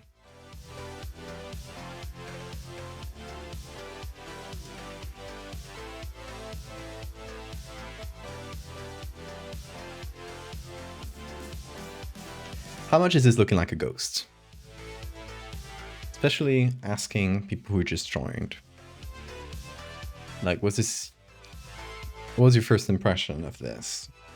As you see the silhouette. Are you seeing a human silhouette, or are we not there yet?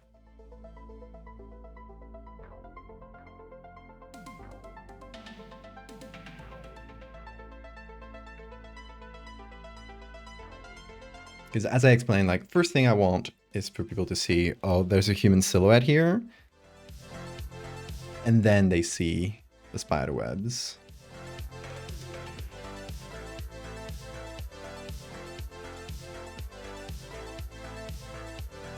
The spiders can detect a person by detecting things like their movement. And I mean, spiders are pretty blind, especially orb weavers. They're fairly blind, but they can notice like movement and stuff. So if they notice like an air current from a door opening in this haunted house, they could start like vibrating the webs here and making the ghost shift.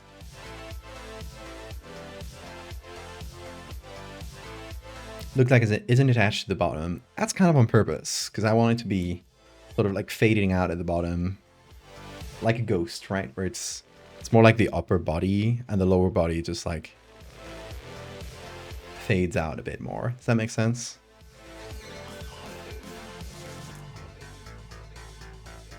Or at least it's like less clear. Again, Exhibit A. One of my favorite ghost pictures.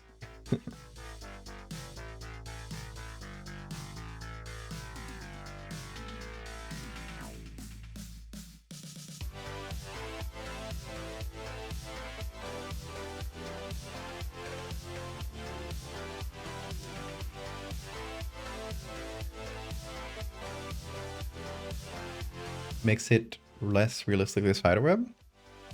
Well, the bottom part.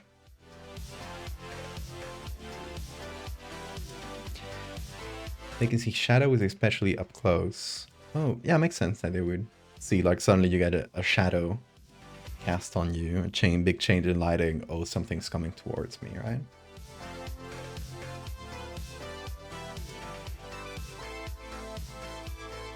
It's the first ghost photo you ever saw. It's a classic. I love it.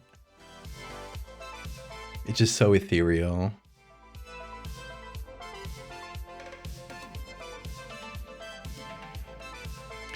I think we need like a bit more density right at the core, where it's like nearly opaque.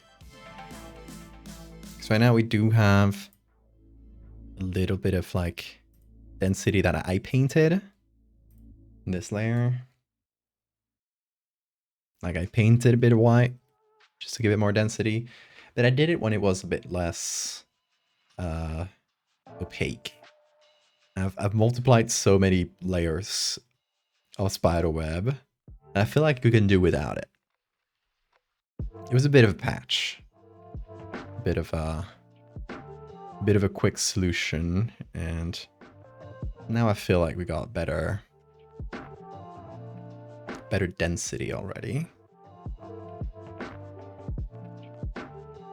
And if we add just a little more, we're gonna add some more, just like flip them so that the strands are pointing elsewhere.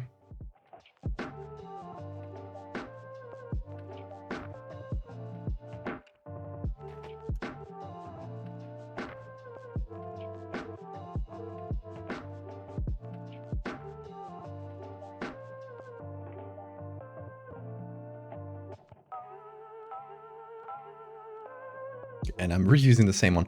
I really love this specific one. This one here. It's just like, it has nice density. It has like some thicker areas. And it's not like super organized, or, you know, it's like perfectly circular or something. We do have some bits that are like that, which are mostly just like to attach it to the walls. But this one's really, really good.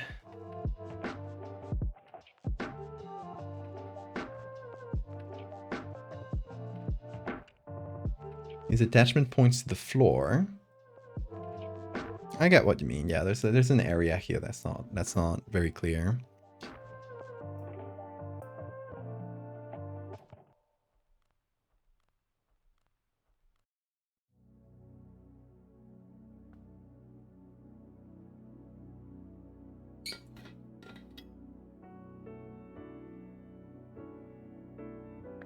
Would make more sense to me if they were less visible.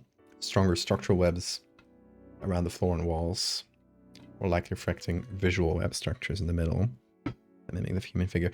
Yeah, that's why I've been adding these ones, the stabilimenta plural, around the center, because that's like a thing spiders really use to build up like little structures and make different shapes. So that's why I've been like concentrating a few of these in the center, and we got like more thinner strands all around to attach it.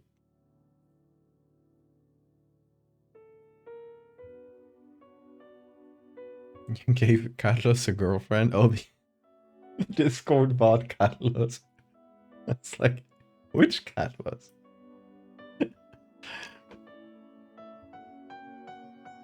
Where do you put it? Curse files? Aww, cute.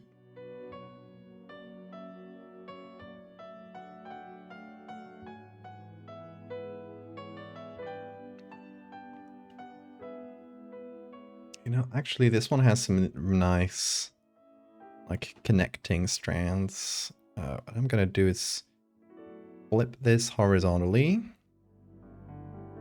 Put it down here near the center, because it's a bit of a thicker area. And we're gonna emphasize like the strands going out. Oh, there's this. Should I keep this one? Maybe I'll keep it, but I'll make it a little bit harder to see.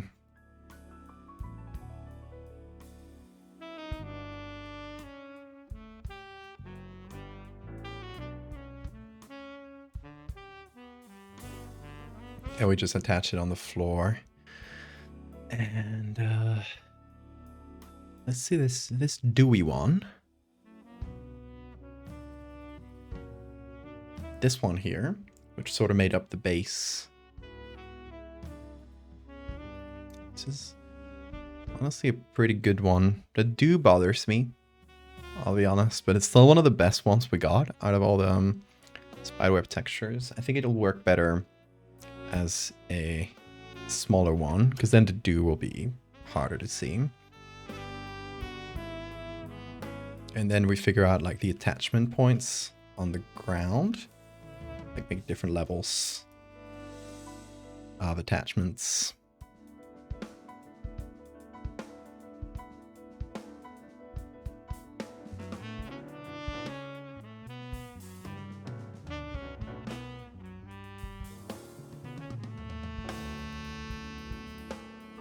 Oh, where are you going, Bean? Oh, he's cleaning himself. Back there. I don't know. It's been a long time since he's decided to go back there. I don't know what took him today.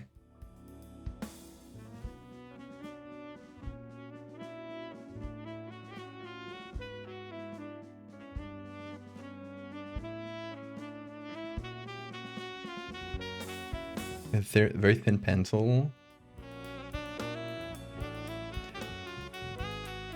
Honestly, I might as well just use real ones. It's gonna take less time.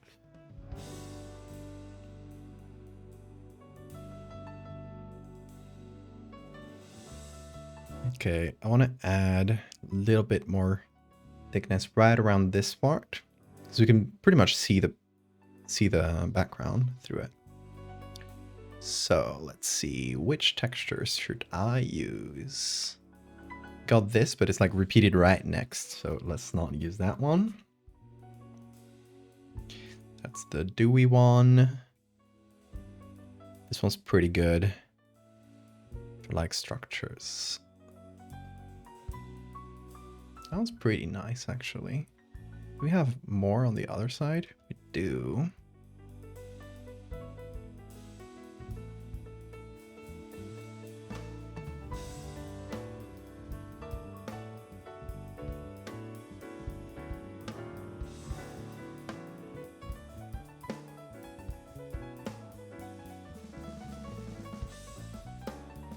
Okay, gonna add a few here.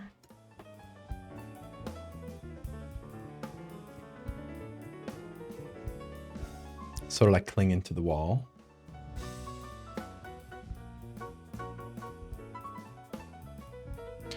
And also, like, I wanted this to be chaotic in the way that it's been built throughout many generations of spiders that are just like doing their own thing for a good while. So it's like just building on top of each other, creating more and more and more of a mess.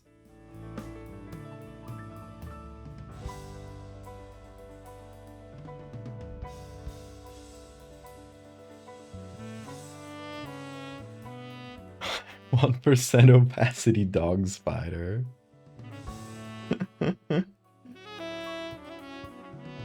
gonna pirate the new Harry Potter series when it comes out? Not me. Not interested in Harry Potter as a concept anymore.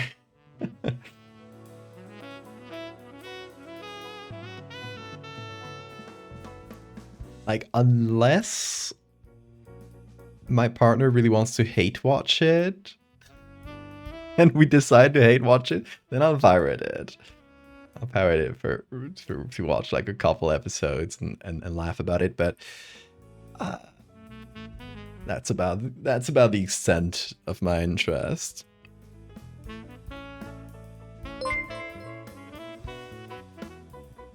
I feel so ahead of the time because I never got into Harry Potter. I did it as a kid. Like, I think it's a fine it's a fine book series for kids. It's like approachable and stuff. Like, just taking the writing on its own and not thinking about the author, obviously. And especially at the time, because she hadn't gone insane yet. She was just like a very boomerish woman with, you know, little things that you don't pick up as a kid. And then you think about them as an adult and like, wasn't it weird how there was like a whole section of a book where they were just like laughing at the character who was trying to end slavery? Wasn't that weird? And then wasn't it weird when, you know, they do this whole story and at the end the cool payoff is that Harry Potter becomes a cop. Sorry, spoilers. He becomes a cop, or the magical world version of cops. Which is like it's a very boomer thing. It's a very boomer thing.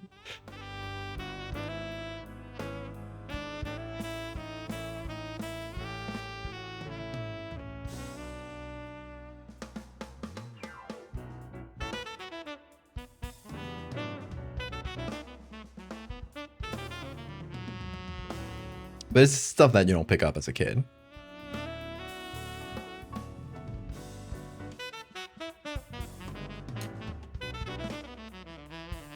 Oh.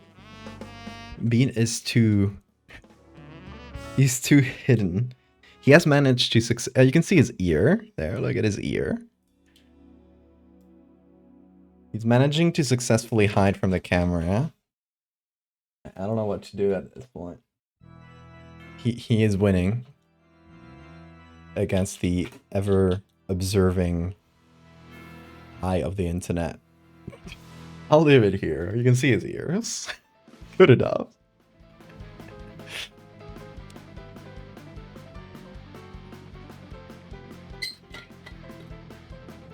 bigot author Western media lies as a decaying corpse in my mind. Yeah, what I'll say is, you know, as my personal opinion about the series, about the book series, I feel like, you know, death of the author, etc. You can have good memories about this series and still like enjoy it in that nostalgic way. You're free to do that. What I would ask is don't give that lady a single cent of your money. So if you're gonna watch the new show when it comes out, hate to watch a normal watch, don't pay for it, pirate it. Don't get any Harry Potter merch. Just like, and even like, if you gotta watch it, don't like post about it on social media, because that'll just like make it trend and make more people watch it, you know, like it's an indirect support. I think it's better to just let it languish. It'll languish eventually. It might take a while, but it'll languish.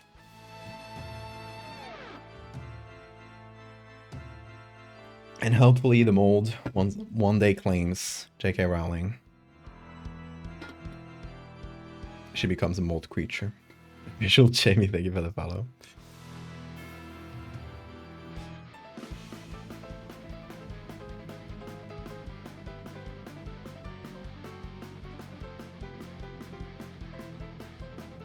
Did it eat the bits? It ate bits again? I don't know what's up with Twitch eating bits lately. Oh, because it's a reply. Ah, it can't be a reply message. We've learned something. We're doing bit science here. This is important research being performed on this here stream.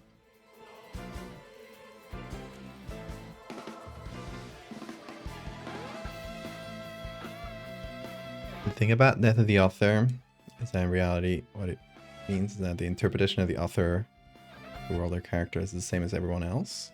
I don't know what you mean by that. It also have to be.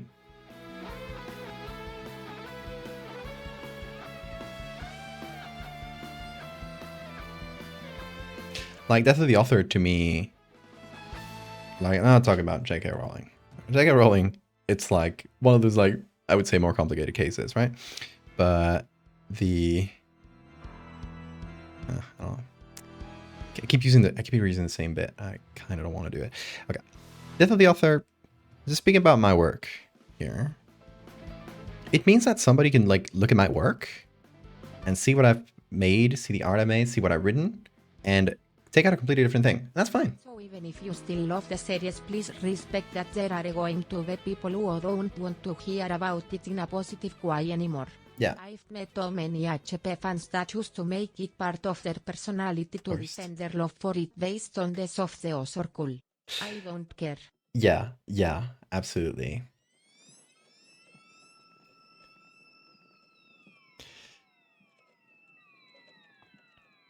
I think there's something inherently cringy about adult Harry Potter fans. It's a series written for kids. And you can enjoy things written for kids, absolutely.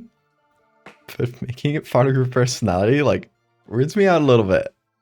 I'm gonna be honest. It doesn't have to be Harry Potter. Harry Potter has the exceptionally and unique problem of also the author is a bigot and uses all her money to make trans people's lives worse, which is its own insane thing. But like, I don't know, like in a more like removing that part of it, we could talk about like Disney adults, and they give me the same feeling.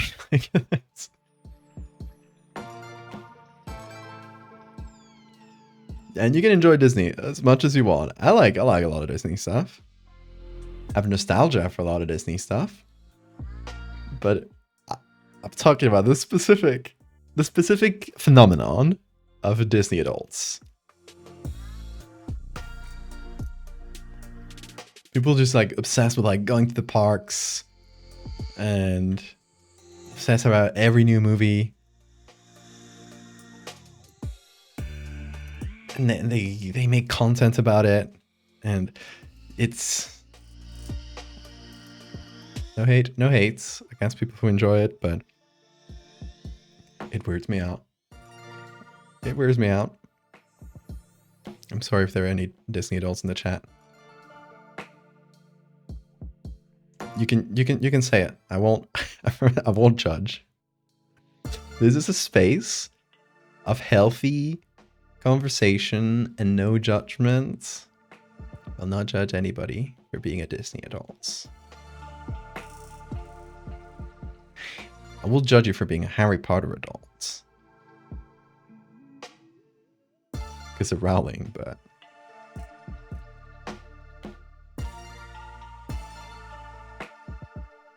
Thanks for the save reminder.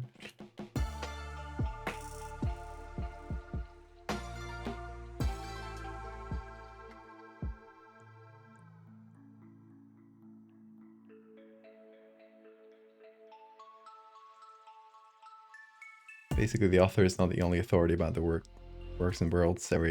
Everyone's interpretation about it is as valid as theirs or more. Yeah, this is what Death of the Author means. I think like Death of the Author to me is like author is a relative thing, because you can have like an author with horrible opinions.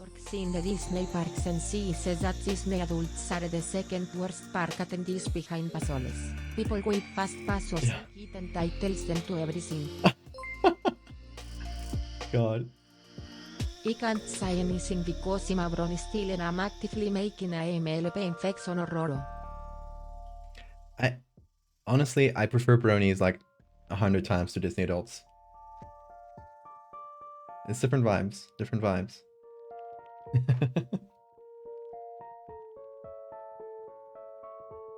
The adults scare me. They scare me too, yeah. Yeah, Death of the Author, I was saying, it's like, to me, it's like a bit of a relative thing, because there's, you know, you always have to take it with nuance.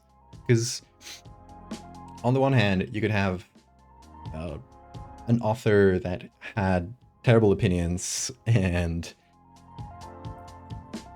or did something terrible, and you can consume their work, read or watch, etc. And the work like doesn't have many elements of that. So it's like, okay, their opinions, the horrible things they did, they don't translate, they don't filter into the work that much. I feel like you can have like a more clear interpretation. But if the author put some of that. Relative mentality of 3 years old who is obsessed with HP. Another developmentally challenged people are the only people who forget their obsessions with the subject. Yeah, absolutely. A little kid who watches the movies, like, I'm not gonna judge a kid for enjoying a world of magic. For kids, they'll have time when they're adults to be a bit more thoughtful. With MLP infection, MLP. Yeah, obviously you can't judge those cases, but yeah, Death of the Author, I feel like it's always nuanced. You need to think about like what parts of the author's like ideas like filter into the work. Lovecraft is a great example. Lovecraft, horrible person, in many regards a great writer, right? Pioneered an entire genre. We can say those things. I think I'm comfortable saying those things, right? It's I think it's well known. Yeah, pioneered like cosmic horror in many ways. Was an absolutely horrible person with terrible opinions. And it filters out into the work. And I'm not going to judge anybody for reading Lovecraft, especially because it's not in the public domain. You're not paying anybody. There's no like harm being done by you're like buying a Lovecraft book or getting it online. Again, it's in the public domain. One of the cooler things about Lovecraft is that his work went to the public domain. I think accidentally, but in any case, the effect is that. The effect is good. You gotta read it though and know This is my how these opinions filtered out into the work. me that absolutely adores Harry Potter. The only reason I buy anything HP is for her happiness. I would say, Cass, if you're gonna like get her Harry Potter stuff, I would say like don't buy officially branded stuff, or even what would be better, make it yourself. I have my older cousins. They're all starting to have kids, and they're all very cute. They're all obsessed with dragons and magic. You know, they're at that age, and I love to like trigger this like imagination. So I'll like make up stories and stuff. And one day I found a little stick, like a little short and really straight stick. And so I just took a pocket knife and I carved it up. I removed all the bark. I carved it up and made like a little handle thing. And I just, and then at the end, when it was all like more or less carved, it was a bit rough, but you know, I did it really quickly. I sanded it a little bit, and then I put in some like varnish. Is that how it's called? Yeah, but like darkening varnish. So it looked like a wand, like a magic wand. And then I like hid it someplace, and when the kid passed through, it's like, oh, look what I found! Check this out! I think it's really magic. It's in like this old house, like. And the kid was like obsessed, right? I was like, that's way better than like whatever merch you can buy. Because you made it. You know it's weird for me because technically I'm mentally retarded, the medical terminology, and I'm out. I have many difficulties due to this. I also have mental retardation in terms of socialization, but I'm also not noticeably so because I have heavily masked, but now I've stopped doing that as much, and people treat me like a child sometimes and sometimes don't, and it's just... That's fair. I would say Pythons still don't use that term because it's gonna make a lot of people uncomfortable. So I do understand that you're applying it to yourself, and that's a fair way of doing it. But that's just my opinion. But yeah, that's what I would say to Cass, like, or to anybody who's like, oh, I have a kid who's obsessed with Harry Potter and that sort of thing. Like, help them create their own like little universe. I've explained this on stream, and I'll show you drawings. Oh. No, no. That's fine. Have some drawings. Yeah, these kids are obsessed with dragons.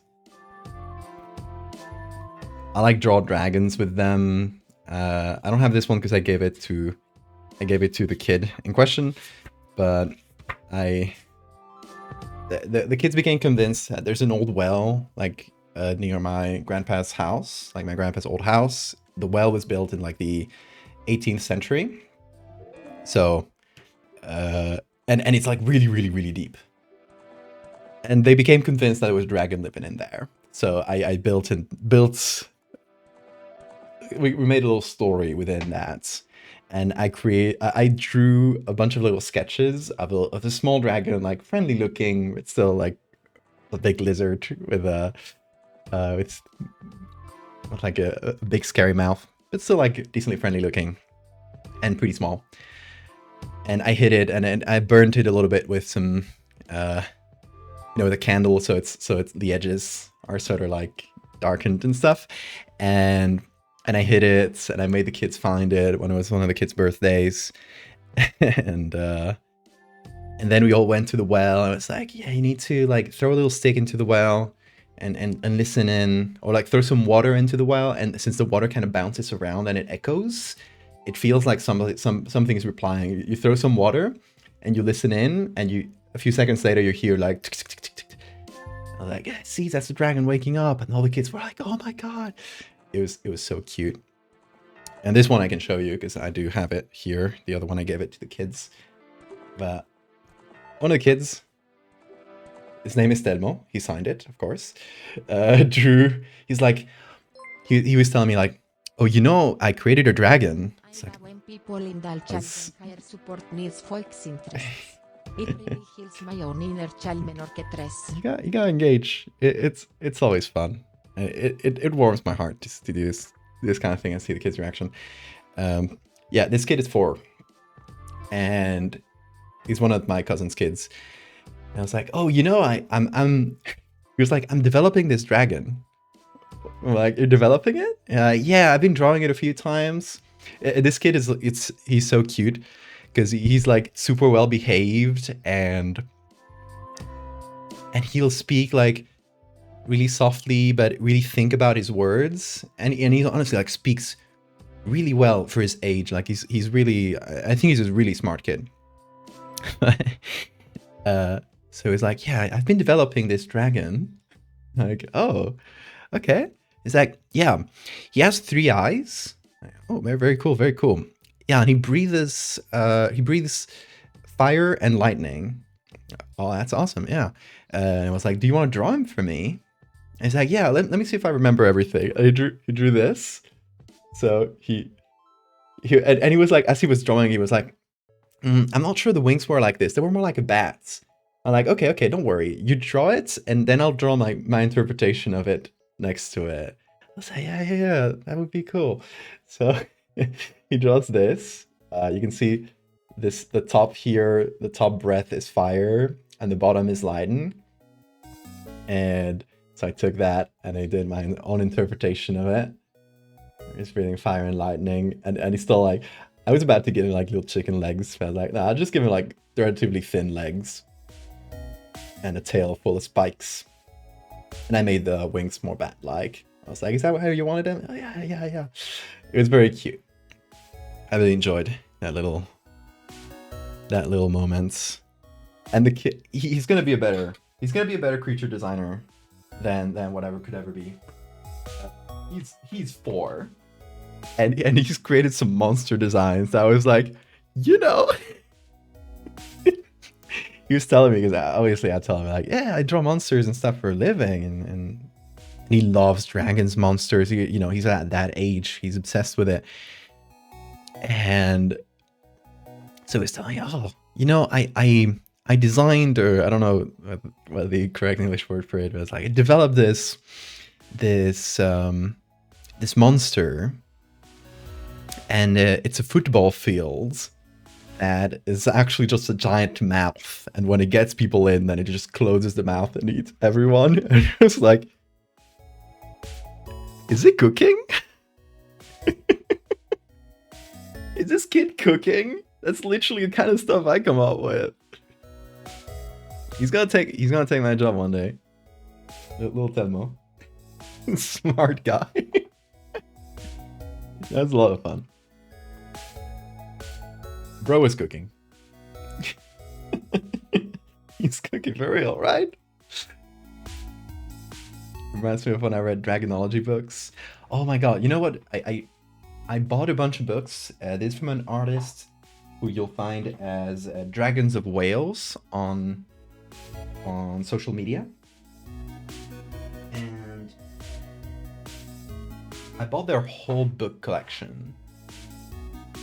His name is Andy Fraser with a Z.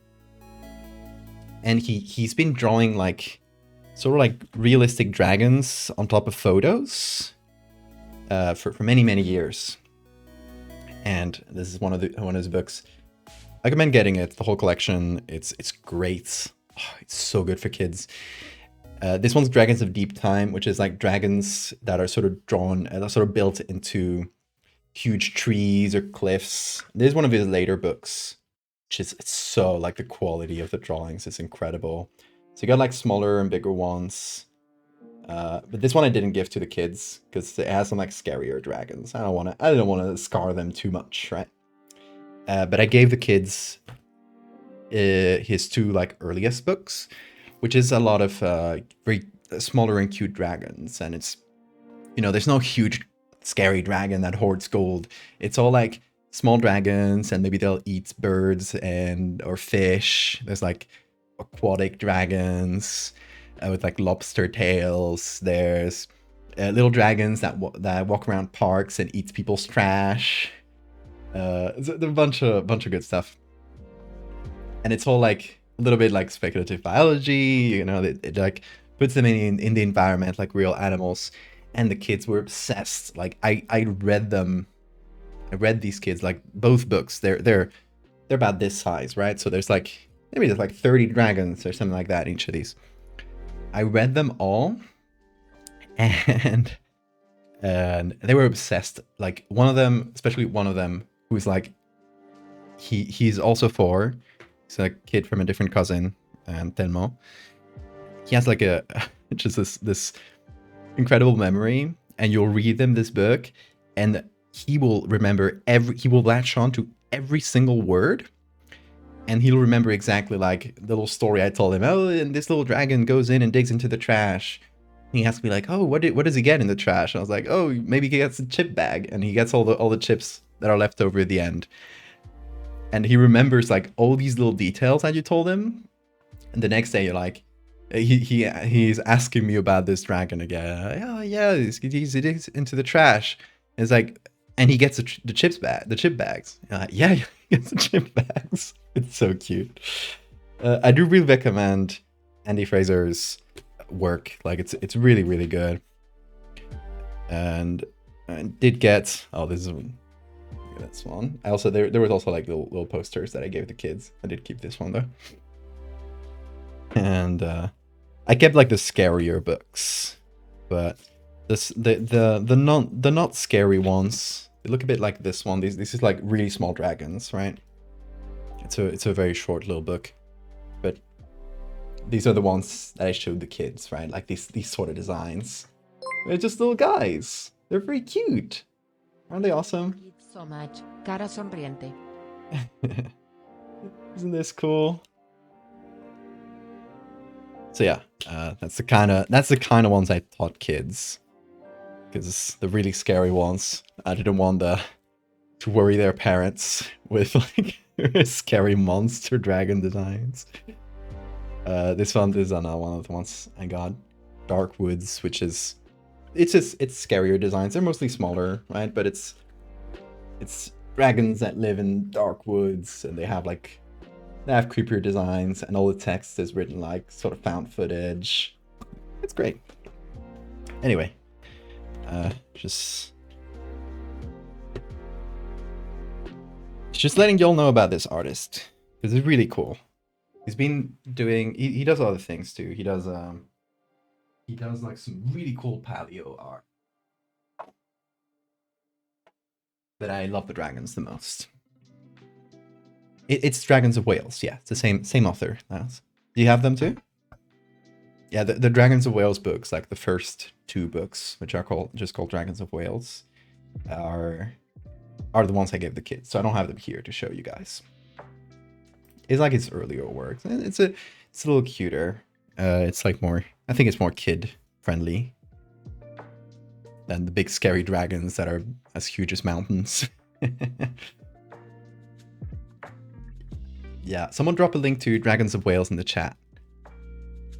They're on Blue Sky. They're on Instagram too. Don't know if they're anywhere else. That's where I follow them.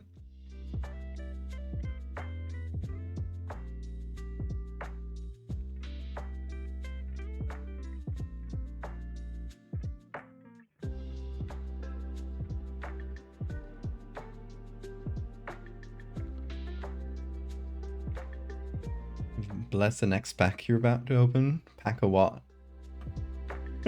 Depends on what the pack is. Is it a pack of cards? Pack of cigarettes? If it's cigarettes, I'm not gonna bless them. Need to be more specific. Yu-Gi-Oh cards. Okay, I bless them. It's my blessing hands. Bless these folks.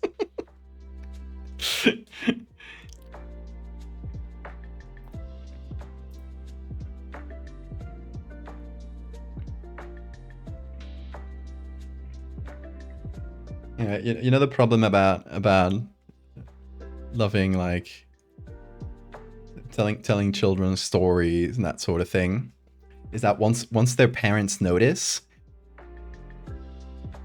they're gonna be like, oh, I can drop the kids with Eduardo. He's gonna entertain them for a bit. We can go do something. So every time I'm like at my grandpa's and the kids are there, I'm gonna be there. I'm gonna be the one taking care of the kids. I'm not complaining about it. It's really fun, but it is funny that invariably the parents are gonna be like, oh, bless you. Being a parent is hard. I'm not doing this. I'm not blaming the parents. It's really hard to take care of kids. So when you have a cousin who's got the energy to just like keep them entertained for a good bit, I understand. Go get Exodia or something, I don't know. Bless this ultra rare Sigs I'm about to blaze up. Hell yeah.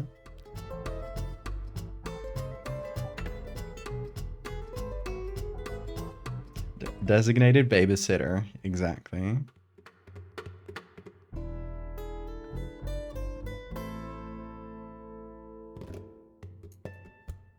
They're also like, a lot of these are right at this age where they just love like rough playing and being thrown around. So I'll just like pick him up and flip them and do things like that, and they love it. But at the end, I'm just like, I'm sweating, especially in the summer. And I had one of the kids who I was just playing with the kid, and then I was like showing him dragon drawings that I was doing, and he looks at me and is like, "Why are you sweating?" I'm like, did I not just like throw you in the air 10 times? You can't ask me to do it? Why do you think I'm sweating, little guy? Kids are very funny.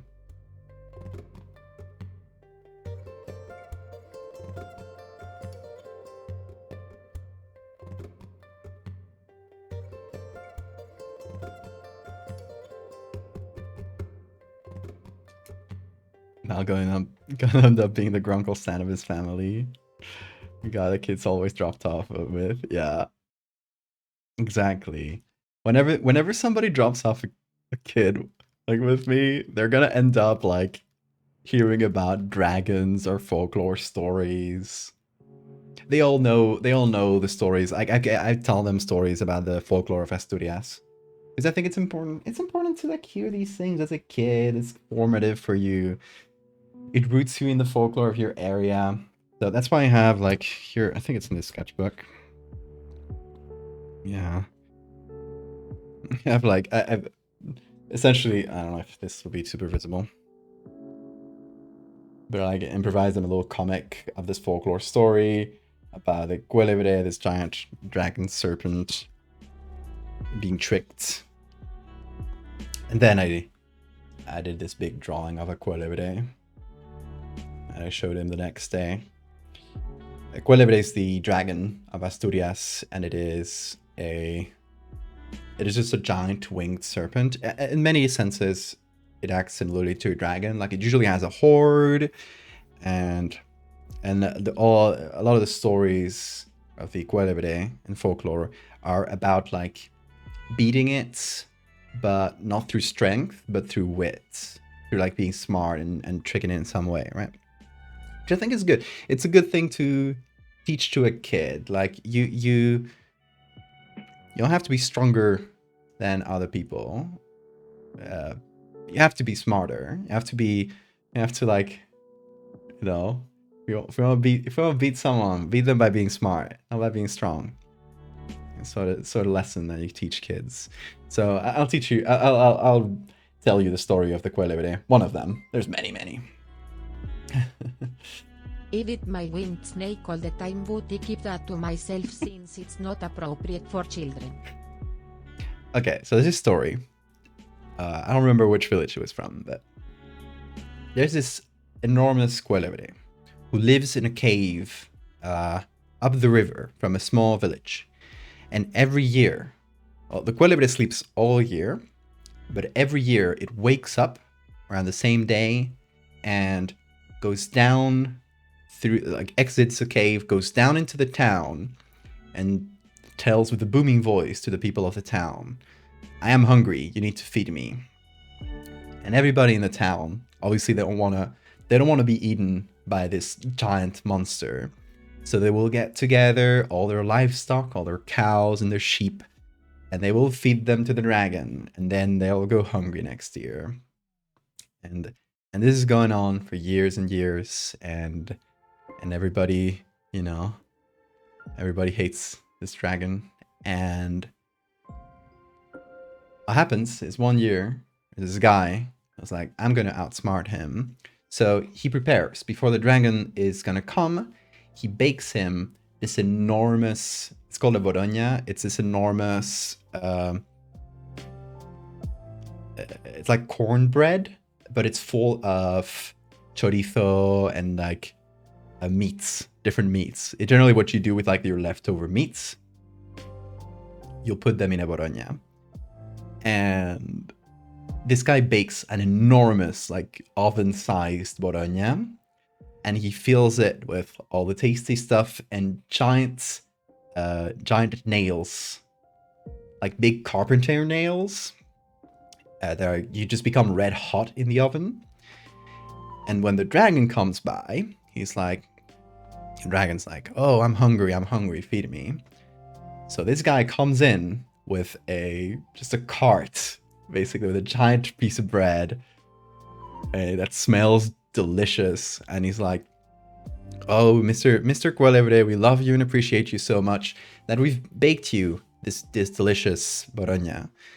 And the Cuelebre is like, oh, that's incredible. Goes in, eats the whole thing in a single gulp.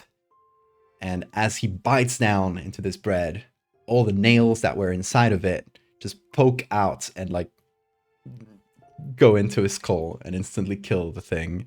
And that's how they get rid of the Cuelebre, and he stops terrorizing the town. That's the sort of stories I tell kids.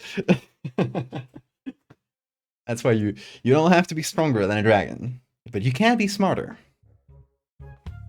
It has a little moral. It's also fun and kind of gory. Kids, it's like that.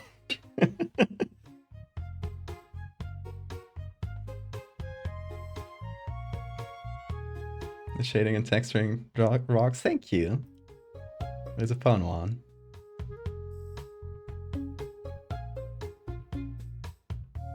How do you spell the dragon's name? I will write it for you. Cuelebre. My hungry ass cannot survive a wrathful villager.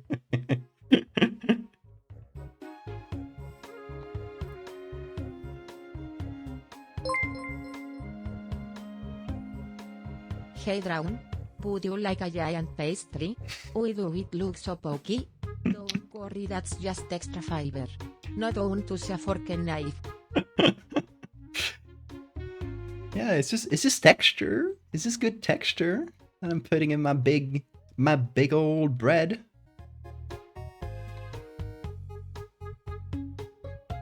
You know, I love it because it also has like a lot of elements of the culture and folklore from Asturias. Like Asturias is, just to give you an impression, it's a place where that's too humid to grow wheat. So wheat is not usually grown in Asturias. That's why corn became the main crop when it came from the Americas. Corn became the main crop in Asturias, and still to this day, like a lot of also the cuisine in Asturias uses a lot of cornbread. And I think it used to be rye in the Middle Ages, but you know, that once corn came in, it became like the staple. And And it's also, you know, a culture, like an area that has a lot of mountains. It's very craggy, so there's a lot of places where you can't plant crops. But that is really good for like pastures. So it's also an area that's been really good for cheese, meats of all kinds, and you see that in the foods. Borogna is the culmination of all of this. It's a giant bit of cornbread that is full of different meats. And it's a bomb. Like if you eat a little chunk of Borogna, you're done for the day. You're just gonna feel heavy all day. I'm gonna show you a picture of Borogna. It's either Borona or Borogna, depends on the area. This is what it looks like. This is what it looks like, chat.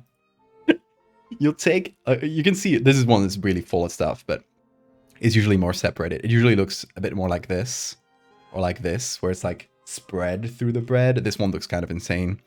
But it shows you like, there is chorizo, there is blood sausage, there is tocino, like big chunks of bacon. And you put all of that into this huge, just like thick brick. Enormous brick of cornbread that just drinks up all the good juices. It's incredible. I am American. I know I can eat a serving of that which would disgust you. Oh, I have eaten big servings of this, but then I have regretted it. And you know, traditionally you'll put it in the oven with like leaves outside like this. Whoa, welcome. Thank you for the raid. Welcome, folks. We're talking about a traditional dish from where I come from Asturias, called Borogna, which is kind of insane. It's brutal. It is a challenge. It is a it is a challenging dish. That is incredible, but it will leave you. It will flatten you for an entire day eating this. And yeah, sometimes it's cooked with like leaves around it, which help it from getting too burnt on the outside. You know, you don't see that as much nowadays, but I've seen it a couple times, and you see in this picture. Delicious looking ghost spiders, yummy. Where are the nails though? That's only for dragons. Only for Qualerdes. Looks like one of those rage bait recipes. Kinda. But you know, okay. There's a context to this. Borogna is a dish that would be traditionally done the day or a few days after you've done fabada, which is this dish. Fabada is a stew that is made out of beans and meat. And this sounds very simple. There's a more, like, pote asturiano is a more complex version of this recipe. Like, it has greens and stuff. I tend to like this one more. But a fabada, if it's done with the typical Asturian beans, which are just buttery smooth, you gotta be really careful cooking them to never boil the water, because then they'll break. So it's one of those dishes that you need like a lot of practice to like learn how to make them very slowly without letting them break. And you just slowly cook this with all the meats, which are typically, they are chorizo, morcilla, which is like a blood sausage, tocino, which is kind of like the bacon area of meats, sometimes others. My protein intolerance is crying. I wanna try it, but I never can. Oh no. So the way you'll do this is you'll cook it with the entire, like as you cook it, it's like this. You got the entire chunks of meat, but when you're gonna serve it, before you serve it, you take out all the meats and all the sausages, etc. You'll take them out to a plate, and then you'll serve yourself like as many beans and the broth as you want, and then take a couple chunks of the meat, of the sausage, etc. So it's really common that you'll finish the broth and the beans, and you'll still have some meat left over. I just remembered I have soup. I'll be right back. Hell yeah, get that soup. You usually have meat left over. And that is why Boroña exists. These are exactly the meats you put in fabada. So the next day, you just have a bunch of leftover meats and you bake it into a huge brick of corn, like corn flour. You make this giant bread thing and it feeds an entire family for one more day or two. If you make a big one, this would feed me for a week. Tall order not eating all the meat in a single sitting. It's true. But one thing you should know about people from Asturias, Asturianos, is that we always cook way too much food. We eat well. We eat well in Asturias.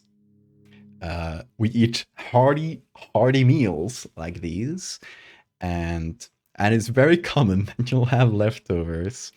Especially, you got to think like a lot of these nowadays are like traditional dishes. People enjoy them for their own qualities, but they've been developed as poverty dishes. These are the two things you could get in Asturias, like back in the day, was cured meats like these, like conserved meats, so like sausages, etc. Because again, it's an area with a lot of pastures, so a lot of meats. And corn flour, because corn is the main crop. So this is poverty food. Like, and the way I explain it to you, you see, fabada is the poverty version of pote asturiano, when you don't even have greens. So this used to be the original dish, right? Like, if you track down the history of this dish, fabada, which is like the most well-known Asturian dish, if you track down the history of fabada, it started as something like this. It maybe even have more stuff. Slowly, poverty, you started having versions of this dish, which took out more and more and more stuff until you only ended up with the beans and the meat. And it's like, why wouldn't you make this nowadays? You can get greens much cheaper. Because this dish, fabada, has been developed with a very specific kind of bean that has been cultivated in Asturias for centuries now, in order to make it just like buttery smooth. If you get these specific beans, which are just incredible, only that and meat is already just like a stellar dish. It's so good. And it's only because it was a poverty dish that this thing has been developed, right? I feel like it's the same history in a lot of places, right? A lot of traditional dishes from areas started as like, this is what we could get. We had to make do with whatever the local ingredients were. And over many, many years, we developed it into something incredibly tasty. And that, of course, it makes sense, right? It would only make sense. Anyway, all this to say, the story of beating the cuelebre with a boroña, with a traditional Asturian dish, is not only folklore, it also teaches you a little bit of the history, like indirectly, right? I'm not telling the kids about, the main crop from Asturias was corn, because that's the only thing that could grow in the humidity. I'm not telling the kids that. But they internalize, like, this is my culture, this is the traditions here, this is the traditional food. If you get stories about dragons, they're gonna be feeding the dragons boroña. Isn't that cool? I don't know. I'm very passionate about folklore. You guys know that. So if I ever get the chance, hi Bean. Whenever I get the chance, I will teach them cool things about their culture, their history. That their parents don't even know this. Like I read this story in a folklore book, and I just remembered it, and I told the kids, and the parents were like, I never heard this one. Yeah, now you know it.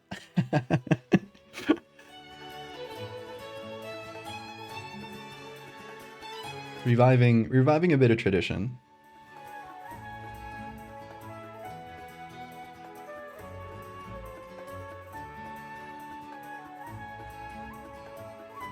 The mischievous and suspiciously sausage-shaped dragon that eats all the fabada meat. 9 people have their boroña.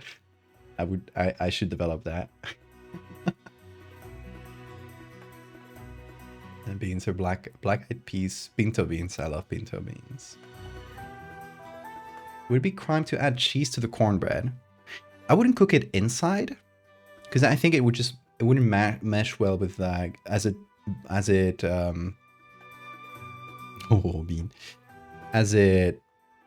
melts. I don't think it would mesh well with like the texture of cornbread, because like this really thick texture, right?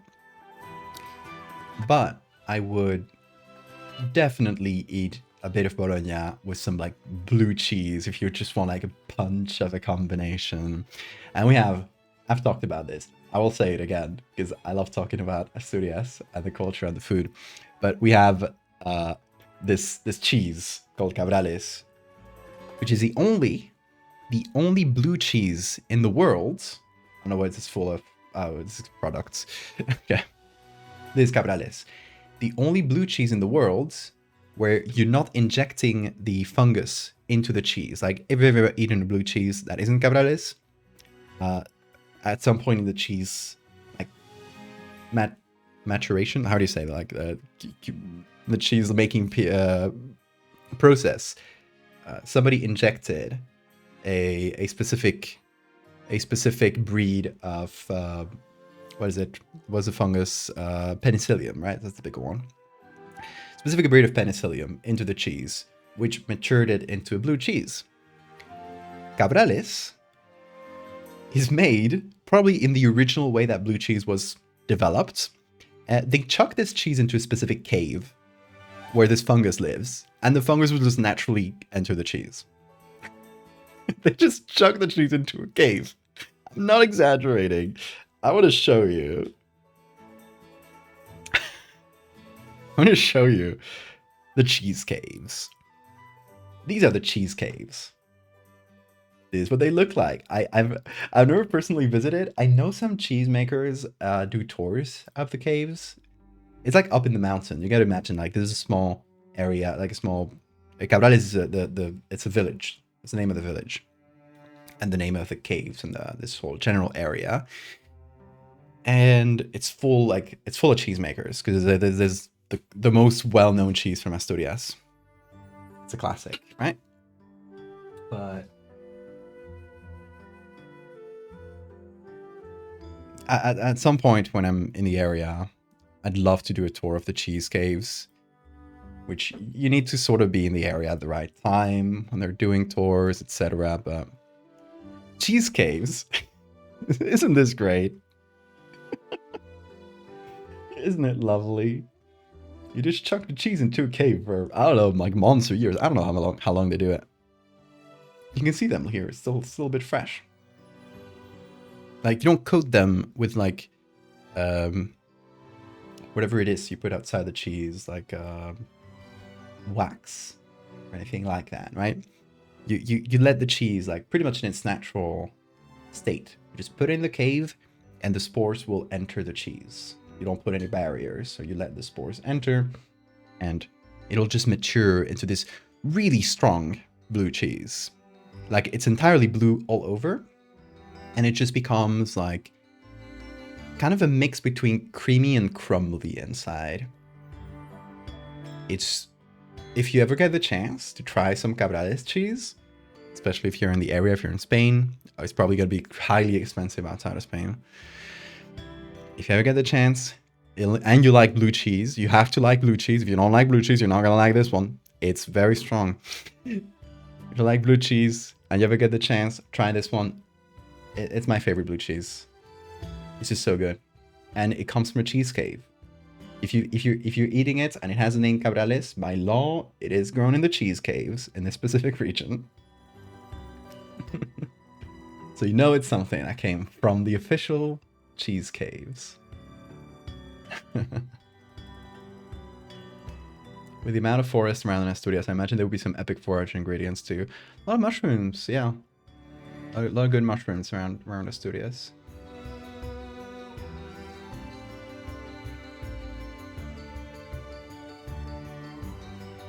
Tell them about the corn while you feed them paella. No paella in Asturias. Blue cheese has mold in it /ref. The cheese has mold in it. You're allergic to penicillin? Damn. Too bad. I'm jealous of you all. I'm allergic to penicillin. Aw. Well, I'll eat the cabrales for you. Okay, what are we thinking about our ghostly shape here? I think I'm done. I've been yapping, but I think I'm done with this.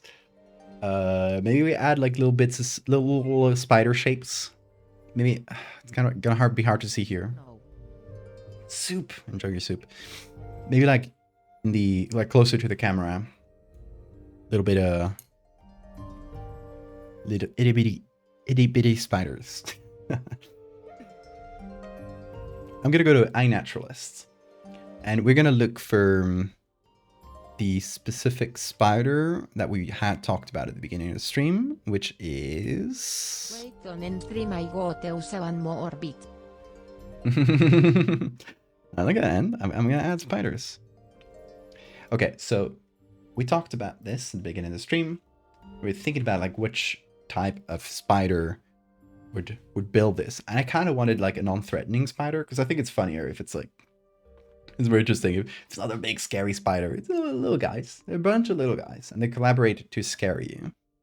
And Cyclosa is one of the species that does these complex decoys on their webs. Like they make fake spiders with 8 legs, which is really cool. One species does this. The other ones do simpler things, or lines. And we found this one, which is called the hump trash line. Poor thing.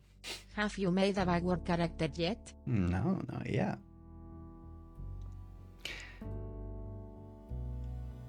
So, I really like this one because he has like 2 little eyes. It's a little guy. It's a little guy with a hat. Isn't that great? Cyclosa turbinata. That's his name. I'm gonna copy this. I'm gonna search for it on iNaturalist. Humped Trashline Orb Weaver. That's our boy. We gotta look for images.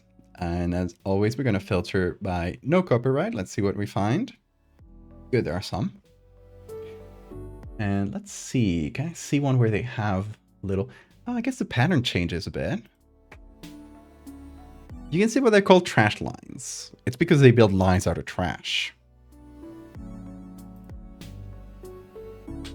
And this one, these have less of a little face on them. Very interesting. Might vary by individuals.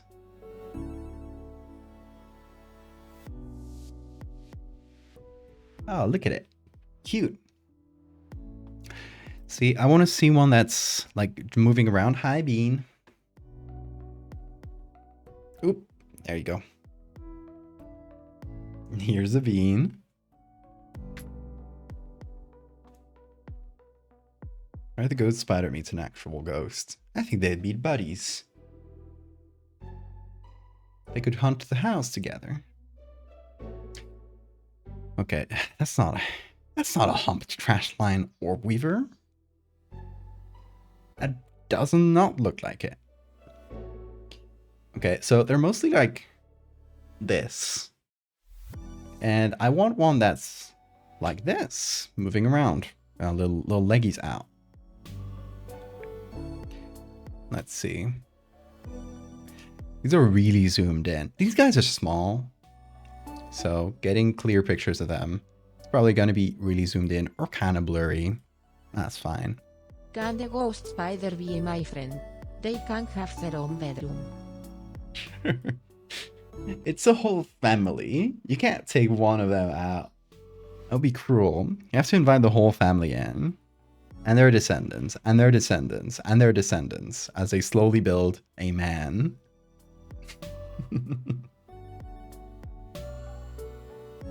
The whole family can stay good. This really is just a yap stream. Yeah. Yeah, I woke up at 1:30 a.m. today.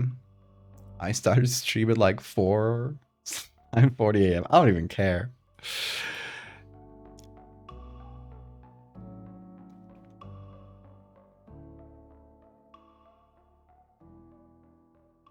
Some streams gotta be the Yap streams. I am fine with it.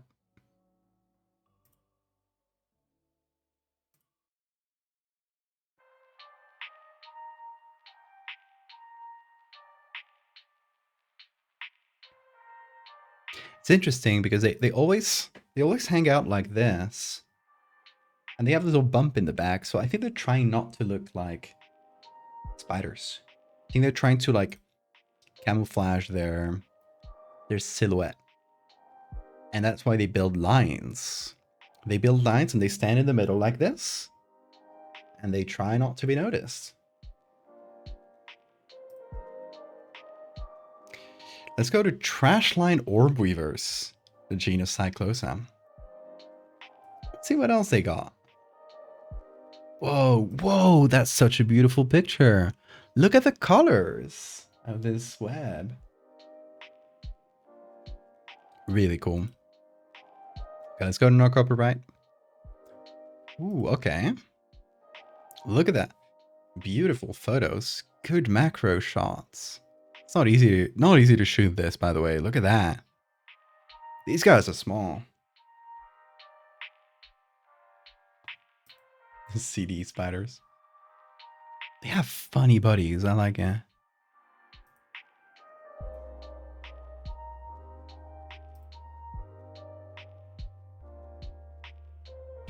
What about Lau suggested having a little bit of like spider legs getting on the lens? This could be a good one. Because like right in front of us, we're seeing it from the belly. Would be a good fit, I think. And for the other ones, I think we can use the pictures. All these pictures we've gathered. I'm going to start downloading. So this is going to be spider one.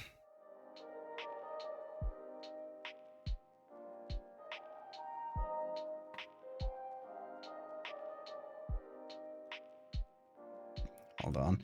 The problem with iNaturalist is whenever you save a picture, it doesn't save the... It saves it as like original.jpg, so it tries to save them all with the same file name. So I've just copied like spider space, so I can just like name them spider 1, spider 2, spider 3, etc. Saves me a bit of time because I don't have to write it every time.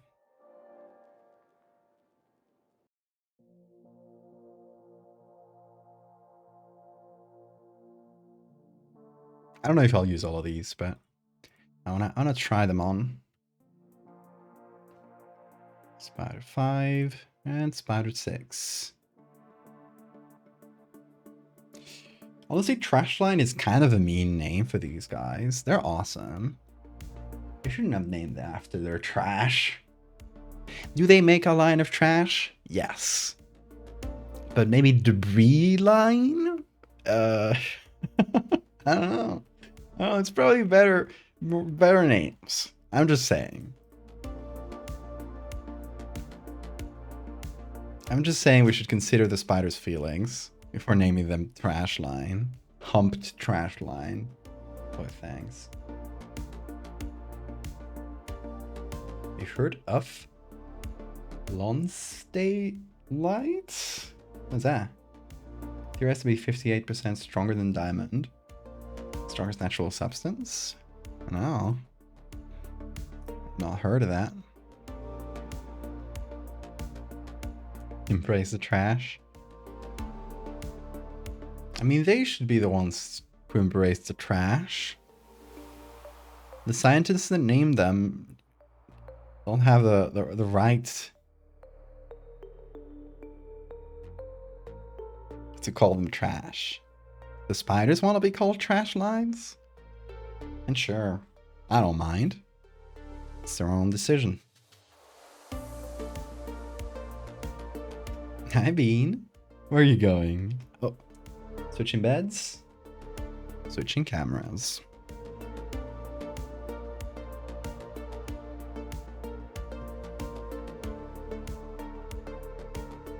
Oh, he's working. Chat. Look at him go. It's like garbage man. They aren't men that are garbage. They perform a vital role in society. You're right. You're right. I should be less judgmental of trash.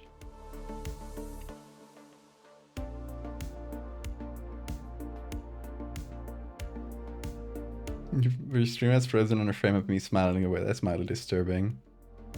Should I be afraid? I should. I did it on purpose, just to freak you out.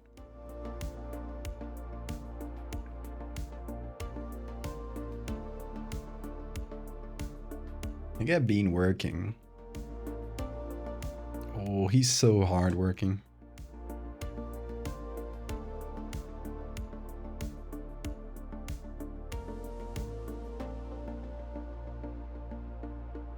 Biscuits for all.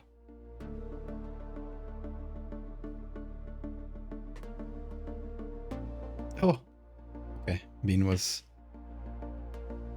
using the bed to press against my mouse, so it's just like holding the click. I was like, no, Photoshop, no break on me. It's fine. It's fine. Okay, we're fine. We're good.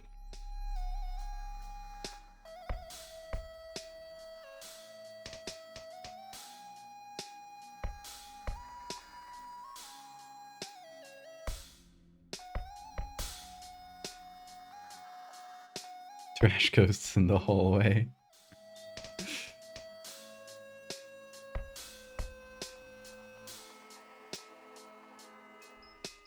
I think maybe just a couple legs kind of poking out.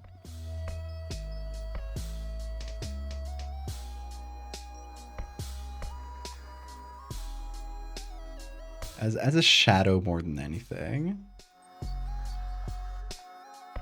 Because it would be right next to the camera, so it would be blurry.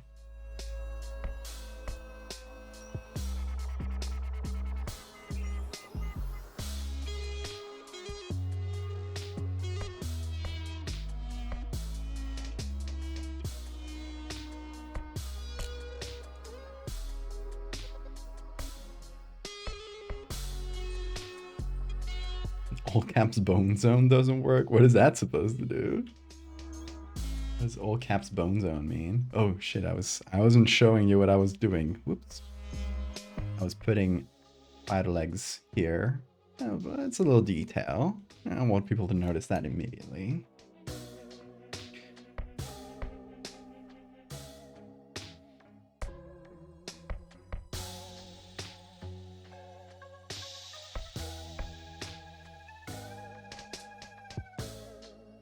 Okay, let's select other little spiders. Let's see where they can be placed. It's not great at selecting them because they're kind of blurry.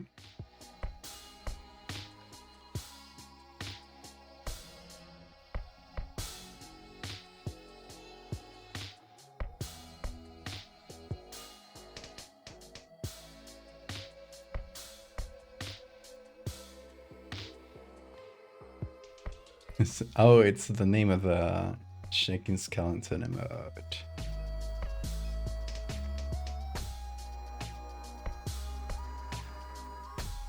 Cutting things open to reveal beans. Beans inside your computer.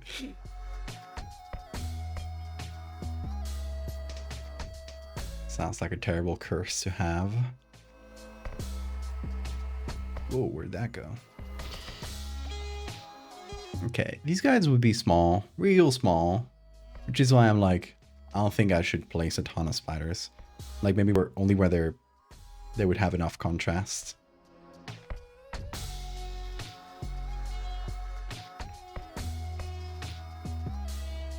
Right, because I consider how blurry this is.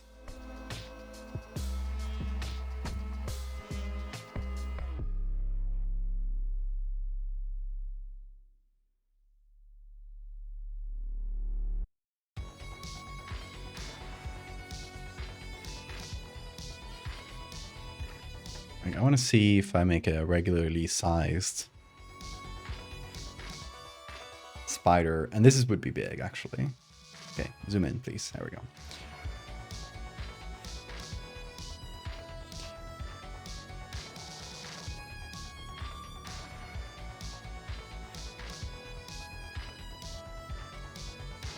Like, even if I make a mildly big spider, that's what it would look like on the web.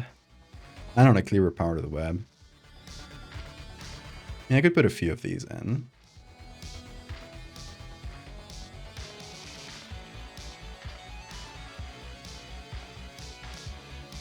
It's not going to be visible, though. I don't think so.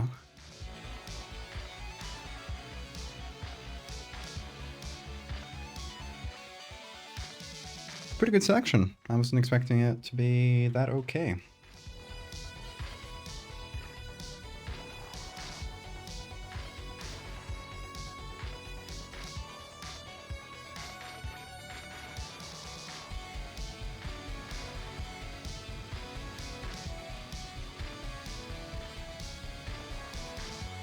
It's so small.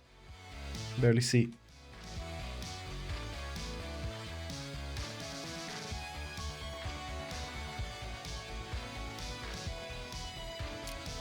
And I don't think it's very worth it to place these around, because this is gonna be blurred all the way to hell.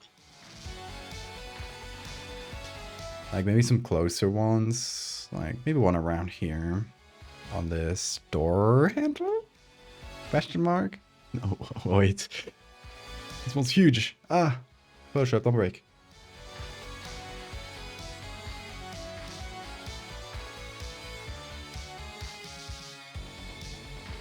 Like, this is an okay place because it contrasts. You sort of get the shape. But this, even this might be too big. Hey, Blazes. How are you doing?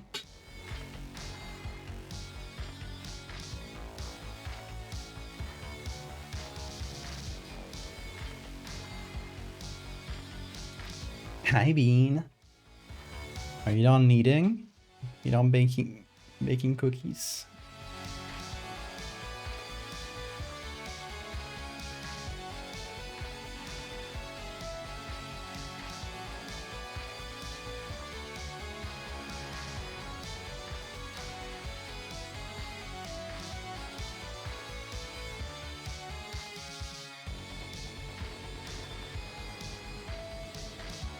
Okay, let me select this last one. I don't think I'll do more than these. Very good selection, Photoshop. Sometimes it surprises me. Okay, so it's gonna get a blur. Gonna be darkened a bit. I'm gonna put this one on the door. Just leave it here. I'm gonna put it like real close to the camera on the door, and that made, you know, look a little bigger. But it's still gonna be quite small.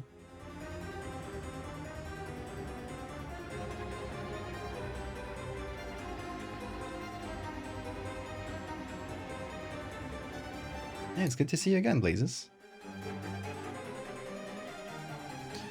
Yeah, I think realistically they'll be smaller, but I want them to be visible. So I want it to be like slightly visible for those who notice, basically.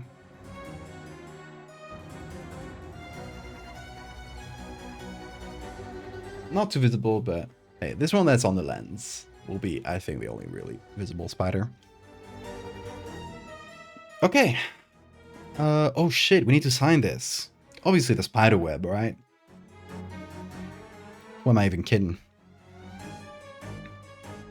Could use a really, really small pen or something. Do boop boop boop.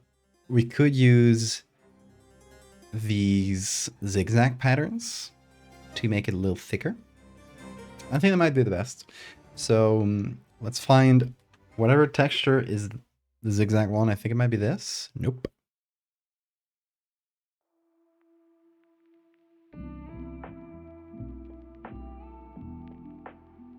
Oh, that is a zigzag. Okay.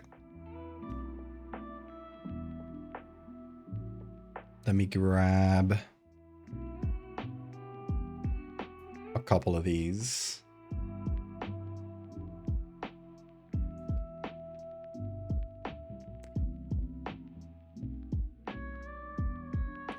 So it's 1, 2, 3, 4. And now we just rearrange them, and hopefully it'll... You always forget to design your work. I sometimes do. That's the longest stream I've ever done, 24 hours.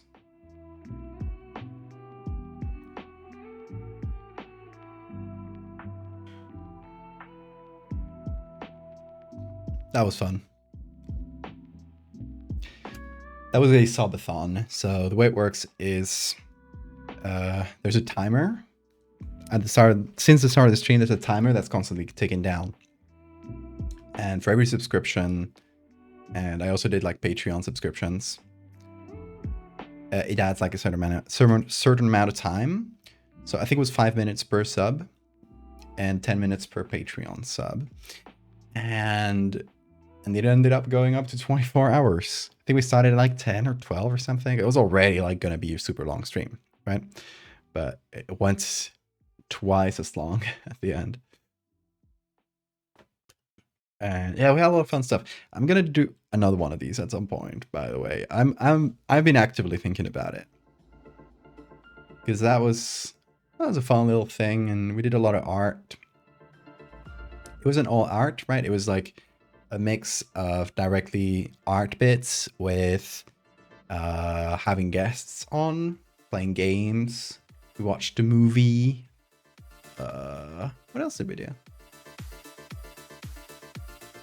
Yeah, we made a ton of art. Like, we made an entire... If you've ever seen my story where it's like a spirit photographer, which has like 5 or 6 pictures, I think, somewhere around there. We made that entire one during that stream, plus like 3 or 4 other ones. Dharmadom, thank you for the follow.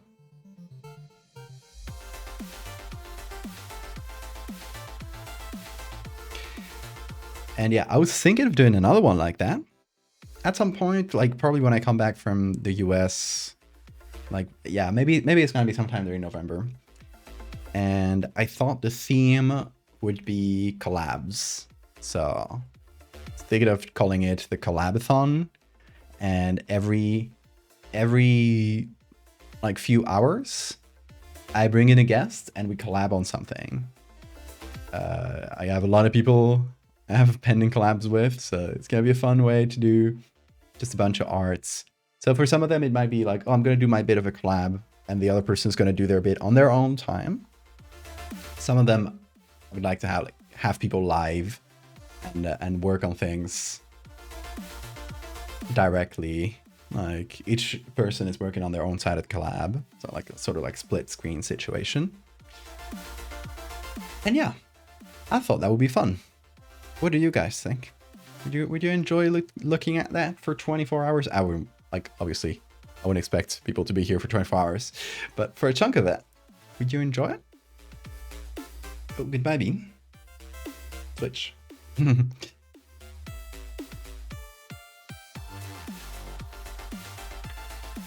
He's going all the way behind there again? I don't know why he likes being there today. Okay, hold on. There he is. Hot shoe. That'd be dope. Oh, yeah.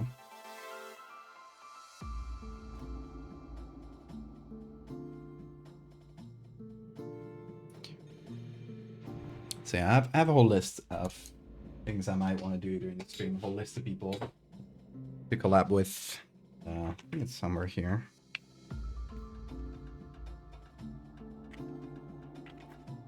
Here.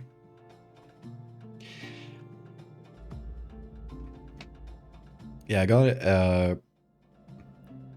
got 3 friends confirmed to that they could be there. Obviously, I haven't figured out a date, so it depend on that. I got, I can also do some of the collabs I've been working on with Now Shark, which I doubt Now would want to be on stream since they don't speak English very well. But I could do like my own side of collab with them. And And I was also thinking of doing like something collab themed with you guys, where like during the stream, like during those 24 hours, there's like an edit competition where I maybe I give people images or a theme, and using that,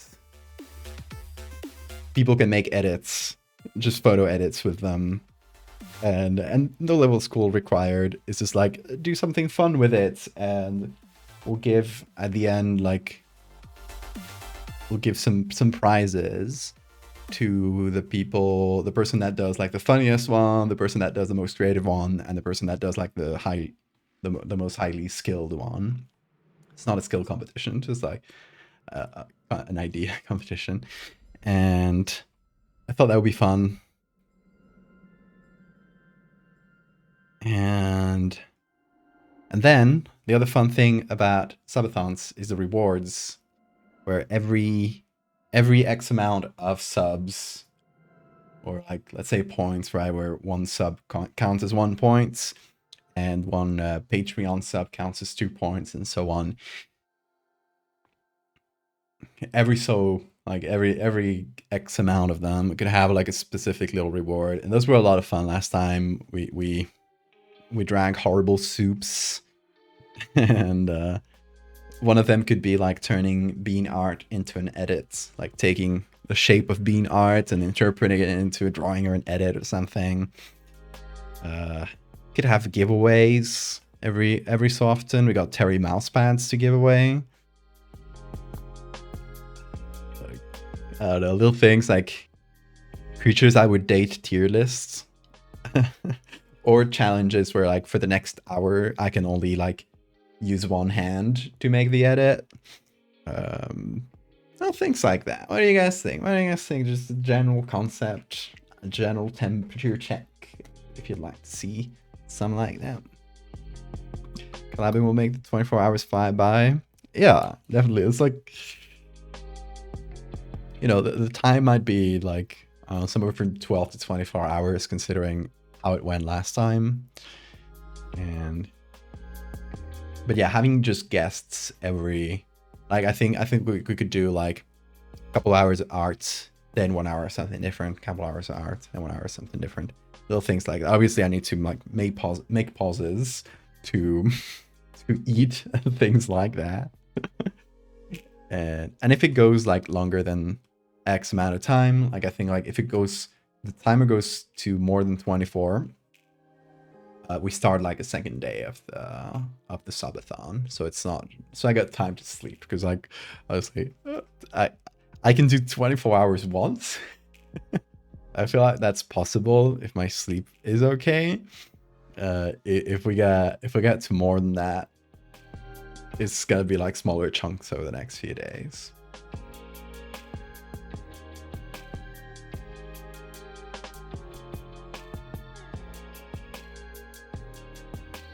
Last 24-hour streams was with MS Paint Ice about it. We did an edit in MS Paint. That was fun, yeah.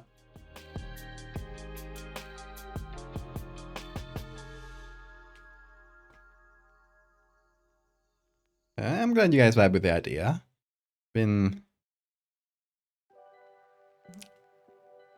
I've been turning this concept around in my brain for a little while now.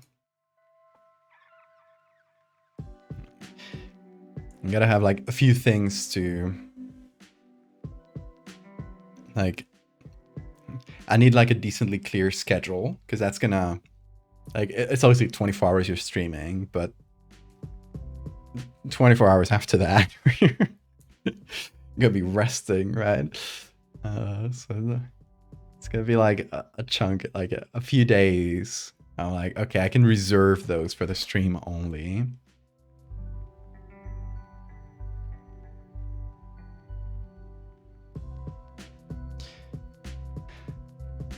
Okay, so this slider here does a ton, as you can see. Obviously, I'm not going for a super strong radius, but the way I handle the sharpening will change a lot, like how much we see this as a spider web versus a more like ghostly figure. So it's something we might have to adjust a couple of times, also based on the grain I add. Because if I add thick grain, it's gonna clump a lot of as you can see, like this. If I add really thick grain, let's say, we clump a lot of those spider webs together. But just checking the original picture. Hold on, I'm gonna do something. I'm gonna remove the blur and the sharpen, just so I can see the original picture. Please zoom in, Photoshop. Sometimes it doesn't, it's so annoying. Okay, I can see the grain here. And what I want is to match this grain, this exact level of grain, on everything else I've added. So we're adding that level of grain to everything. We're essentially like replacing the original grain with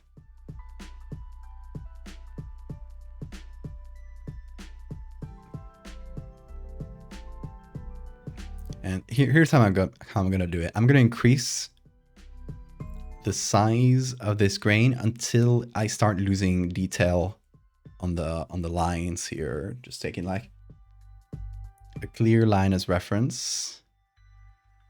And we're gonna go for the minimum possible because we don't want to lose too much sharpness in here. So I'm gonna hit OK. And then we're gonna reapply the blur and the sharpen, which will blur things a little bit more, but it's still clearly visible, so that's good. Got our spider here up close. Looks good with the blur and the noise. The other little spiders are just little blobs, honestly. It doesn't matter much, like, you can take them or leave them, but it's not gonna change anything.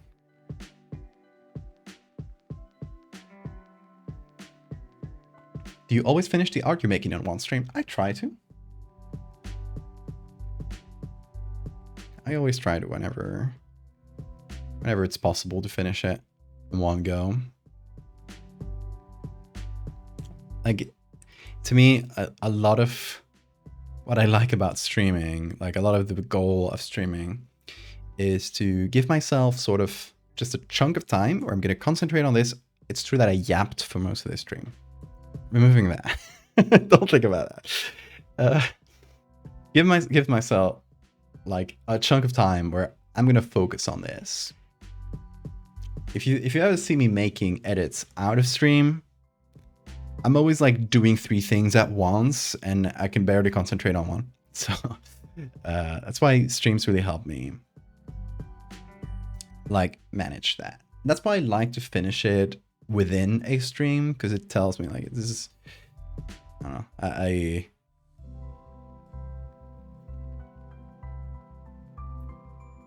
if I don't finish it within the stream, it's like I might just forget about it. It also takes you longer. Like right now I know exactly where each layer is. Like I'm currently familiar with like everything that I just put on because I just put it on. But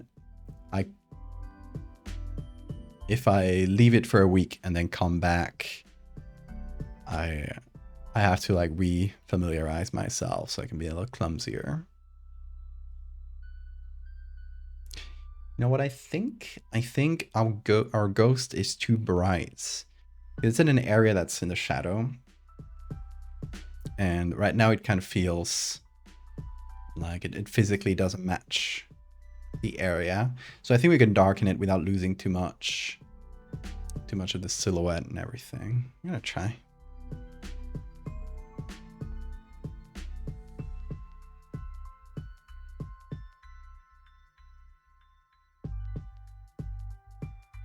I'm gonna add a vignette. Love a good vignette in a hallway shot.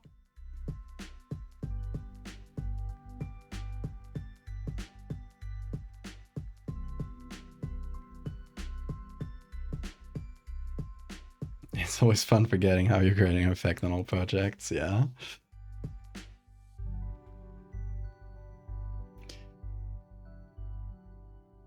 Also, like, sometimes I'm a mess with my layers. Just like, look at this. In the same 3 layers over and over and over.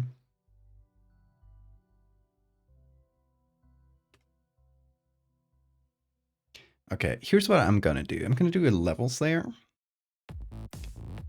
And what I'm gonna do is just do like a touch of darken in here, but most of all, reduce the output level of the white to, I think, somewhere around here.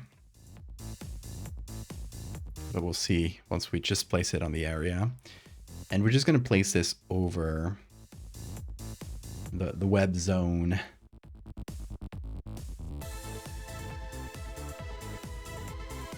Without trying to affect the background too much.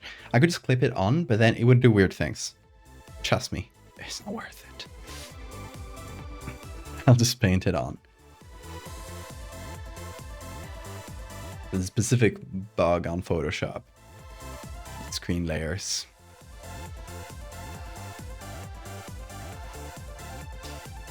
The web zone. Different spooky image to old indie game with a vignette.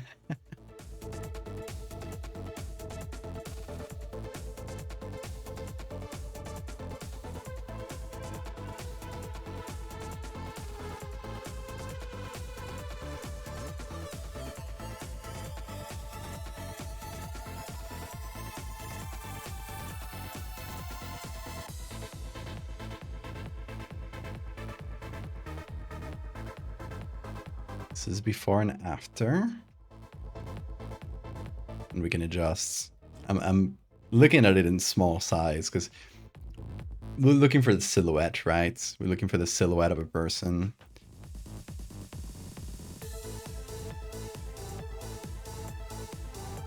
Could go even darker.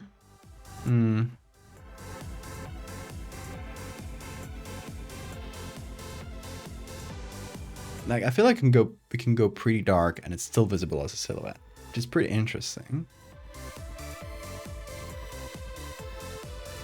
We've got to be careful not to mess with the background too much.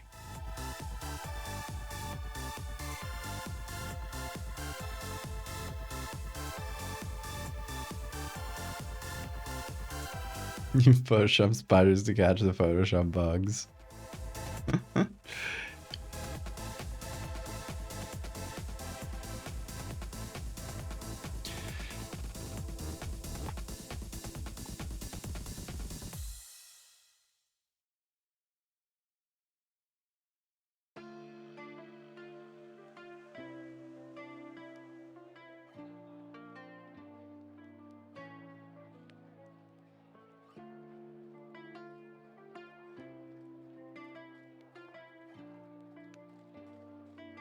Okay, that's pretty good.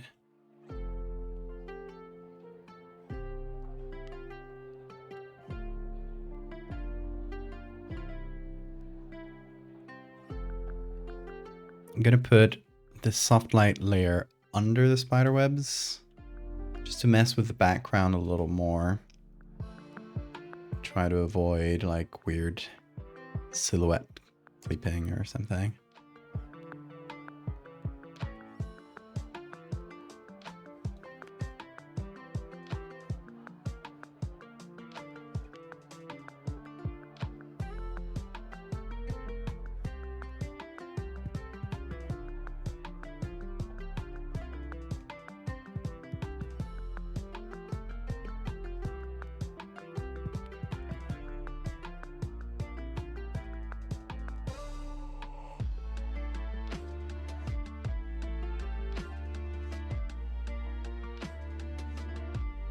You gotta use better Twitch TV. Has more emotes.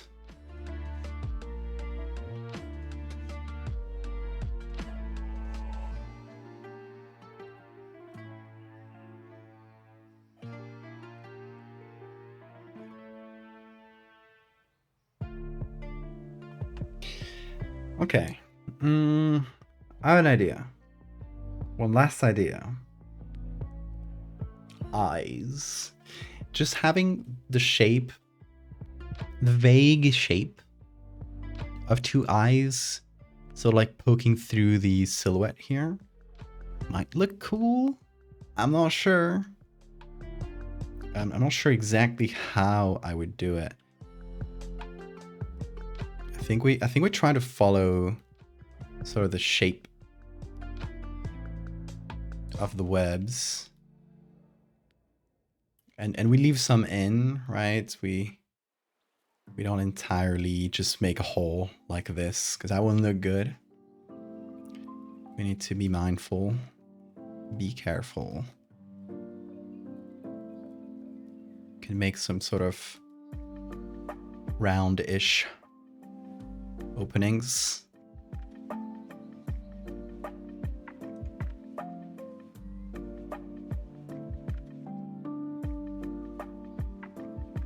And they might end up looking like not very round is the problem, but we're gonna try. Right, if we select like this round area, we just decide to leave some of the webs in, crisscross it.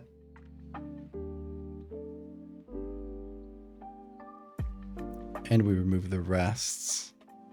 Will that give the impression of eyes? Not yet. Just reduce the density. So we remove a few more. And we pick away at it until, hopefully,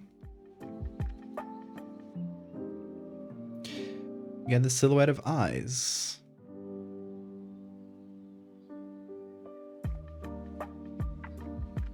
It's getting there. This left one is more visible, but this one just has like more stuff crossing.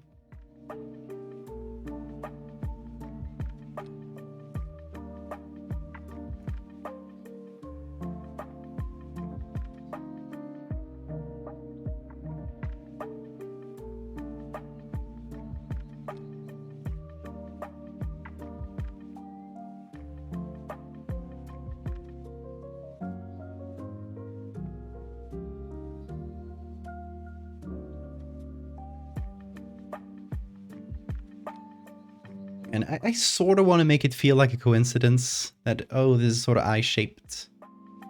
I don't want to make it feel like these guys intentionally give their silhouettes eye holes. Or maybe they do, but you know, I want it to be unclear.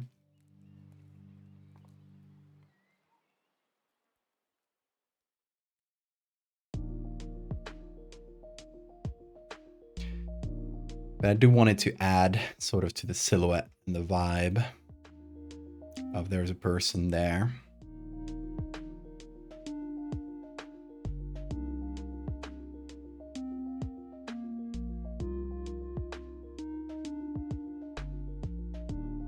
I don't know if I see the eyes yet.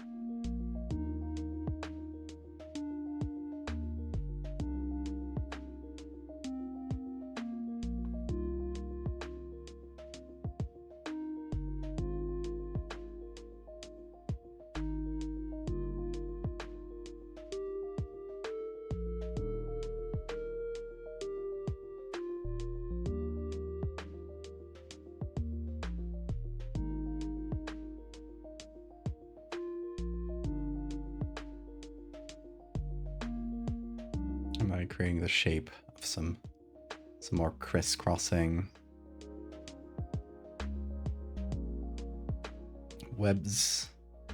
And I don't know, can you guys see eye shapes? I don't know if I can. Like, if I focus, but not too sure. If I move them around, will it look weird? If I just make them bigger. I have to fix some things, but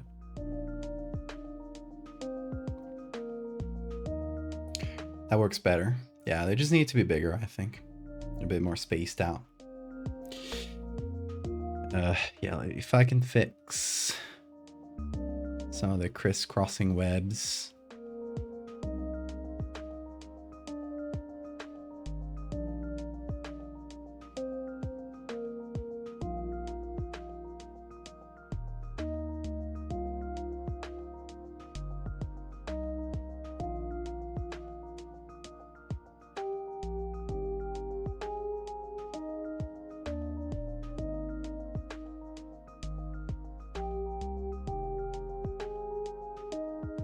Give this one on the left shape that's a bit more round.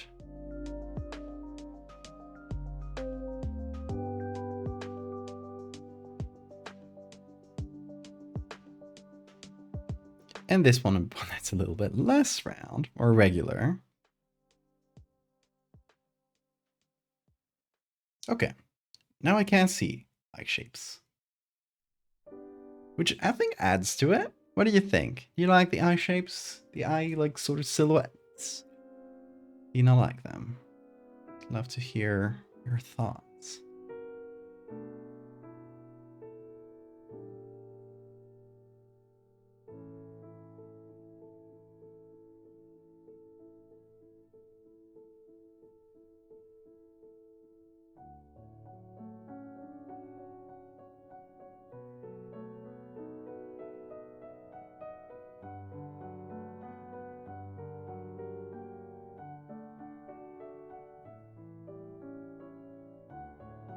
Okay, let's try this out with the filters.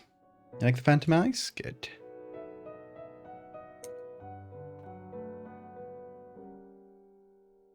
This is before and after. Yeah, I like that. That's a good silhouette.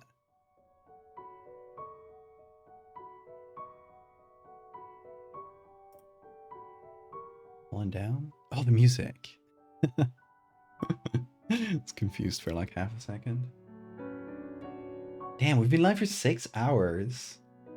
I'm the yapper today. In a normal day, I would do this. I think this would have taken me 3 hours. Bean, I need your help to concentrate. It's fine. It's fine. We're done anyway.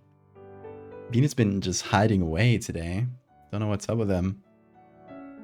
He hates me.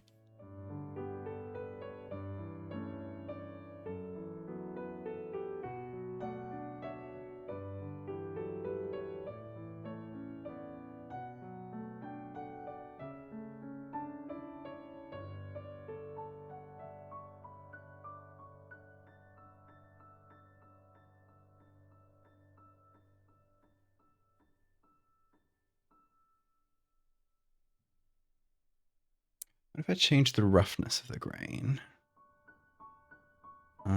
Does it? That does make them slightly less visible. Okay, let's not make it too rough.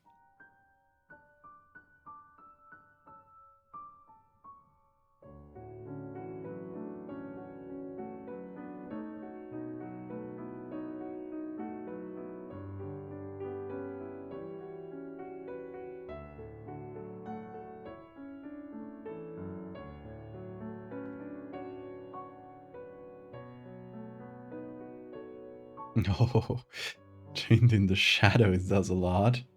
Like, whoop, he's gone. Ah, he's back.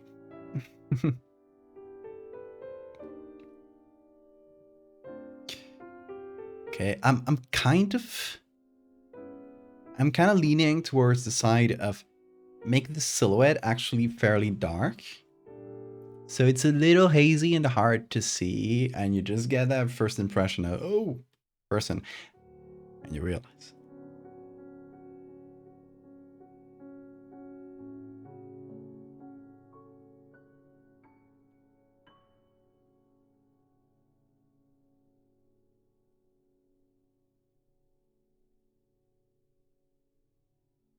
Like it's a little more subtle, it's less in your face, but I think that's the right vibe for this piece.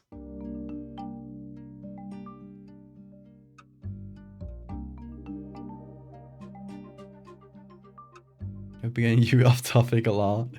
I'm gonna start chastising you guys. For making me yap. You're falling for the trick. He looks like a sorrowful fellow. Good. Yes. Art achieved. We have inspired and feeling. Emotional montage of Favara Asturiana. No. If you make an emotional montage with Favara Asturiana, you will make me cry. Because I will suddenly feel very homesick.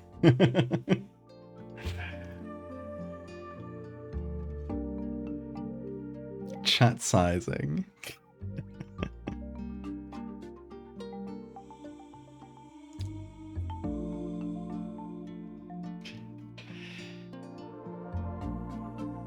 I like it. Happy with it. We're missing one picture, but that's fine because we should have time for it next week. Hopefully on stream. Worst comes to worst, I can probably do the other image like fairly quickly out of stream. If you don't know, the other image would be making like windows on the outside of a mansion or a big building. Can be this one. And there's like handprints on the window, just making it look very cursed. So I'll probably fix up my camera before I turn it off at the end of the stream. Why is it moving? It should be fairly locked in shape locked in space. It keeps falling down. It's very annoying. I'll tell you that.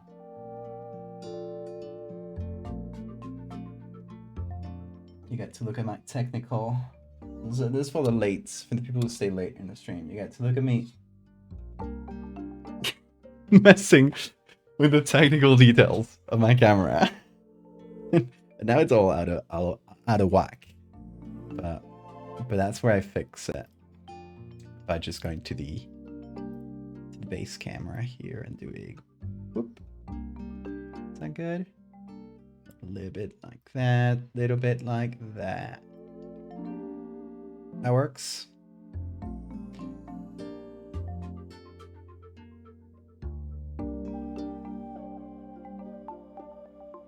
There we go.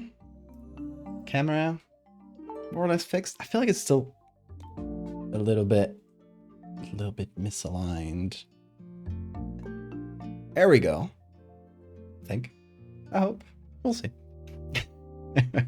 Second picture I want to do next week, hopefully, is just this or some kind of facade like this. We also had, wait, this one? No. This, no, that's the actual background we used. I definitely downloaded another photo. Oh, this bad boy. I think this might even be better. It has a big fence in front. We got a really good shot of the windows. They're kind of boarded up, but you can see the windows still, like the glass is there, while the other one does not have the glass.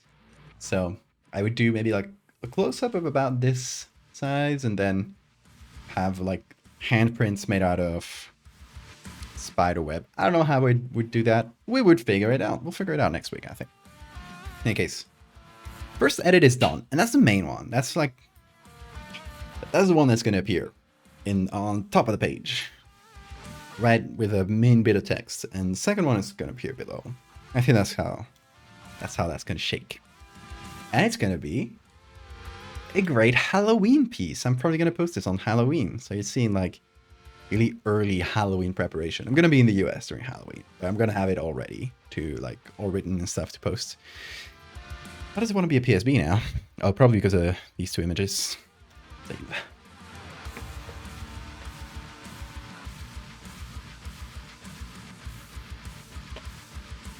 You're gonna make an emotional montage of Favela Asturiana. If you do, please show me. That'll be so funny, and maybe a little emotional.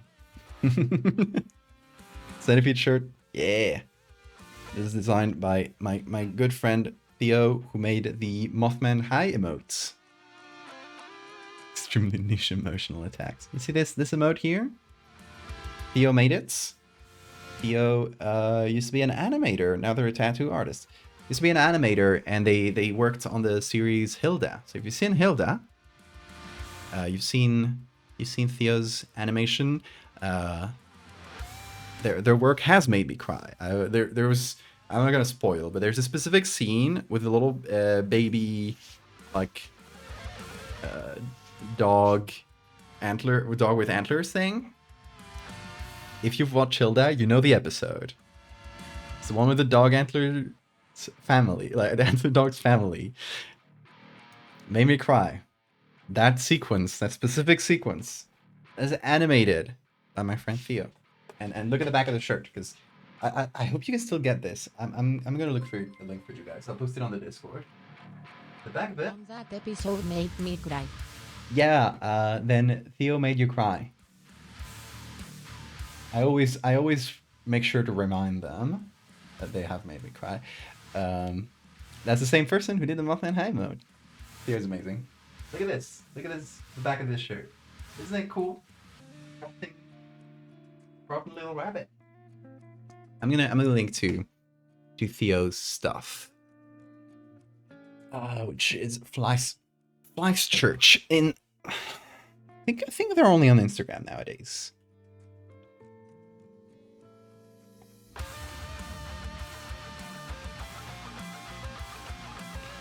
Here it is. Let's go follow Theo and look at their cool tattoo designs. Look at that. Look at that. Look at those tattoos. I love their work. And I don't know if their t-shirts are still up. Maybe they're on their link tree.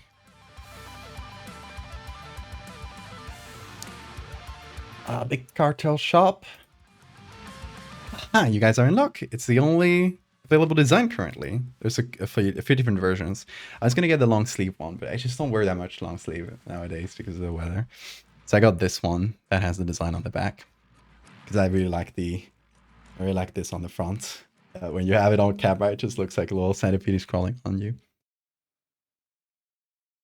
Here's a link. There we go. And oh, let's check how the Gravity Falls. Whoa, 200. Auction is ended. Oh wait, has it ended already? Well, you guys had the last hours. I was exactly 200. Ash W got the commissioned. I'll send them a message. I don't know if Ash is here. Let me know. Shout out. I thought it ended tomorrow. I thought I still had a day, but I guess the end dates. Oh, the end date changed. The initial end date was a different one. Ha! I was tricked. Well, auction ended. Thank you, Ash, if you're here, and if you're not here, also. Anyway, we'll be emailing. Oh, there's an email associated with it, so we'll be emailing Ash wherever they are. That's cool.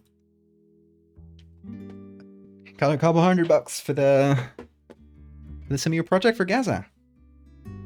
Also, oh my god, I don't want to jinx anything, but you guys remember Farah, who we did a fundraiser for, who we've been trying to help escape Gaza and get her a French scholarship at a French university. It is moving forward, and we might be like I am not the one doing this, so I'm only supporting. They might be able to get her in one of the next few evacuations for France. And I mean, it's still, I'm crossing my fingers, touching wood, doing all the things you do for good luck, and you guys do it as well. Let's hope so. I'm hopeful. I am trying not to hold my hopes up too much, because it all depends on like Israel actually letting them evacuate, like letting the French government evacuate people. But it's moving forward.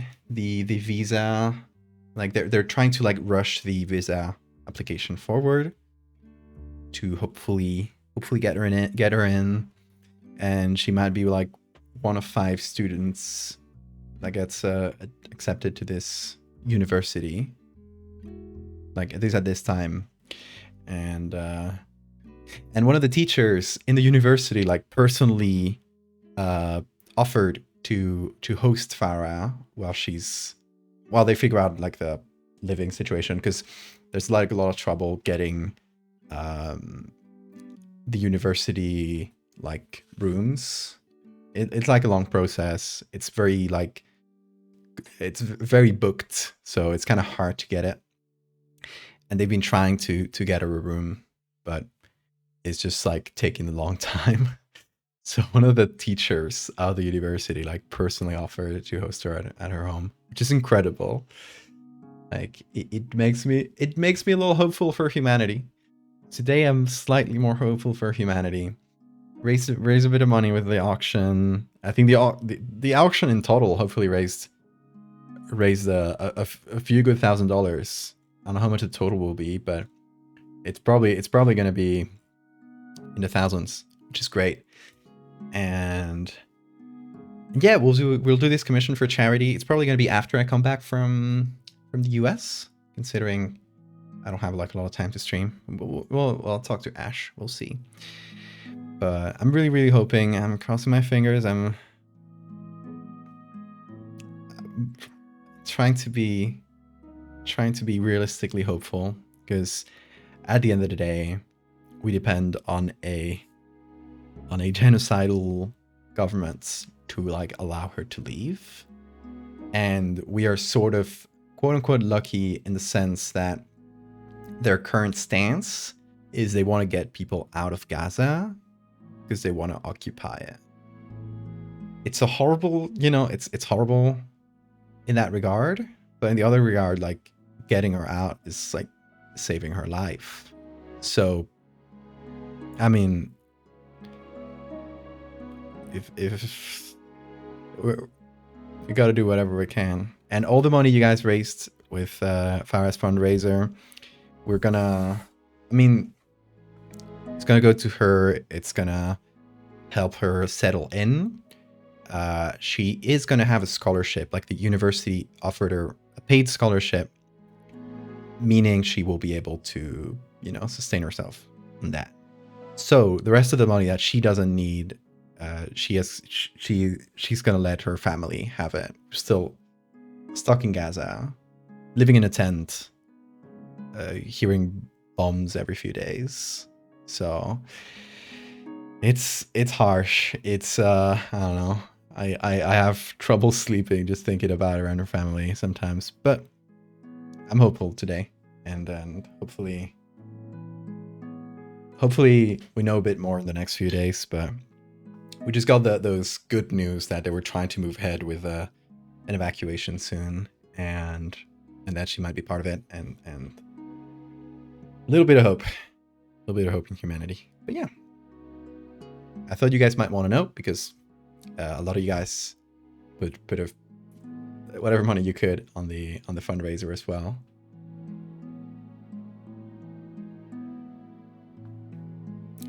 Holding hope for someone as a gift to them. Exactly. And yeah, it's been, we have essentially assembled a mini team of people in France who are gonna help her settle in. I talked to Theo. You might know us Naughty D on social media, who's also one of the patrons. And when I started talking about this, Theo was like, "Oh, if you're looking for places in France, I might be able to help." And through Theo and like friends they know from work and acquaintances of acquaintances, we ended up assembling a little team of there's someone who's like in the Marseille area who's going to help her settle in. We're finding her like local organizations and stuff. We are we found a person who teaches French. She has like a big channel on Instagram where she like teaches like spoken French, and she offered to like give Farah one-on-one French lessons so that she can come in and she isn't like completely lost. She has a base of French. The university is going to offer her French classes, but she's going to like come in with like essentially like, a one-on-one tutor who has been helping her for the past like I think it's already a month or two of lessons, like a one-on-one lessons. So hopeful. It's good. We have assembled a mini team and everybody's like super involved, and we're all like sending emails and calling people every day. Just trying to pester and annoy people into like moving this forward. And so far it's worked, especially thanks to the folks at the university. It's the Aix-Marseille University in Aix and Marseille, which are two different cities that are close to each other. And that's like, for those who don't know French geography, I wouldn't blame you. It's sort of like this southeastern coast of France. So if you see like Italy and France, and it's like closer to the border of Italy, like next to the Mediterranean. Marseille is a huge city. Aix is a smaller city. But they have like it's the Aix-Marseille University. And I think she's going to be hosted in Aix at first, at least, because that's where the the French language university is, and that's where they're going to teach her French at first, and then she's going to join the nursing classes, continue her nursing education, which I think is going to be in Marseille. We're still a bit unsure about it, but yeah, the university folks have it super under control. They've been incredible. Literally, a teacher from the university, a professor, I'm sorry, has offered to host her in her house, which is just incredible. Wonderful thing to be doing for someone. It's literally I feel so powerless watching a genocide happen in another place in the world, and the Spanish government is on Palestine's side. They've been since the beginning. They've been really good. There's still some stuff they could do better, and there has been protests here. It's not like UK and US where they literally enabling it. So what can I do as a person, right? What's the best thing I can do? I can't do much. You feel powerless, right? And I don't know, trying to find someone who you can directly help. It's not helping a single person out of the immensity of suffering that's going on there is it feels so small, but it's still it's still a full person, right? I will hopefully when she gets there, I'm traveling to the US and all of that, but I'm gonna try to make it to travel there and meet her in person, because I would like that very much. And maybe we can get our little team that we assembled to help, if everyone can, or at least everyone who can, we can meet up and just talk about it after all the stresses are finished. Hopefully, good times on Liz. But yeah, ending on hopeful news. Hopefully, slightly hopeful, and try not to get my hopes up too much, because it's still a horrible situation, but it's something's moving forward. But yeah, that is going to be the end of the stream. It's been 6 hours and 20 minutes.